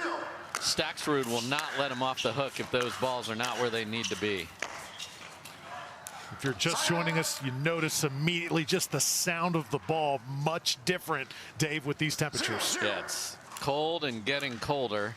See a little sunlight creeps in onto the court on John's back there. Staksrud with a nice little drop shot.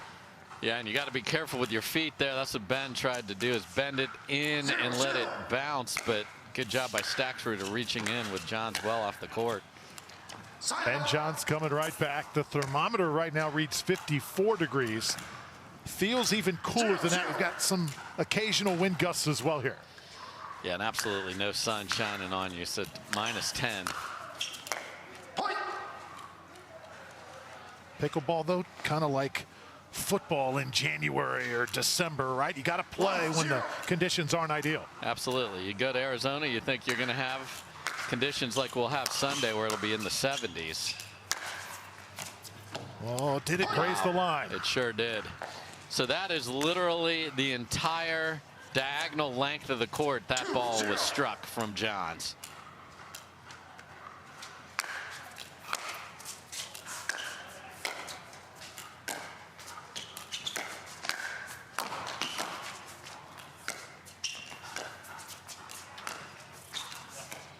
Just a little wide that time from Staksrud.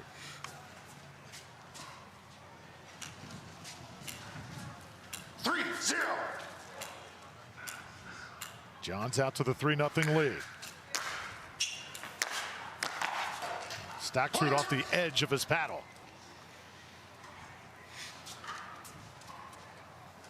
Staksrud was unaware that that ricocheted back there. I think that'll actually help him just have another extra minute to compose himself here. Needs to hit a good return and get the ball back.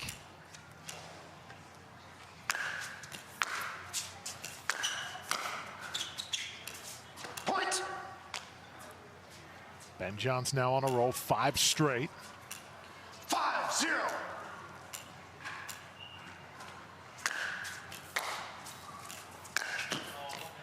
And that one hit just wide from Ben. Oh, and that's one he's still questioning how he missed that. Went for the big serve and got an absolutely short return. So not the start that Staksrud was obviously looking for.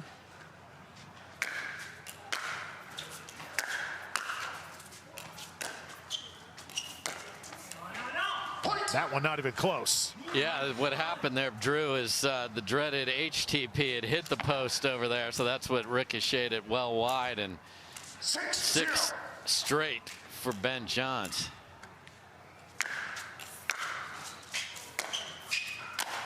Staksrud will finish this one off. He is a real student of this game of pickleball. Also was an assistant coach at Hanover College tennis team.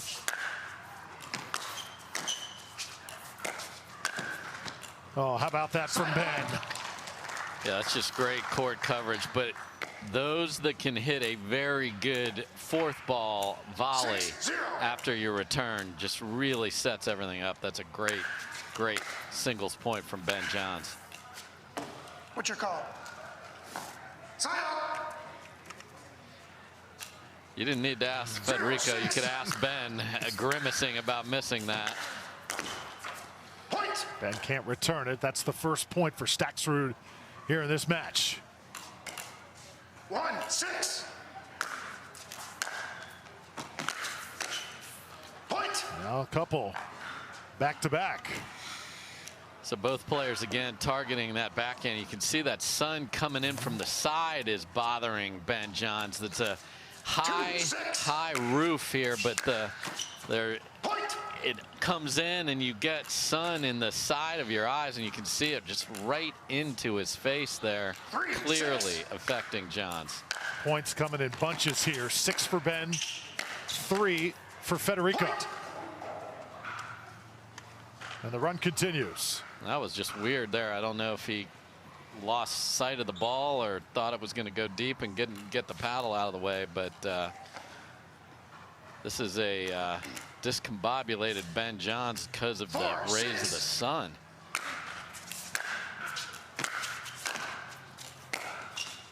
Staksrud able to get it just inside the line. It's 5 straight. Wow, what a job of shaping that two-handed backhand around and in the corner. If you're looking for a timeout from Ben, you can keep looking. It isn't coming. Finally halting the run with a side out. I heard Staksrud say, make it. 6-5.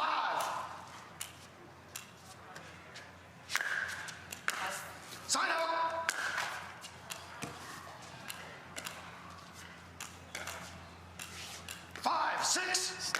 Dave Johnson with the best growl in pickleball as the referee there.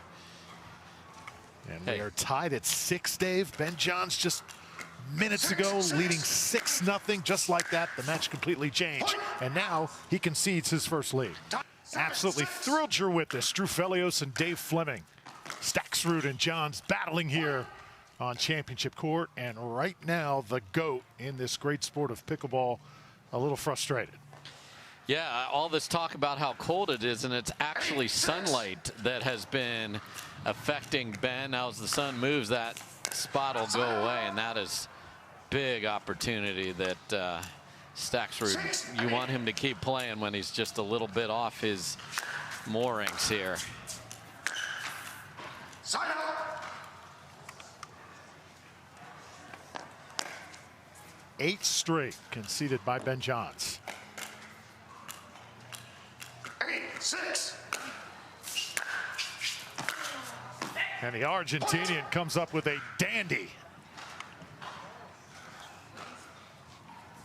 Yeah, short return. Staksrud's got so many options with that forehand, ran around it beautifully there.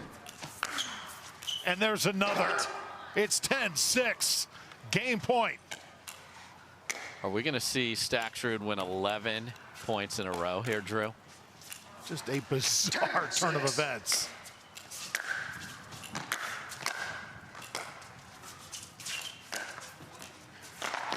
Oh, Ben with a tremendous shot. Took a little off it.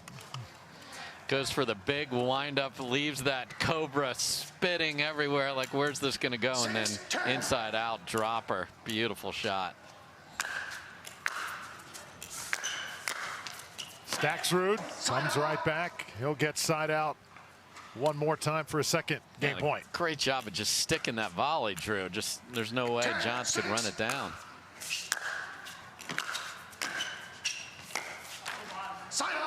That game point's going to have to wait. And the same thing I just said is true. That's a great backhand volley by Johns. Fend off a game point.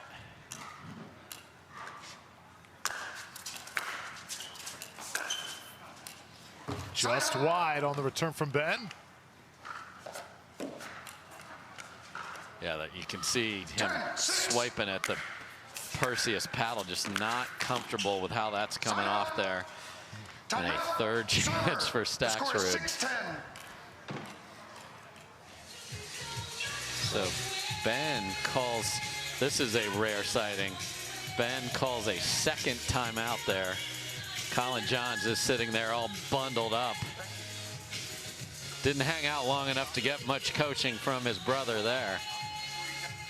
Not good body language we're seeing from Ben Johns right now. He has overcome so much, just seems to do it time after time. The challenges that he faces when you have a target on your back, game in, game out, event in, event out. It's just incredible what he overcomes. It is, and now he's having to overcome just really not comfortable just with where the rays of sun are coming in from the side of the court.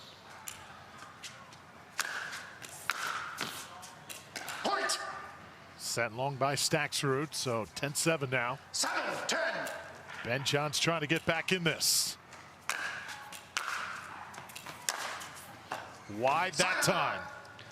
And wide by 1.5 feet. I mean, that is for Ben Johns, that's a wild miss at 7-10.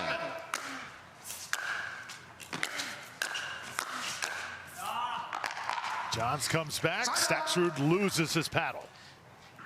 4 tries to finish off game number 1. Hasn't been able to do it again. A great first volley.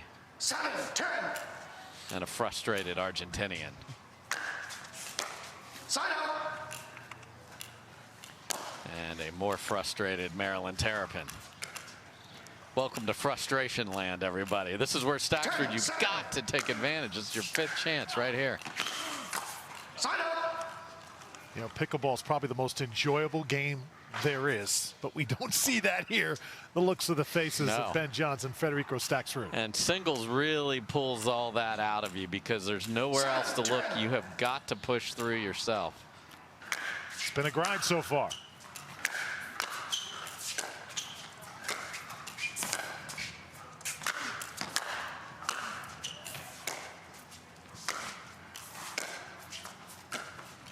Oh, Staksrud could not volley it back up against the net. Ben John's great defense. Yeah, but Staksrud had a couple of chances to run around the backhand and just crack a forehand to finish that point, and then try to drop shot and left it in the middle of the net. This is dangerous for Federico.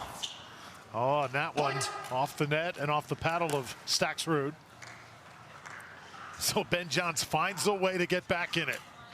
9-10. Huge point.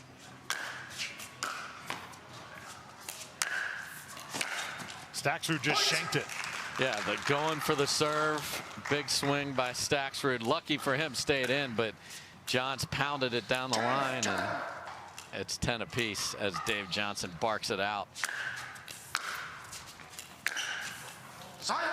Oh, big miss from Ben. Staksrud will have a side out. 10-10. Side out. Wow.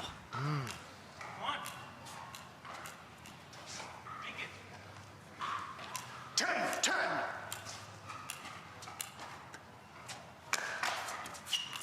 Who is going to grab this first game? Both are doing their best here to lose it, it looks like. Yeah. Mark out the score. Got pretty good pipes, doesn't he? Indeed. Staksrud with a big winner. And it's 11-10. Another game point coming up right now for the Argentinian. 6 chance, but the first one at 11-10. 11-10.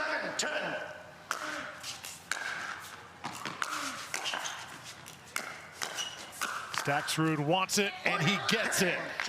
Game 1 to Federico Staksrud. Himself, which is a rare sight. He's usually bouncing the ball on the side of his paddle and just happy-go-lucky, and hasn't found his best. You know, was mouthing the words so bad. Let's see if he can find so good here in game 2. Staksrud's not going to make it easy.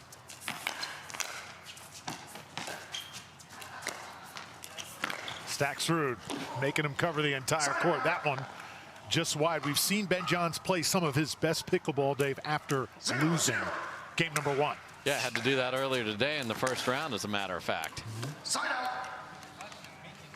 He's on the other side of the court, so that pesky ray of sun will be out of his eyes. 0-0.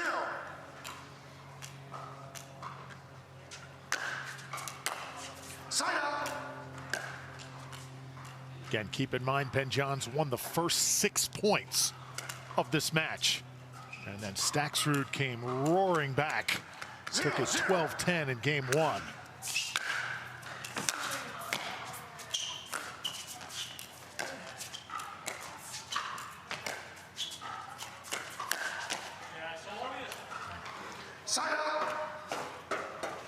Yeah, Staksrud went to the backhand one too many times there as Ben was waiting. He actually had 2 hands on the paddle there after he had Johns in trouble. So Staksrud's looked good up at the kitchen the last few times they've been up there.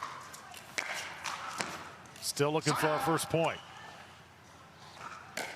Another side out coming back to Federico. And that's a rare sighting there, Ben. I don't think he did that on purpose, just hitting the ball out of Staksrud's reach. 0-0. And there's the first point. Staksrud leads 1-0. This is the game to beat him in right here. It's, you know, that was missed by 4 feet. He's got his hands on his hip, leaning up against the wall. This is the time. 1-0.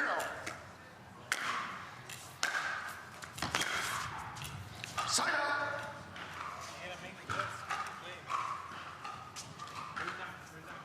Side out back to Ben Johns here. 0-1.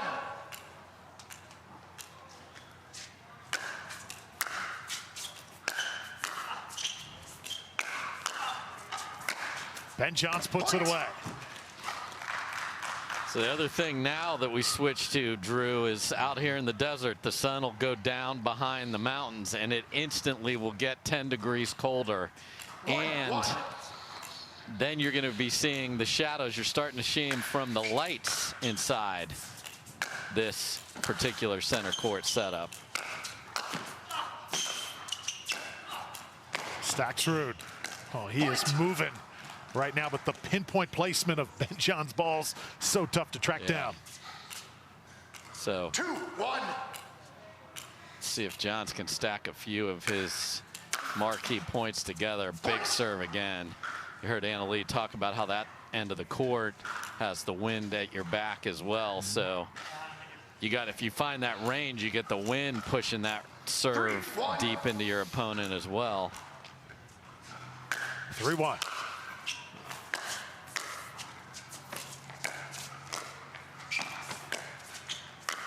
Staksrud. Ben can't return it. Places it perfectly on that left side. The winner gets the winner of Ignatowich and Devilliers coming up a little bit later here on championship court.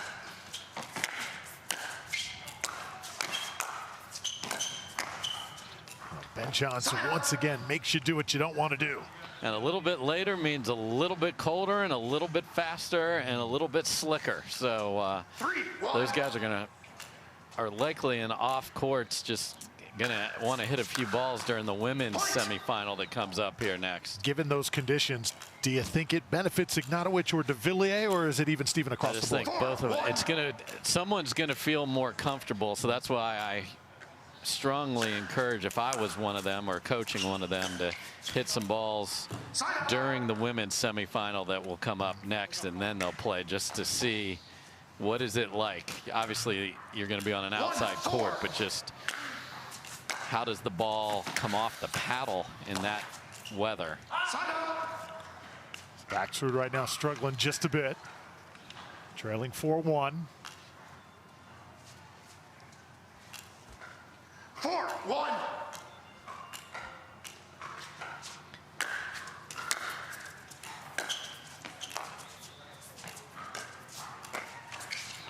Ben John's attempting to come from behind for the third time today and doing a good job of it. It's 5-1. 5-1.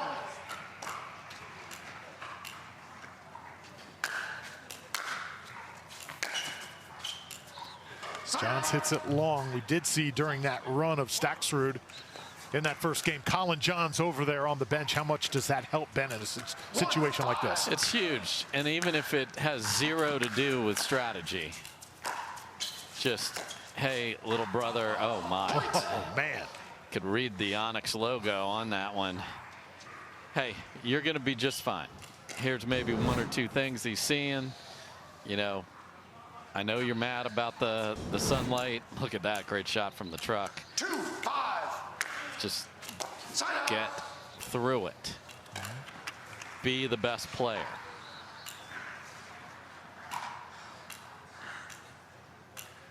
Staksrud takes a moment.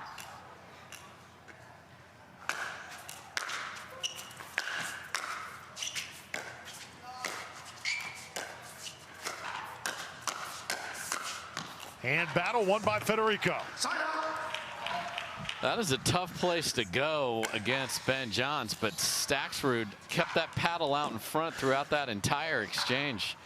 That's beautiful. You don't see a lot of those firefights in singles, but Staksrud up for the test there. Well done. Open court, Ben Johns deposits it perfectly. Another side out coming his way. And again, that short angled volley, Drew, is so critical because it gets your opponent off the court. They have almost no options after that, and you got a wide open 10 feet to hit a winner into. 6-2 lead now for the #1 seed. 6-2.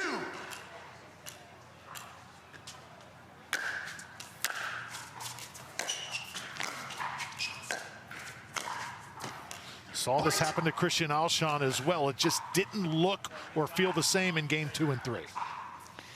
Yeah, just the pressure, and then you try to just be a little too fine, as Staksrud did there. Side out. Timeout, server. The score is 2-7. Yeah, Ben showed up with a new paddle, and we're like, whoa, what's going on? And he really feels great about that, especially driving that two-handed backhand in singles. Really loves the shape of that. And there's a beautiful shaped winner. You know, Yola hit the pickleball world by storm with the signature paddle from Ben Johns last year. And for those of you who want to get your hands on that Perseus, I'm told it's still trying to finalize, but probably this summer will be available. That's an eternity to wait for pickleball fans, but it'll be worth the wait. Yeah. Once that hits the shelves. You know, I remember Perseus, the great Clash of the Titans movie. Remember, he got the sword, he got the helmet, he got the shield. Yeah, and he cut off Medusa's head. Let's go, Perseus. Absolutely. He got Andromeda, too, in the end, didn't he? Welcome to Greek mythology class, everyone. Classic flick.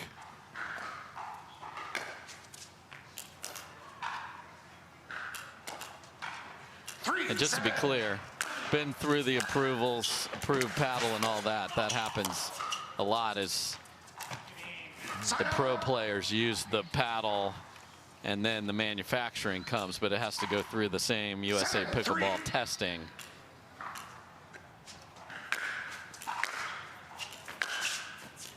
Oh, right on the line. Beautiful. And I would definitely expect we're going to see testing raised to the next level here in the coming weeks. So many new paddles coming out.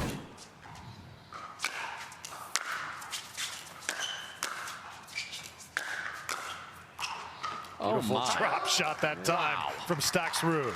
Now that is as beautiful as you can. Just deadens it about a foot into the kitchen.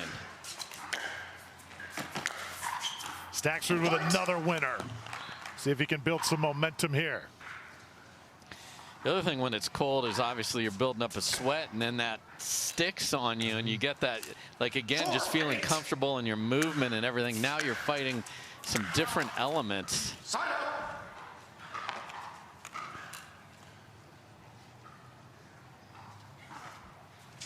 See the glow of the sunset there in the background here of the desert. It's a good shot.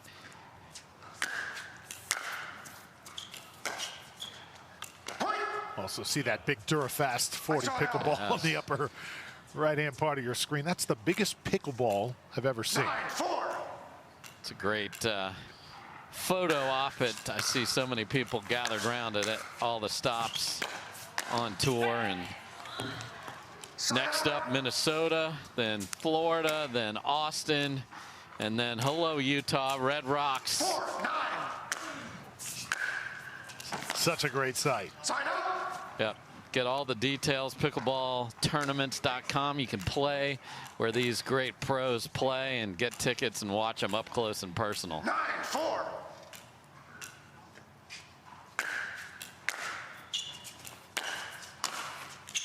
Oh, how about that shot? So as Ben goes for the pass down the line, if that's up at all, and Staksrud has the paddle out front, you can find that angle quickly. Great job by him. And then same problem the other way. We've seen so many spectacular shots hit against Ben Johns, but the consistency of the GOAT always seems to win out. Yeah, he was definitely as frustrated as I've ever seen him after a game. Usually so composed. Not that he wasn't composed, but just really, he had a lengthy discussion with Ben Johns, which you just don't see very often. And now here he is at game point.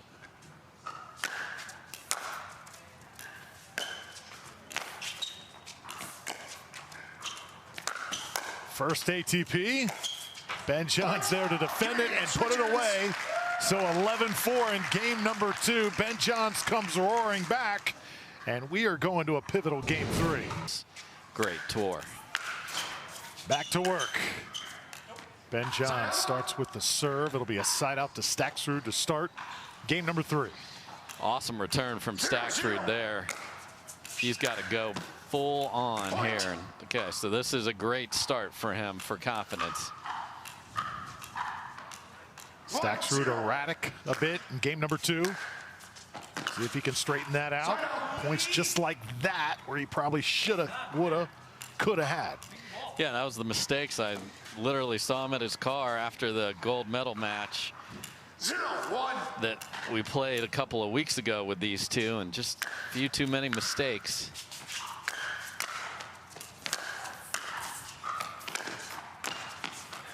Point. Ben Johns covering lots of ground.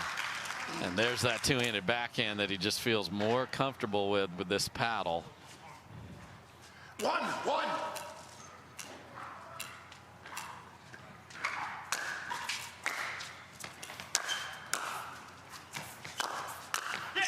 Staksrud with the winner. Side out. Yeah, you're not hitting. Perseus isn't striking twice in the same spot there. Good job by Fed, just sitting on that line.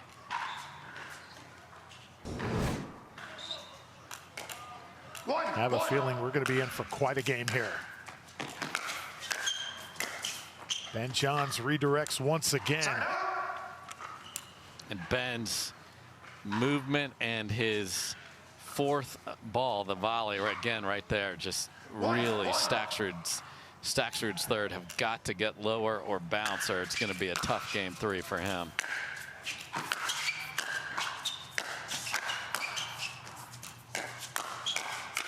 Both players up at the kitchen. Ben Johns able to win the exchange. A little fist pump there from Ben. Ever so subtle. 2-1. That was unbelievable hands from Staksrud on that first drive from Ben.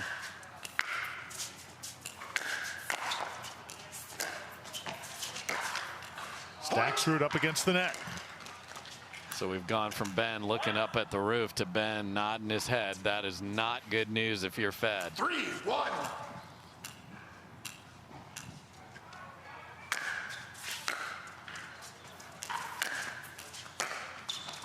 Oh, Ben chasing it down, going the other way.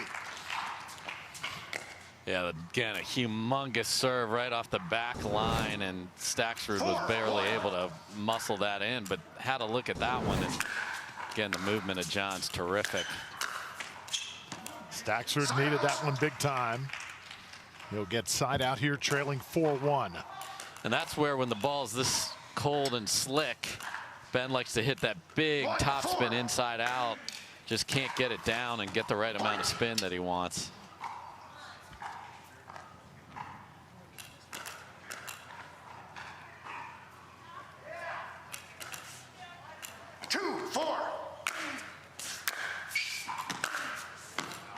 Staksrud just wide. Federico did win the Atlanta Open in 2022. Took down Rafa Hewitt there. That was when we had the classic Fed versus Rafa. You know that's going to be good. Oh, yeah. Side out. Side out back to Federico. Also another signature win for him. A win over Tyson McGuffin at the U.S. Open at one point. Got to have that shot right there. Yeah, he's had 2 good looks at forehands on the last 2 service rallies, and he hasn't made them. 4-2. Again, we'll switch sides at 6 here in game 3.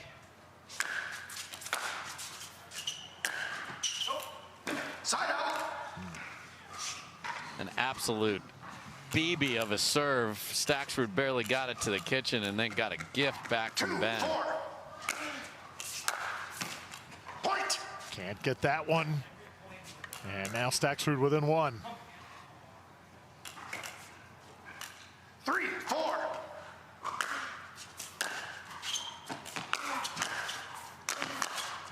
Oh, Ben comes back and gets it. What great hand speed. I mean, such a smart ball. Staksrud's attacking that backhand as he has consistently. Followed it in, and then just too good from Johns.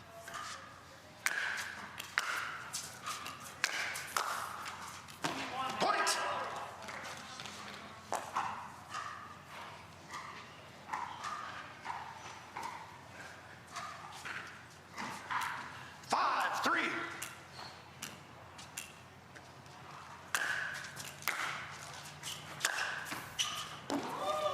These are the moments that Ben Johns was made for. Another winner. He comes up with the biggest shots at the biggest times. Yeah, and the one a couple of points before that was even more important. That beautiful ball that Federico chased down and came in behind a gorgeous drop and thought he had a put away, and then wait, Ben's there? What's going on? And then a gorgeous forehand down the line, and then you saw Operation Bundle Up with Colin Johns over there. Just what? I live in Austin. It's not this cold. Thought I was going to the desert here. So we've got referees bundled up everywhere too. We appreciate all their work too, because it is chilly for them. They don't get to run around. Dave, we've seen this kid continue to win, continue to get better. You've been a sports fan your whole life, so have I. Seen some great dominant runs by athletes. Also guys like Jeff Gordon in NASCAR, or Mike Tyson in boxing, but Ben Johns, the way he is pushed to the brink time and again and how he comes through, really something to behold. Yeah, especially in singles where you've got to just have the internal fortitude, both mentally and physically, to find it.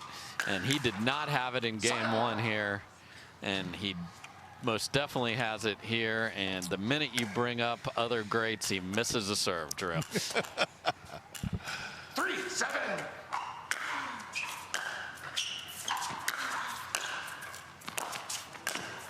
I mean, just perfect. Can't play it better than that. And I've talked about this a few times, but this is the point for those of you that like to play singles. Carve that volley. This one you see right here, and then it is almost impossible to get beat with the next ball if you just anticipate where the next one's going, because so much court is available. Such a smart job, and now a miss that just can't happen. Starting to open it up. 5-point lead. Staksrud desperately needing a side out.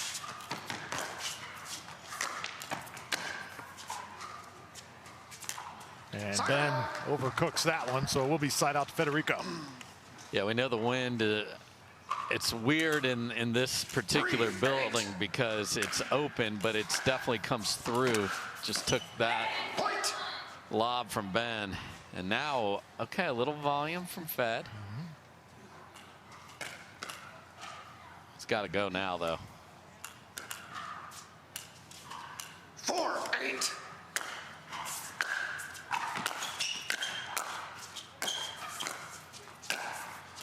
Little flick, a little bit long, and all of a sudden, as they say, the Fed is coming for you. Yeah.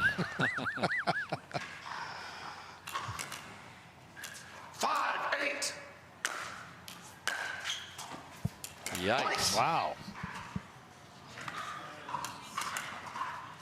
Can't serve it fast enough if you're Staksrud right here. Really picking up the pace. Maybe worked a little bit too quick that time, as he couldn't redirect it. I love the point that he played. He's great at that. Chase your drop and get it. Just didn't find the court.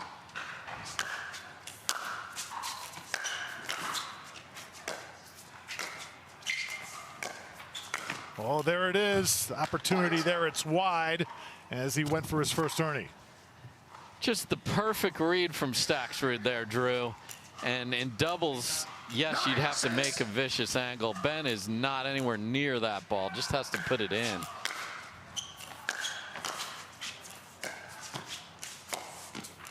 Federico, he has come up with some big shots in this match. He still has hope. Yeah, that's all the better angle he needed on the Ernie on the rally before. 6-9. Great job of holding that and then whipping through the outside of the ball. Point. Folks, don't go anywhere. This is still a battle. 9-7, game 3. 7-9. Left, replay. And Dave is just barking out the score over there, too. He hasn't lost anything. Another winner for Federico. It's a 1-point game. Jansen, Staksrud. Staksrud keeps going to that backhand volley. And if he's just going to reset it, keep going there. If it's not going to be countered, it's smart pickleball from Staksrud. And it is on the line. Yes, it is. We're tied at 9. We'll find out, but my goodness, 9 apiece in game 3.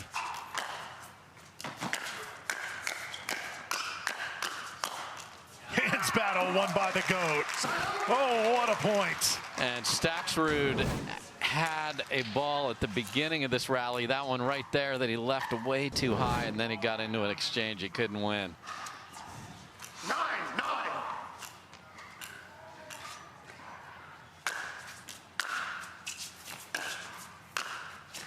Staksrud comes up with another winner. Exclamation screaming out as well. Great job by not being scared of the moment. He hit a huge return just inside the baseline and a big inside-out backhand volley at crunch time. John's attacking the kitchen. Federico tried to stay away from him, shot it wide that time. Didn't stay down on the two-handed backhand. It's when you go down the line, you've got to drive the left hand through your target. Did not do that, let it fade wide.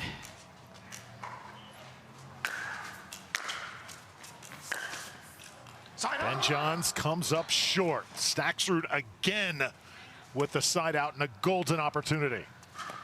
Yeah, that's Ben's favorite shot, but in these conditions, just doesn't have that good feel of the ball to be able to spin it inside out cross court. Staksrud into the net on the backhand, just couldn't raise it up. Yeah, had a good look at a forehand drive there, and again, it was high, easy volley for Johns to get ahead in the rally. Wow. Staksrud can't return it, and now we've got match point. Oh no, trying to hit that big return, just got his feet messed up and barely made contact. Here we go for the match. Staksrud gonna escape here, has been uncharacteristically with a service error.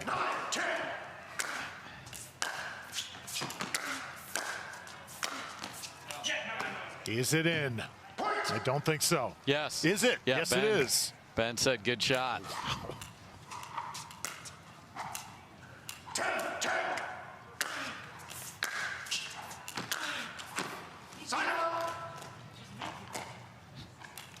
You hear Staksrud saying, just make it. That's the name of the game right now. This is literally a battle of who can put just 2 of their best in a row. Who will do it?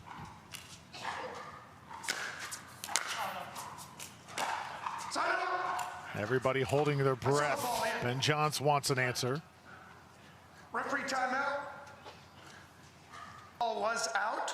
No timeouts will be charged. We will resume with Mr. Staksrud serving at 10-10.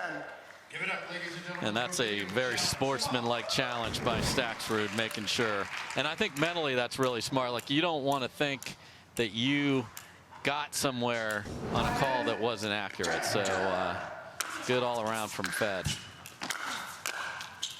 Ben Johns attacks. Beautifully done. Threw everything he had at him that time. The first drive was a good one, just a great volley from Ben Johns. So again, somebody's got to find 2 in a row here, Drew.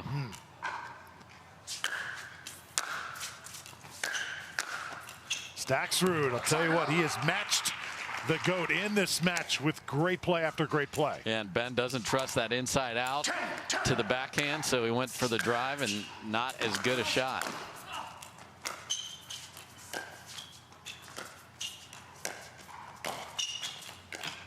Is it on the line? Yes, it is. Wow. Match point. And the biggest point of Federico Staksrud's pickleball career.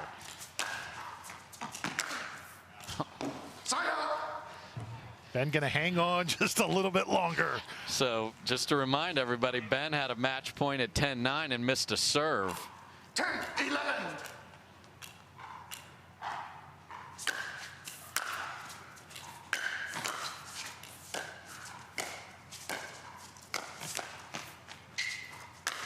Staksrud with an amazing shot. Oh, wow. After a shank off the side of Ben Johns' paddle to be able to get your footwork right. Beautiful job by Staksrud. Second match point coming up here. Watch this. 11-10. Point. Federico Staksrud. It doesn't come back, and he is moving on to Championship Sunday. Personalities, so absolutely, Drew. So here we go.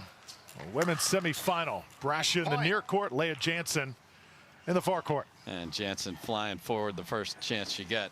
The cool thing about pickleball now, though, Drew, is last night I played with Jace, who's a 13-year-old, does a lot around here at Bellbank Park. I asked him if he ever played tennis before. He said no.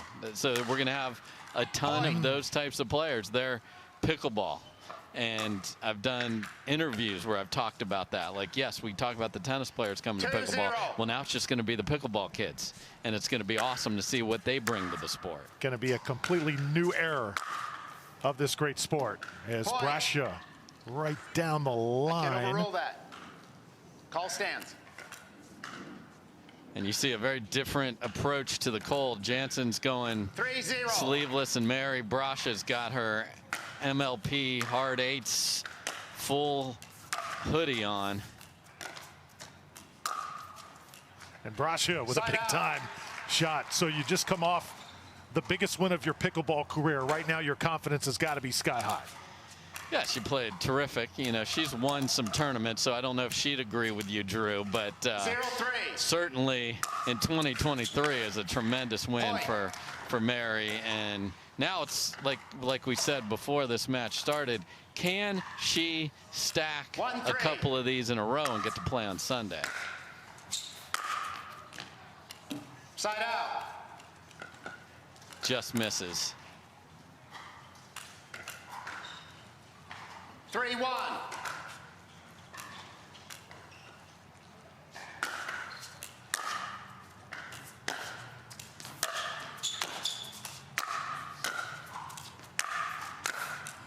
Leigh Jansen driving forward and putting one away.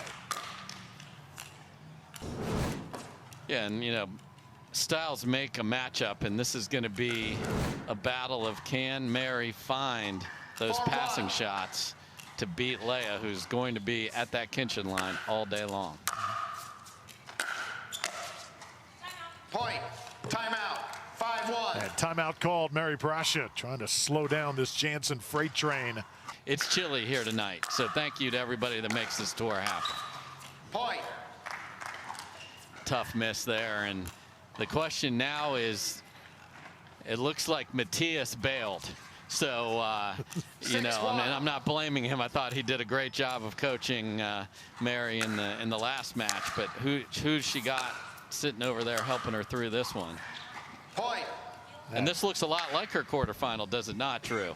Way behind, got run over, and lost the first 4 points of game 2. So that's what I'd be telling her, like, hey, you just trying to run this back the exact same way? Yep. 7-1.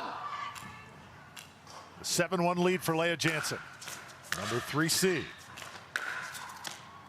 Point. Annalie Waters' stiffest competition over the past year in women's singles. Another winner to make it 8-1. 8-1.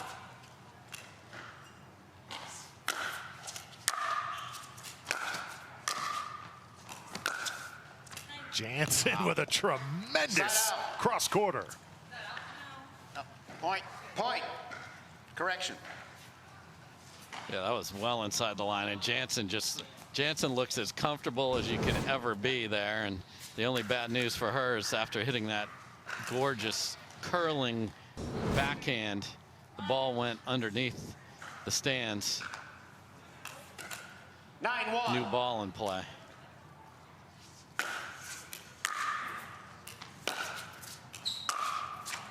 Point. Brascia once again hits it into the net. So 10-1 for Leigh Jansen. You know, a couple of weeks ago I saw something I don't see often. Off that 0-2 paddle from Selkirk. What does she need to do to get that dialed back in? Side out. Timeout effective for Mary Brascia. Let's see if she can put some points on the board. $110. Point. There's one. Yeah, Brascia stood a good 3 feet behind the baseline to serve there, and will do it again. This is a unique position, so she can really take a crack at it and keep it in the court. Side out. Brascia hits wide. The only challenge with that is then you've got to get up to the kitchen line, excuse me, to the baseline to be able to step in and hit a good pass. 10-2. Another game point here for Leigh.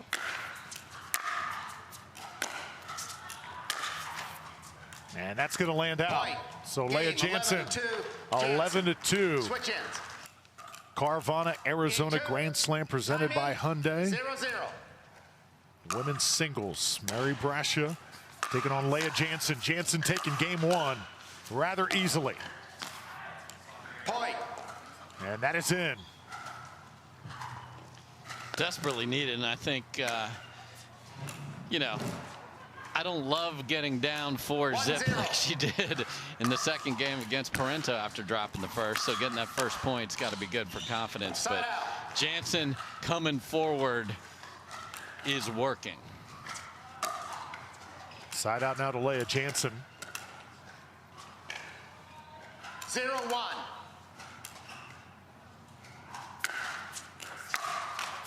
Remember watching Leigh Jansen a couple years ago come into the game of pickleball. Very raw, talented but raw. Dave, we're watching her now. She looks like she's got great command. 1-1. You can tell too she's really doing it in the workout area as well. Yeah, and one of the best students and strategists in the game. I mean, this is a, Side out. that's why she's one of the best players in the world, and not just singles. The full complement of doubles and mixed, and has found that happy place with Elise Jones. We'll see if they can keep that going on Saturday. Got to mention our officials for this match. Howard Hepworth is our lead official. Carol Manifold, Onisha Smith, and Linda Kirkpatrick 1-1. with us here on the truck. Yep, if we get to replay, Linda will have that on her shoulders.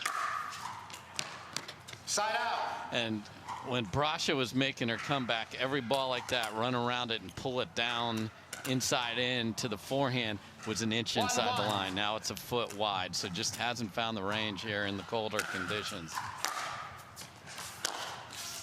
Side out. Jansen mishits. Both players trading side outs here to start game 2.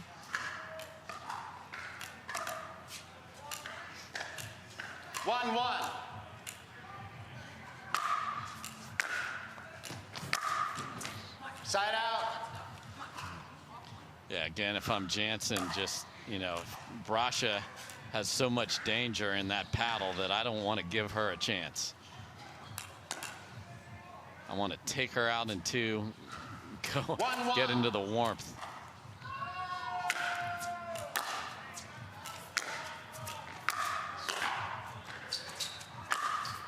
Oh, beautiful from Brascia.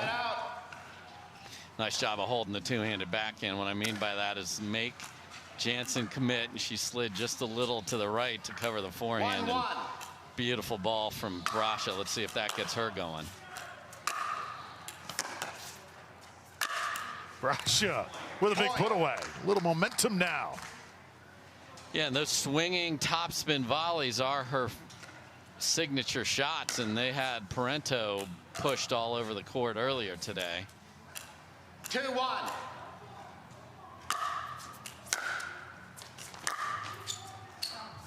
Side out. Just wide from Brascia there. 1-2.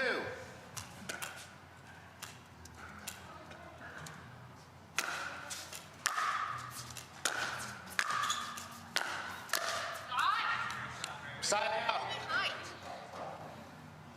And again, players that like to have swinging topspin volleys, that's much harder to do on a lower ball. A higher ball, you can create an angle from spin. Some of the time you have to choose it from paddle position, but Mary chooses it from spin. Side out. Another side out coming up. Dave, I've covered college sports for about 25 years. Had to look up Biola University, wondered where it was. Southern California, the alma mater of Mary Brascia. Yes, California girl in the cold here. Side out. Jansen audibly frustrated with that miss right there. 2-1.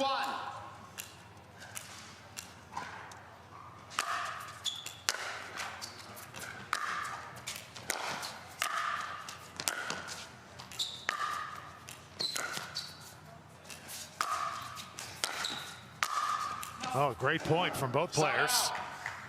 Jansen says it's just wide, though.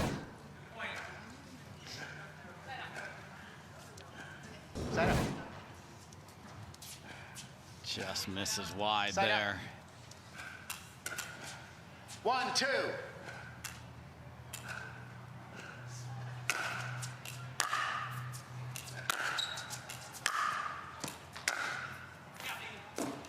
And that's in. So Jansen been stuck on one forever. So let's see if she can get a little something going. 2-2. Leigh Jansen going to Washington State University.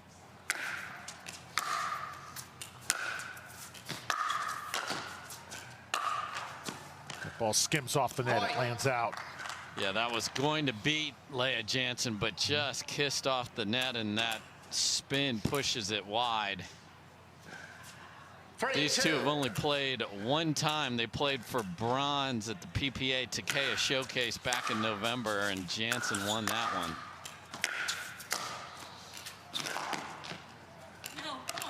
And that just long from Leigh. Side out going to Mary Brascia. Jansen a 3-2 lead.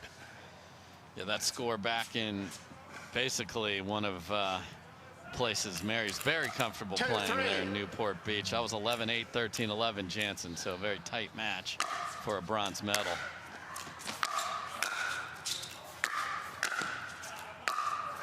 Some nice ground strokes from Brascia that time. Yeah, and I think the more she's on this court in these conditions, the more she'll find, how do I need to shape the ball? That is a very hot paddle, and I mean by that pace. It doesn't have tons of grabs, so she's got to find how not to make sure that slides off the paddle.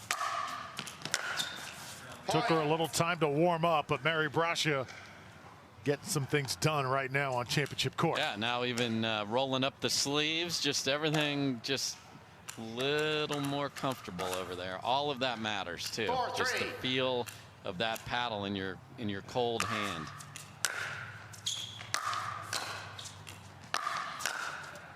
Oh, how about Leigh Jansen stretching out? That's where that reach comes into play. No doubt, because we saw Brascia blow a couple of those right past Parenteau earlier, who wasn't able to stretch out and cover that. That's a great volley from Jansen. See Leigh go through her 3-point ritual. Cross yourself. Be ready to play. Oh, another winner. Side out going to Mary Brascia. She has come up with some big ones in this game. Let's see, Drew. About 3.5 hours ago, I saw those very same balls going past the French-Canadian Parenteau.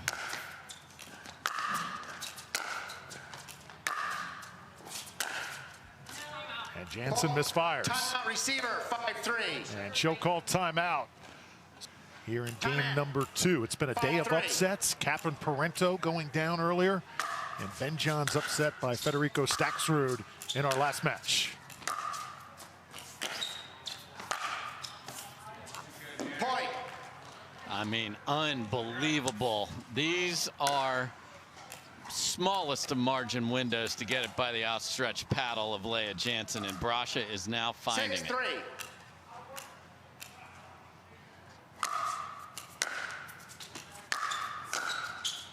I mean, those strokes have got some bite on them, don't they? They do, and before they were just biting the net, which was the big problem for her, but again, now has found the range. Side out. That one hits the guaranteed rate sign. Yeah, just stepped into that. I mean, I like the swing, just didn't make it. So you see Jansen trying to get herself going here. 3-7. Leigh Waters has advanced to Championship Sunday. Who is going to join her, Jansen or Brascia? Point. So that's the risk of the two-handed backhand roll volley. If you hit up and through it too much, that topspin will hit an apex and push it deep.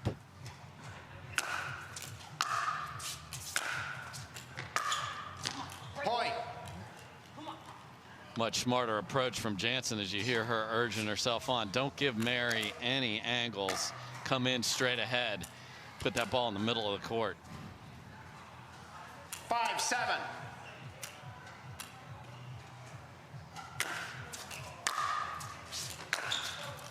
Jansen into the net. Wanted that one back here. Side out to Brascia. Nice job by Brascia being very aggressive with the return there. 7-5.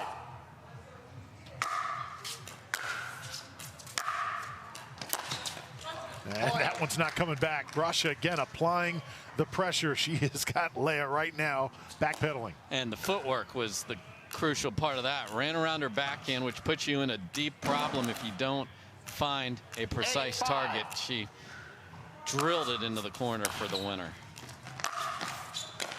Oh, off the net, Jansen able to recover.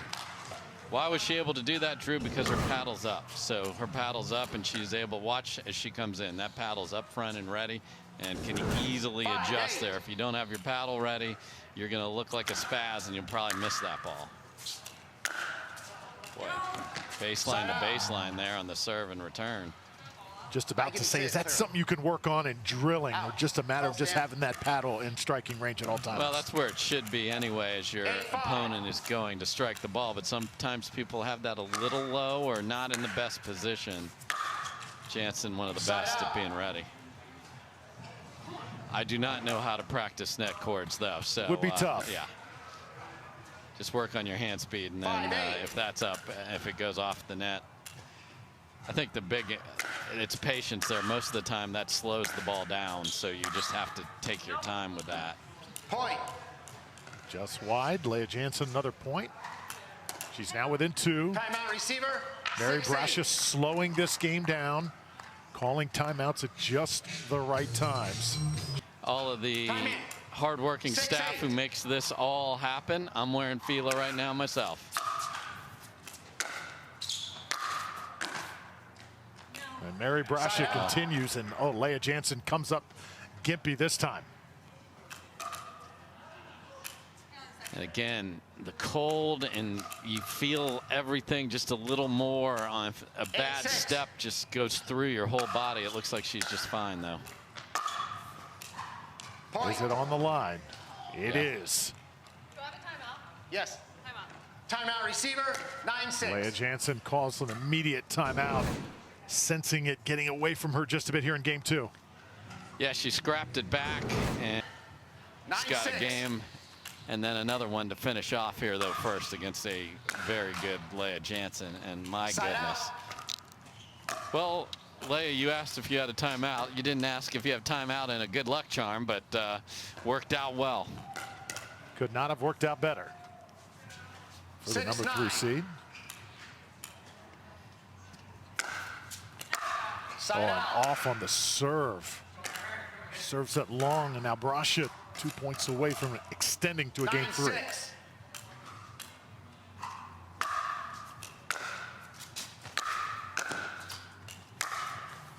Oh, she's done that all game long. She has, and Jansen's got to make a better. We talked a lot in the last match about that fourth ball, or that first volley as you come forward as the receiver. That's got to be in a more difficult position. Side out. Just missed from Brascia right there.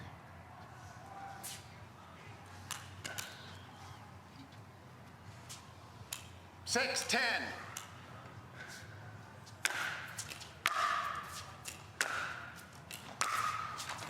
Point. Jansen going to draw closer here. And Jansen knows she's going to get passed by a player of Mary's quality, but going forward is the way to go, and the challenge is make it difficult on her to pass and put the pressure on her. Jansen upset herself that time. And Mary flipped the script there, came in, made Jansen come up with something, and unable to do so. 10-7.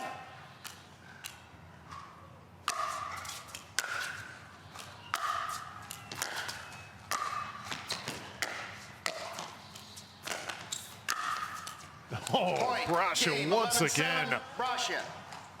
Takes it 11-7, game number 2. Dave, big point after big point. She has proven something here in Mesa. Well, I'd say, wow, I can't believe she was able to do that, Drew. I'm so surprised, except you think you got to go to.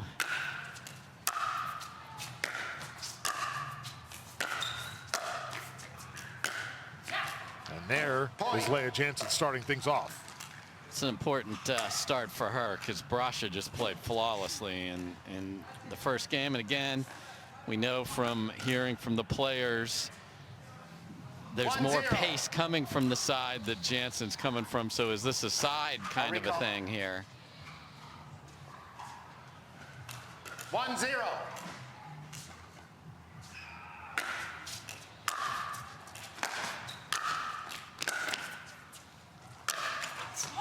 Brascia can't come up with that one.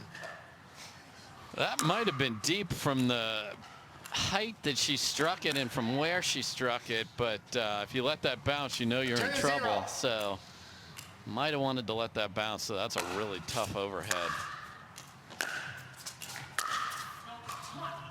Can't redirect that one. It goes wide. Jansen out to the 3-0 start here in game 3. Yep, and Mary having a little chat with herself back at the baseline. 3-0.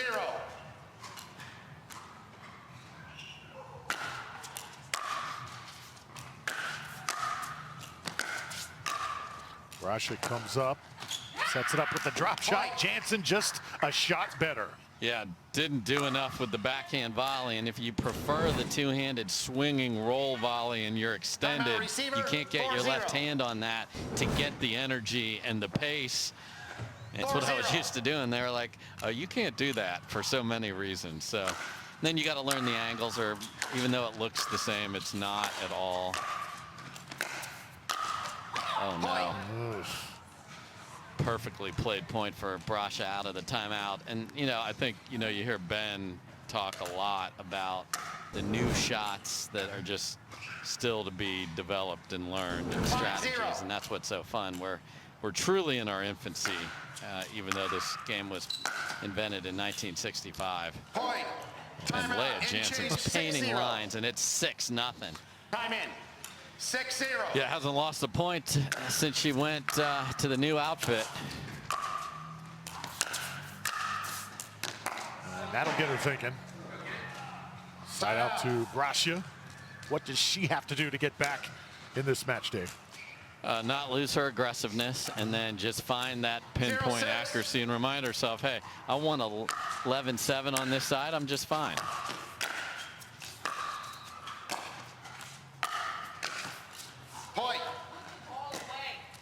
Couple errors from Jansen certainly would help the cause of Brascia. Yeah, you heard Jansen complaining to herself, put the ball away. She had a forehand that was up and kissed it right back to Brascia. That's just out. Those were the ones that were made in game 2. 6-1.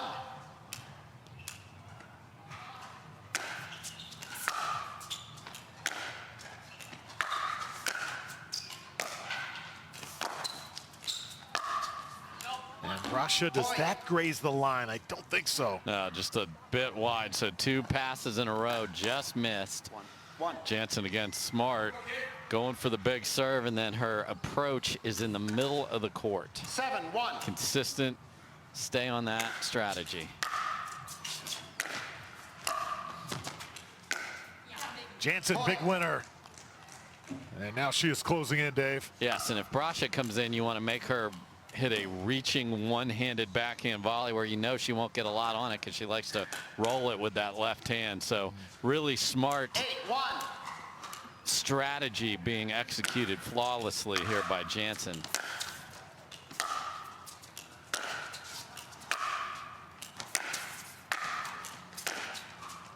And Jansen that time hits it out.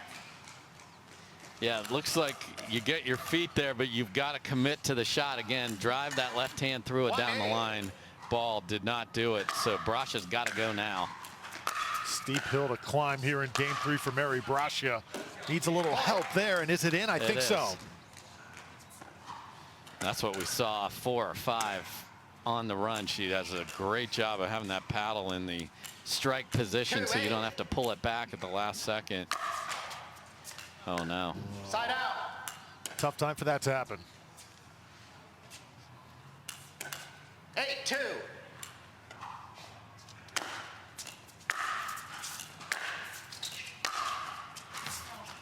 Tell you what, Brascia's got some kind of swing. I can't overrule it. Timeout, referee timeout. Ms. Brascia is challenging the out call. Video review. Call's going to be Haworth. The ball was in. It results in side out. Ms. Brascia serving at 2-8. So the referees saw the same thing we did, Drew. Time in. 2-8. See if Mary Brascia can take advantage of it.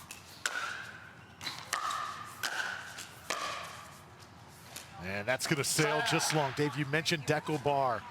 Much anticipated return to the PPA Tour. Yeah, can't wait to see it with Megan Fudge, terrific player, and then AJ Kohler on Saturday. So great storyline to follow.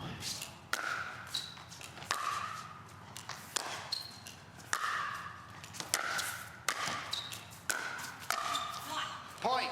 And to the net from Brascia. Jansen's going to score again. I think it was Dekel Bar and Adam Stone winning in Vegas in 2021, the last time that someone other than Riley Newman or Ben Johns did not win in men's doubles. That is correct.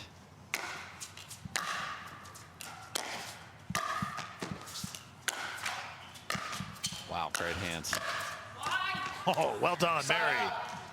I'm not surprised by that. If you haven't seen the merry-go-round shot that Mary Brascia pulled off last year, look that up. It's a shot that I've never seen and you will never see. It's impossible to describe, but look up the merry-go-round.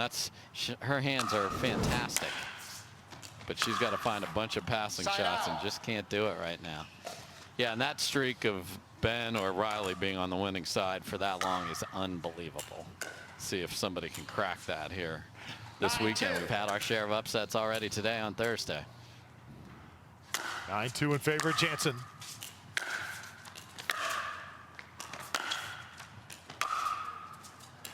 And that's sent just long. So now Leigh Jansen has match point, a chance to advance to Championship Sunday.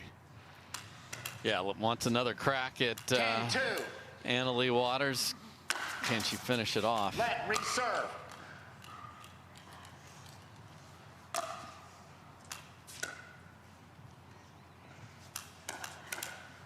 Ten-2.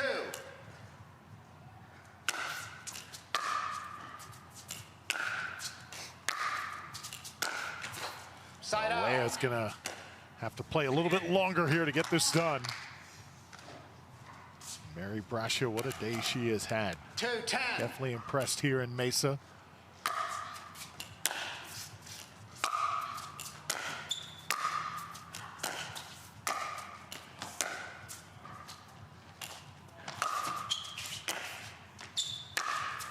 Her work's not done, Dave. That's a tremendous point from Mary Brascia because Jansen lobs City on the line. But Brascia hangs in there. 3-10. Point. Now 2 points in a row.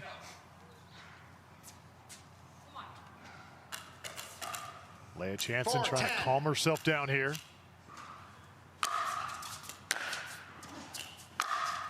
Brascia shanks it. And she looks up at the top of the roof. Can't believe it because she really stepped into a great serve and had a good look at a forehand to drive into the backhand side. She's going to win that point if she makes that. 10-4. Here we go. Match point once again for Leigh.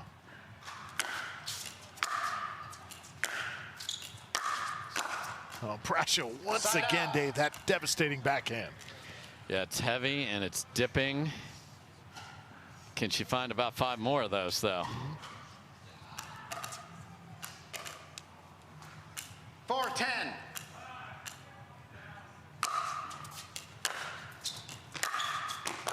I really like her demeanor on the court, staying calm through adversity. Just keep on playing until something good happens. And right now, Brascia with some momentum here in game 3. Yes, fended off 2 match points against.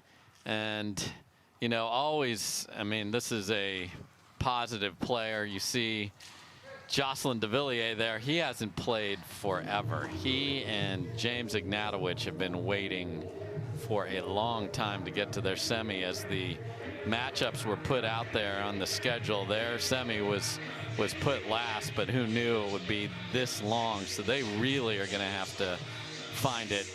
If I'm Mary Brascia, I'm cracking a serve and hitting my best passing shot here, and you got to just make Leigh beat you. Talked about, too, the great siblings on the PPA Tour. We've got Ben and Colin. We've got Maggie now and Mary. Yes. We've got Riley and Lindsay. Love it. And, of course, Anna Leigh and Leigh playing together until Leigh's injury. But a lot of family affairs here. Thomas Wilson and A.J. Kohler are cousins. And Mary not slowing down anytime soon. It's 10-6, making this interesting. Yeah, I mentioned she needed to hit 5 backhands, but she's at 2. 6-10.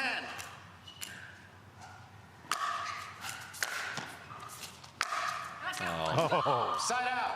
The forehand betrayed her again, and she got the exact same ball with the exact same opportunity. Just went too much inside out. Just hard down the line would have been perfect. So a match point at 2, a match point at 4. Here's a match point at 6.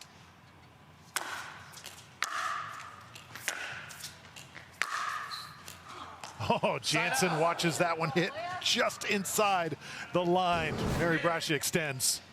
And she thought she missed her return. I mean, it barely skimmed over, and she had the wherewithal to go, okay, we're still playing. 6-10. This is getting real dicey. If you have stayed with us tonight on the Tennis Channel app and on YouTube, you've seen some awesome singles pickleball. No doubt, and that was the same ball she's gotten 2 other times that she sprayed wide, just hit through that one. 5 in a row for Brascia.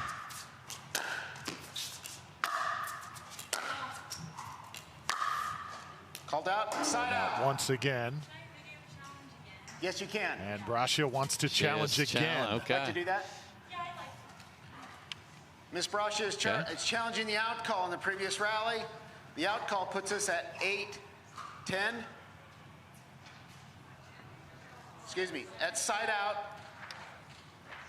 Miss Brascia loses a timeout. She has no video challenges or timeouts remaining. Side out. Miss Jansen serving at 10-2. And the 10-7.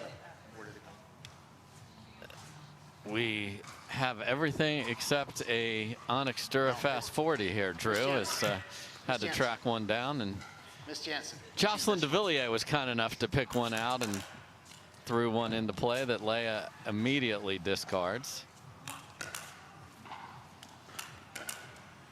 So Leigh Jansen, another chance here at match point. 10-7.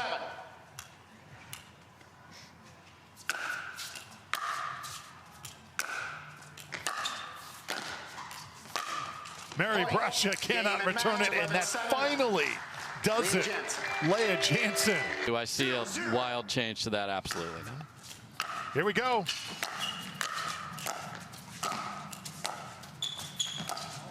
Fast pace here to start. Won by J. Devilliers. Yeah, so this is going to be who can sort of dictate the pace, who can be the difference maker at the kitchen line. And you see, just to keep his own body movement, Devilliers sprinted over to pick up the ball there.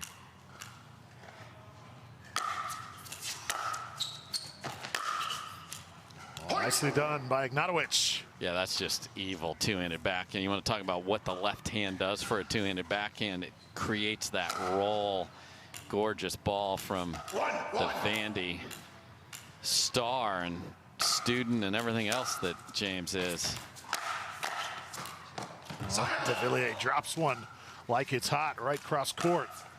Yeah, Ignatowich had a very nice victory over a great singles player in Gabe Joseph, who hasn't played a lot this year.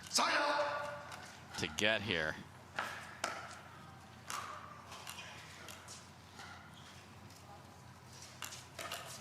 One. Jay Devilliers getting by Connor Garnett. Rather easily, I might add.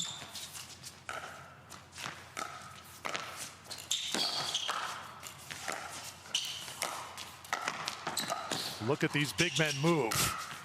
Wow. That's just tremendous lateral movement from two guys well over 6'1". Devilliers with the two-handed finish. That's really good pickleball. There's another from Jay Devilliers. It's a point. So he's one of the few players that will swing through both a one-handed and two-handed backhand depending on where the ball is and what the opportunity will be.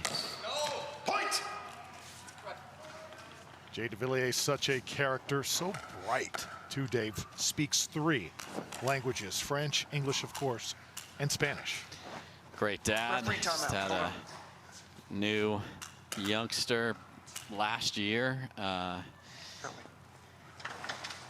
He's got 3 great kids, a lot of support from that family, and has pushed all in on the pickleball journey. 3-1.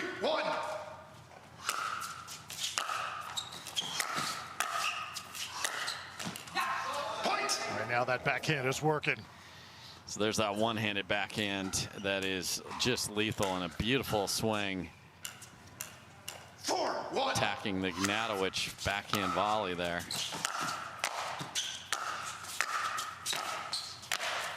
Ignatowich can't finish it off. Receiver. The score is 5-1. Did everything right, but that final shot, and now our first time out. Early edge on James Ignatowich here on championship court. There's another incredible passing shot from Devilliers. So if I'm Ignatowich, I have seen enough of these one-handed backhand passes. Let's see what he can do with the forehand. We'll see if he changes his return location.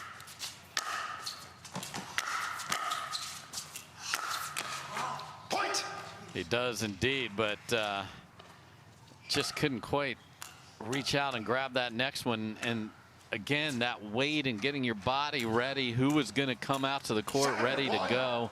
So far, it's Devilliers. There are moments when Devilliers plays like this. He looks unbeatable, doesn't he? He does. You see this big frame with every shot in the book, and you know he's not been on Sunday in a while and would love to get there. Ignatowich, that time, little misdirection.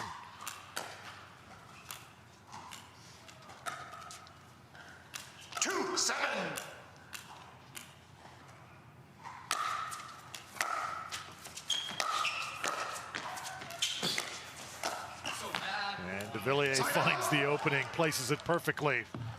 That fist is pumping right now. Yeah, that first volley after the really nice rolling backhand, that one right there to be able to keep that in a relatively safe place. And Devilliers racing to the line to serve. 8-2.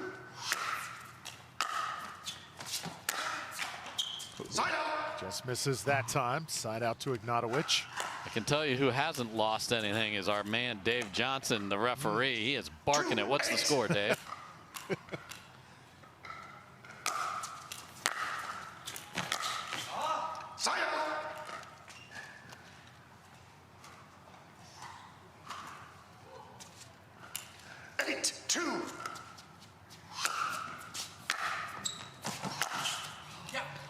Just gets the line. Yeah, and I don't know what Ignatowich's game plan coming in was to test that backhand, but a lot of them have gone past him, and now one's gone inside in.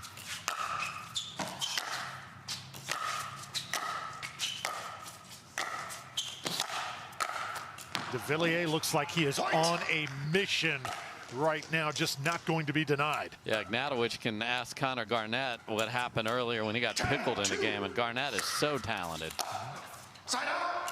Just out on the serve, so Ignatowich has a chance here to extend in game one.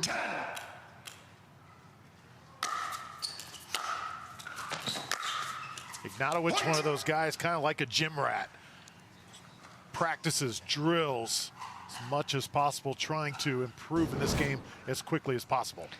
Yeah, he's had a rapid ascent, and his forehand and backhand set himself very up from tennis to play great singles. This is a big opportunity for one of these players to play on Sunday. The Vandy product would love for it to be him, but he's got a big hole to climb out of. You know, I think to James' credit, he has also been able to bring his doubles along with it. That reach, the court coverage. He is just a terrific player.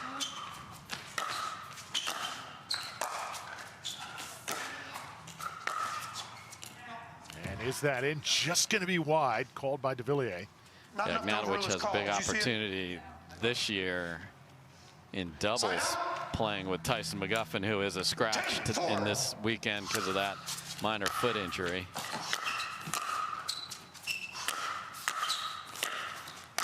Oh, Ignatowich, just a devastating shot right there, all over the kitchen.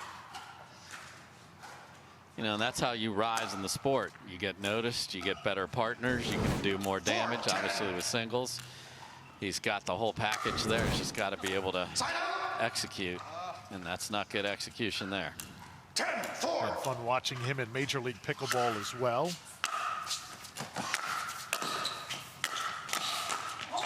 Side out. There's Devilliers attacking. We're going to have another side out here to Ignatowich. 4-10.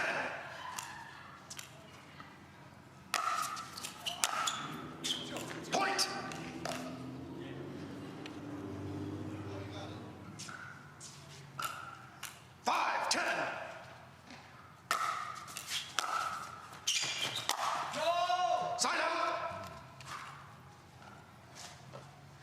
So we saw a little bit of this with Jansen. Had match points in her case at different points for her opponent. This is try number 4.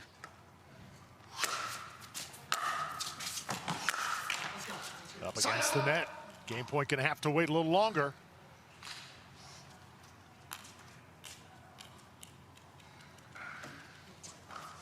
Ignatowich building his pickleball resume. I think he's got a Beer City Open championship under his belt.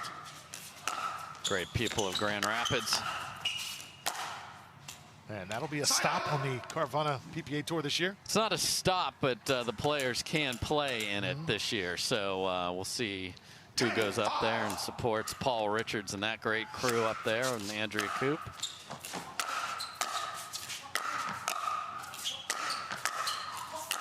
Oh, how about this?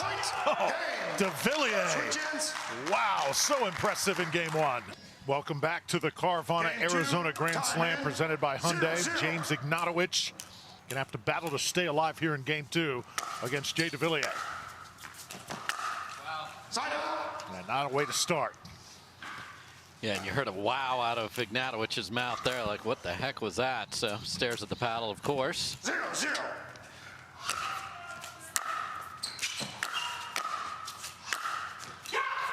See Devilliers again with that devastating backhand. And Dave, I think right now the experience of Devilliers in this sport of pickleball, you're starting to see it on some of these exchanges. Well, it's been the same shot has consistently beaten Ignatowich here. So let's see if the forehand is on point. And there you see, especially in these conditions, what is the wear of the ball matters a lot 1-0. as the chill continues. Gets the miss on the backhand, and you will see those Ignatowich feet moving more than any other player, especially when he's ready. Next time he goes to return serve, watch those active feet. Just missing a little too often here to hang in with Jay Devilliers. Yeah, just not sharp, and to beat the players he's beaten to get here. This is a tremendous player.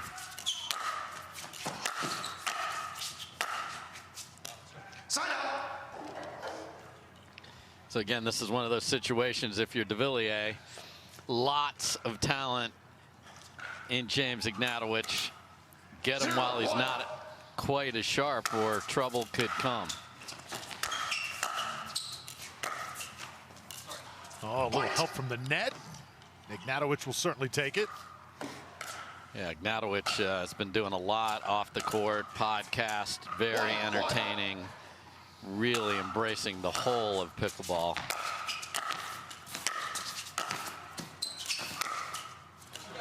And another outstanding shot. Dave, I want to ask you too, the shots where the ball skips, hits the net and lands in, are the sorry not sorries going to be extinct eventually, you think? I think it's, you know, tennis has had those a lot longer, and you'll see guys and women hold their paddle up. I think we'll eventually get to that point. Like, some will and some won't. Right now, it's, you know, the camaraderie. We're 14 feet away from each other. And so I think sorry not sorry around for at least 2023. And keep that alive. Ignatowich trying to get to it. And just can't. It'll be side out to Jay Devilliers. Yeah, I like what I'm seeing from Ignatowich on this comeback, though. Much better with the accuracy on the pass. Let's go. Side out.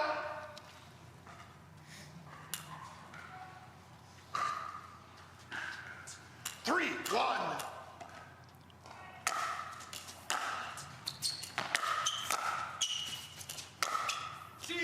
Point. Oh, biggest shot right there for Ignatowich. Yeah, you've been used to seeing him go cross court with that, but with the two-handed backhand, you can hold that and you use the left hand to drive it down the line. That's a gorgeous ball from Ignatowich. Does he make it a couple in a row? Yes, he will. Timeout receiver. The score's 5-1. Jay Devilliers will call his first timeout, so momentum is swung. Oh, I think those will be popular. Without question. Ignatowich now. Lots of momentum on his side. He is hitting shots right down that line here at the moment. It's 6-1 in game 2. Yeah, and it's the singles bread and butter. Clobber your serve, get a short return, and hit a nice pass. Does that drop in? It Jay does says not. no. I want to thank everybody for staying up with us here late tonight. Lots of great pickleball to come throughout the weekend. Ignatowich still going to town here. Yeah, just so much more depth in both his serve and his return. And I think we'll be, for the balance of the night, we will be checking on how round and keeping shape the pickleballs are here.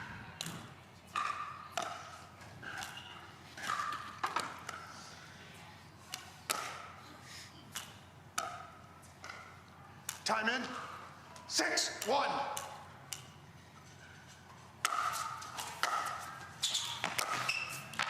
Oh, Ignatowich. Everything he's touching right now is turning to gold. Yeah, again, big serve, a lot of topspin on it. Devilliers blocks it back, but short. And then, again, I love that Ignatowich steps into the two-handed backhand and then uses that left hand to roll it. Just so little margin, but so much of a perfect drop. That's beautiful play. Devilliers attacking cross court. And that's the difference. That drive from Ignatowich way too high, and Devilliers is going to put that away every time, whereas the two-hander before that was so low to the net. Ignatowich going to continue to put on the pressure. He does not want Devilliers to wake up here in game 2. 7-1.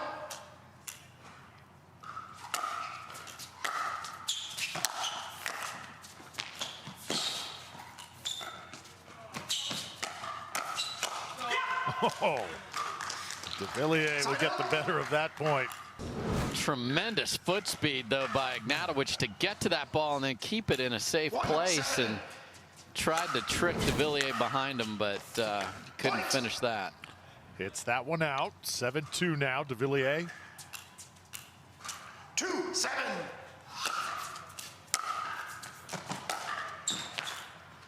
Devilliers can't get it across the net that time, and side out to Ignatowich. Again, that inside out top spin cross court, you have to have so much perfect feel on the paddle and the ball, and that's hard to get here in the cold of the Mesa desert. Well, Ignatowich, he can fly around. I mean, his foot speed got it done that time. Yeah, it slides into it. Man, I'd be still laying on the ground out there, Drew, with the medical staff around me if I tried that. And right now he's got Devilliers off balance, Dave. Yeah, he's turned him into a pretzel. He doesn't know which way to reach, and his serve is setting up shorter returns. And that flare that Devilliers had in game number 1, non-existent here at the moment. 10-2. Well, the momentum of this game can change in the blink of an eye. Point, game, switch ends. And that's going to be it. Ignatowich takes it in game 2, 11-2. Devilliers point, game, switch double ends. checking. Both officials confirm the ball is out. And here, let's get the call right.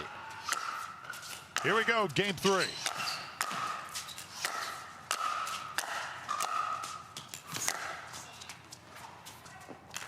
And Devilliers hits that one wide and long, side out to Ignatowich.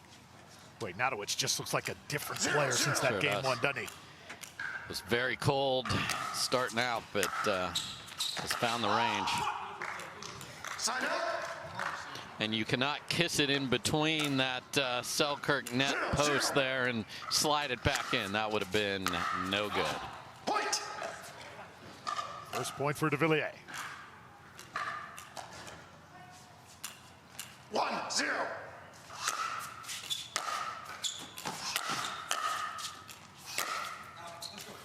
Sign up. Too much mustard on this one. Yeah, and Devilliers took a bite out of the Vulcan paddle there. So accurate in game 1 with that one-handed backhand. Hasn't found the range here in games 2 or the early part of 3. Sign up.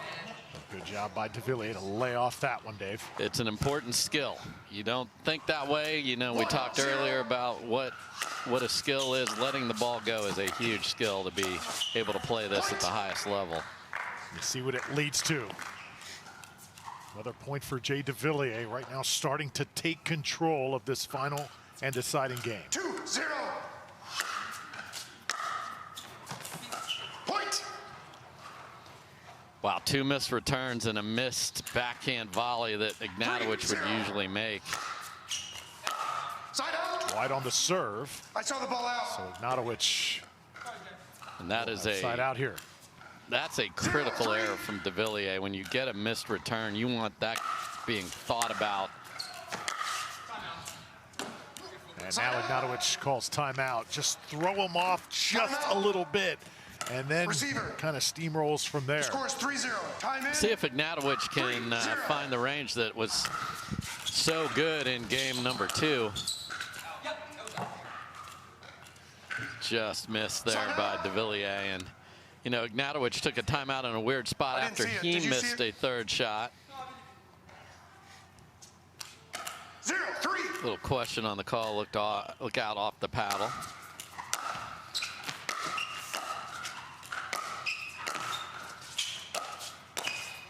Point. Good misdirection by Ignatowich there. Yeah, just really love that two-handed backhand of his, and it betrayed him at the beginning of this game, but only down a couple here. 3.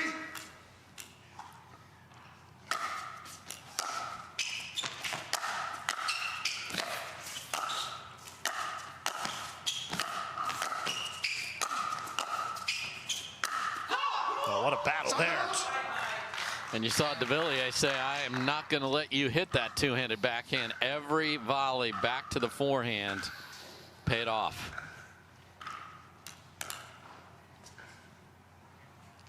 Three, 1.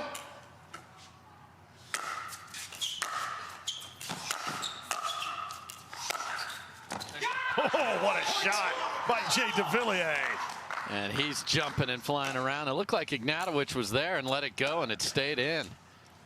4-1. Again, we'll switch sides at 6 here in game 3. Devilliers with another. Well, he is really creating his own energy right now, isn't he? He is. It's tough to do that when you know there's cold. There's so many reasons not to have that energy, and yet he's finding it. Point. Change ends. So we'll switch sides here, 6-1 in favor of the Flying Frenchman. Won game number 1, 11-5, game 2. Certainly not in his favor, but what a bounce back here on Championship Sunday. Devilliers and Ignatowich. It has been a battle right now. All the momentum on the Flying Frenchman's side, and it stays that way out of the timeout.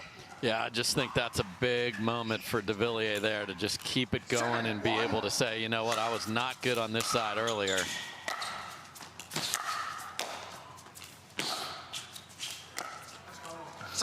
Wow. So we had Ignatowich abort coming to the net because he didn't like his return, which usually means you are dead in that point. And he was able to rally back. Keep an eye on that one.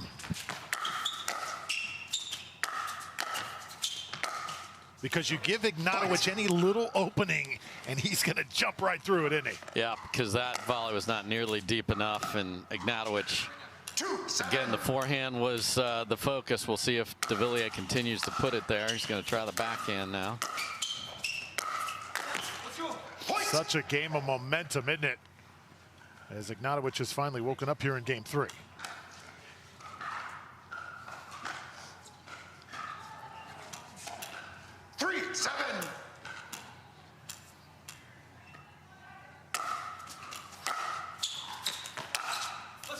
James Ignatowich right now hitting winner after winner. Yeah, he's like, okay, you want to target my forehand? Good. I want to hit forehand passing shot winners all day long. And this side of the court has been everything in this match.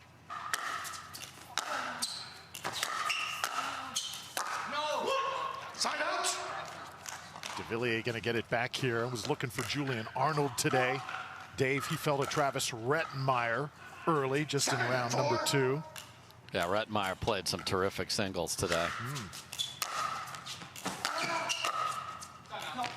That's wide as well. Point. Timeout. Receiver. The score is 8-4. So sometimes with a toss, we'll see if that pays off. Those two have been knocking at the door of Sunday. 8-4 here. Ignatowich going to get a side out. 4. So that timeout effective.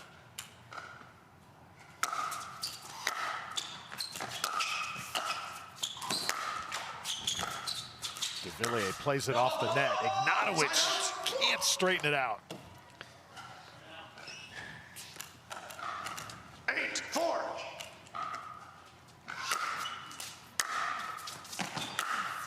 Oh, how about that shot from Jay? Inside in, runs around the backhand and just ropes it down the line. That's a great forehand for a guy that has been passing with the backhand on that side most of this match. Ignatowich, couple drop shots. Yeah, that was a good first backhand from Devilliers. Sometimes you just get beat, so it's got to be now for Ignatowich.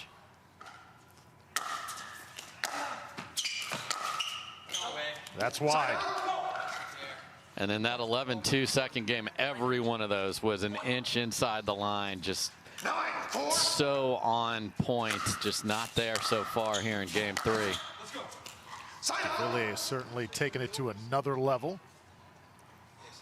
Too much on it that time. He's got a 9-4 edge here in the driver's seat in game number 3. 4-9.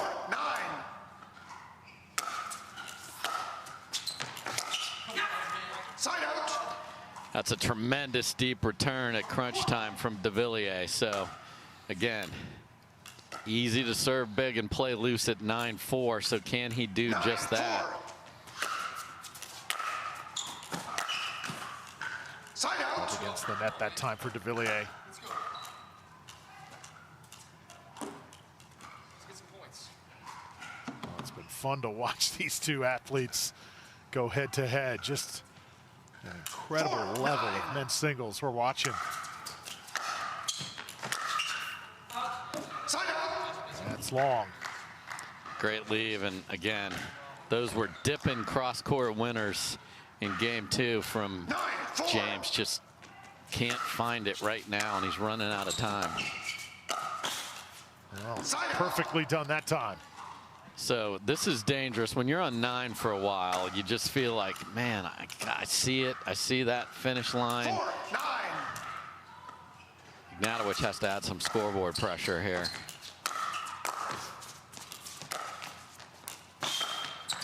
Oh, how about that get from Jay? So good, one-handed Dave. How good is that? So the flick behind the back, ATP, and then Ignatowich makes a mistake, but this is ridiculous court coverage from Devilliers. ATP number 2 in as many points, and now he is on the brink of Championship Sunday. One on the backhand, one on the forehand, and he has Sunday on his paddle. Match point. Referee timeout. Time in. 10, 4. Pause in the action. Jay Devilliers. Point, game.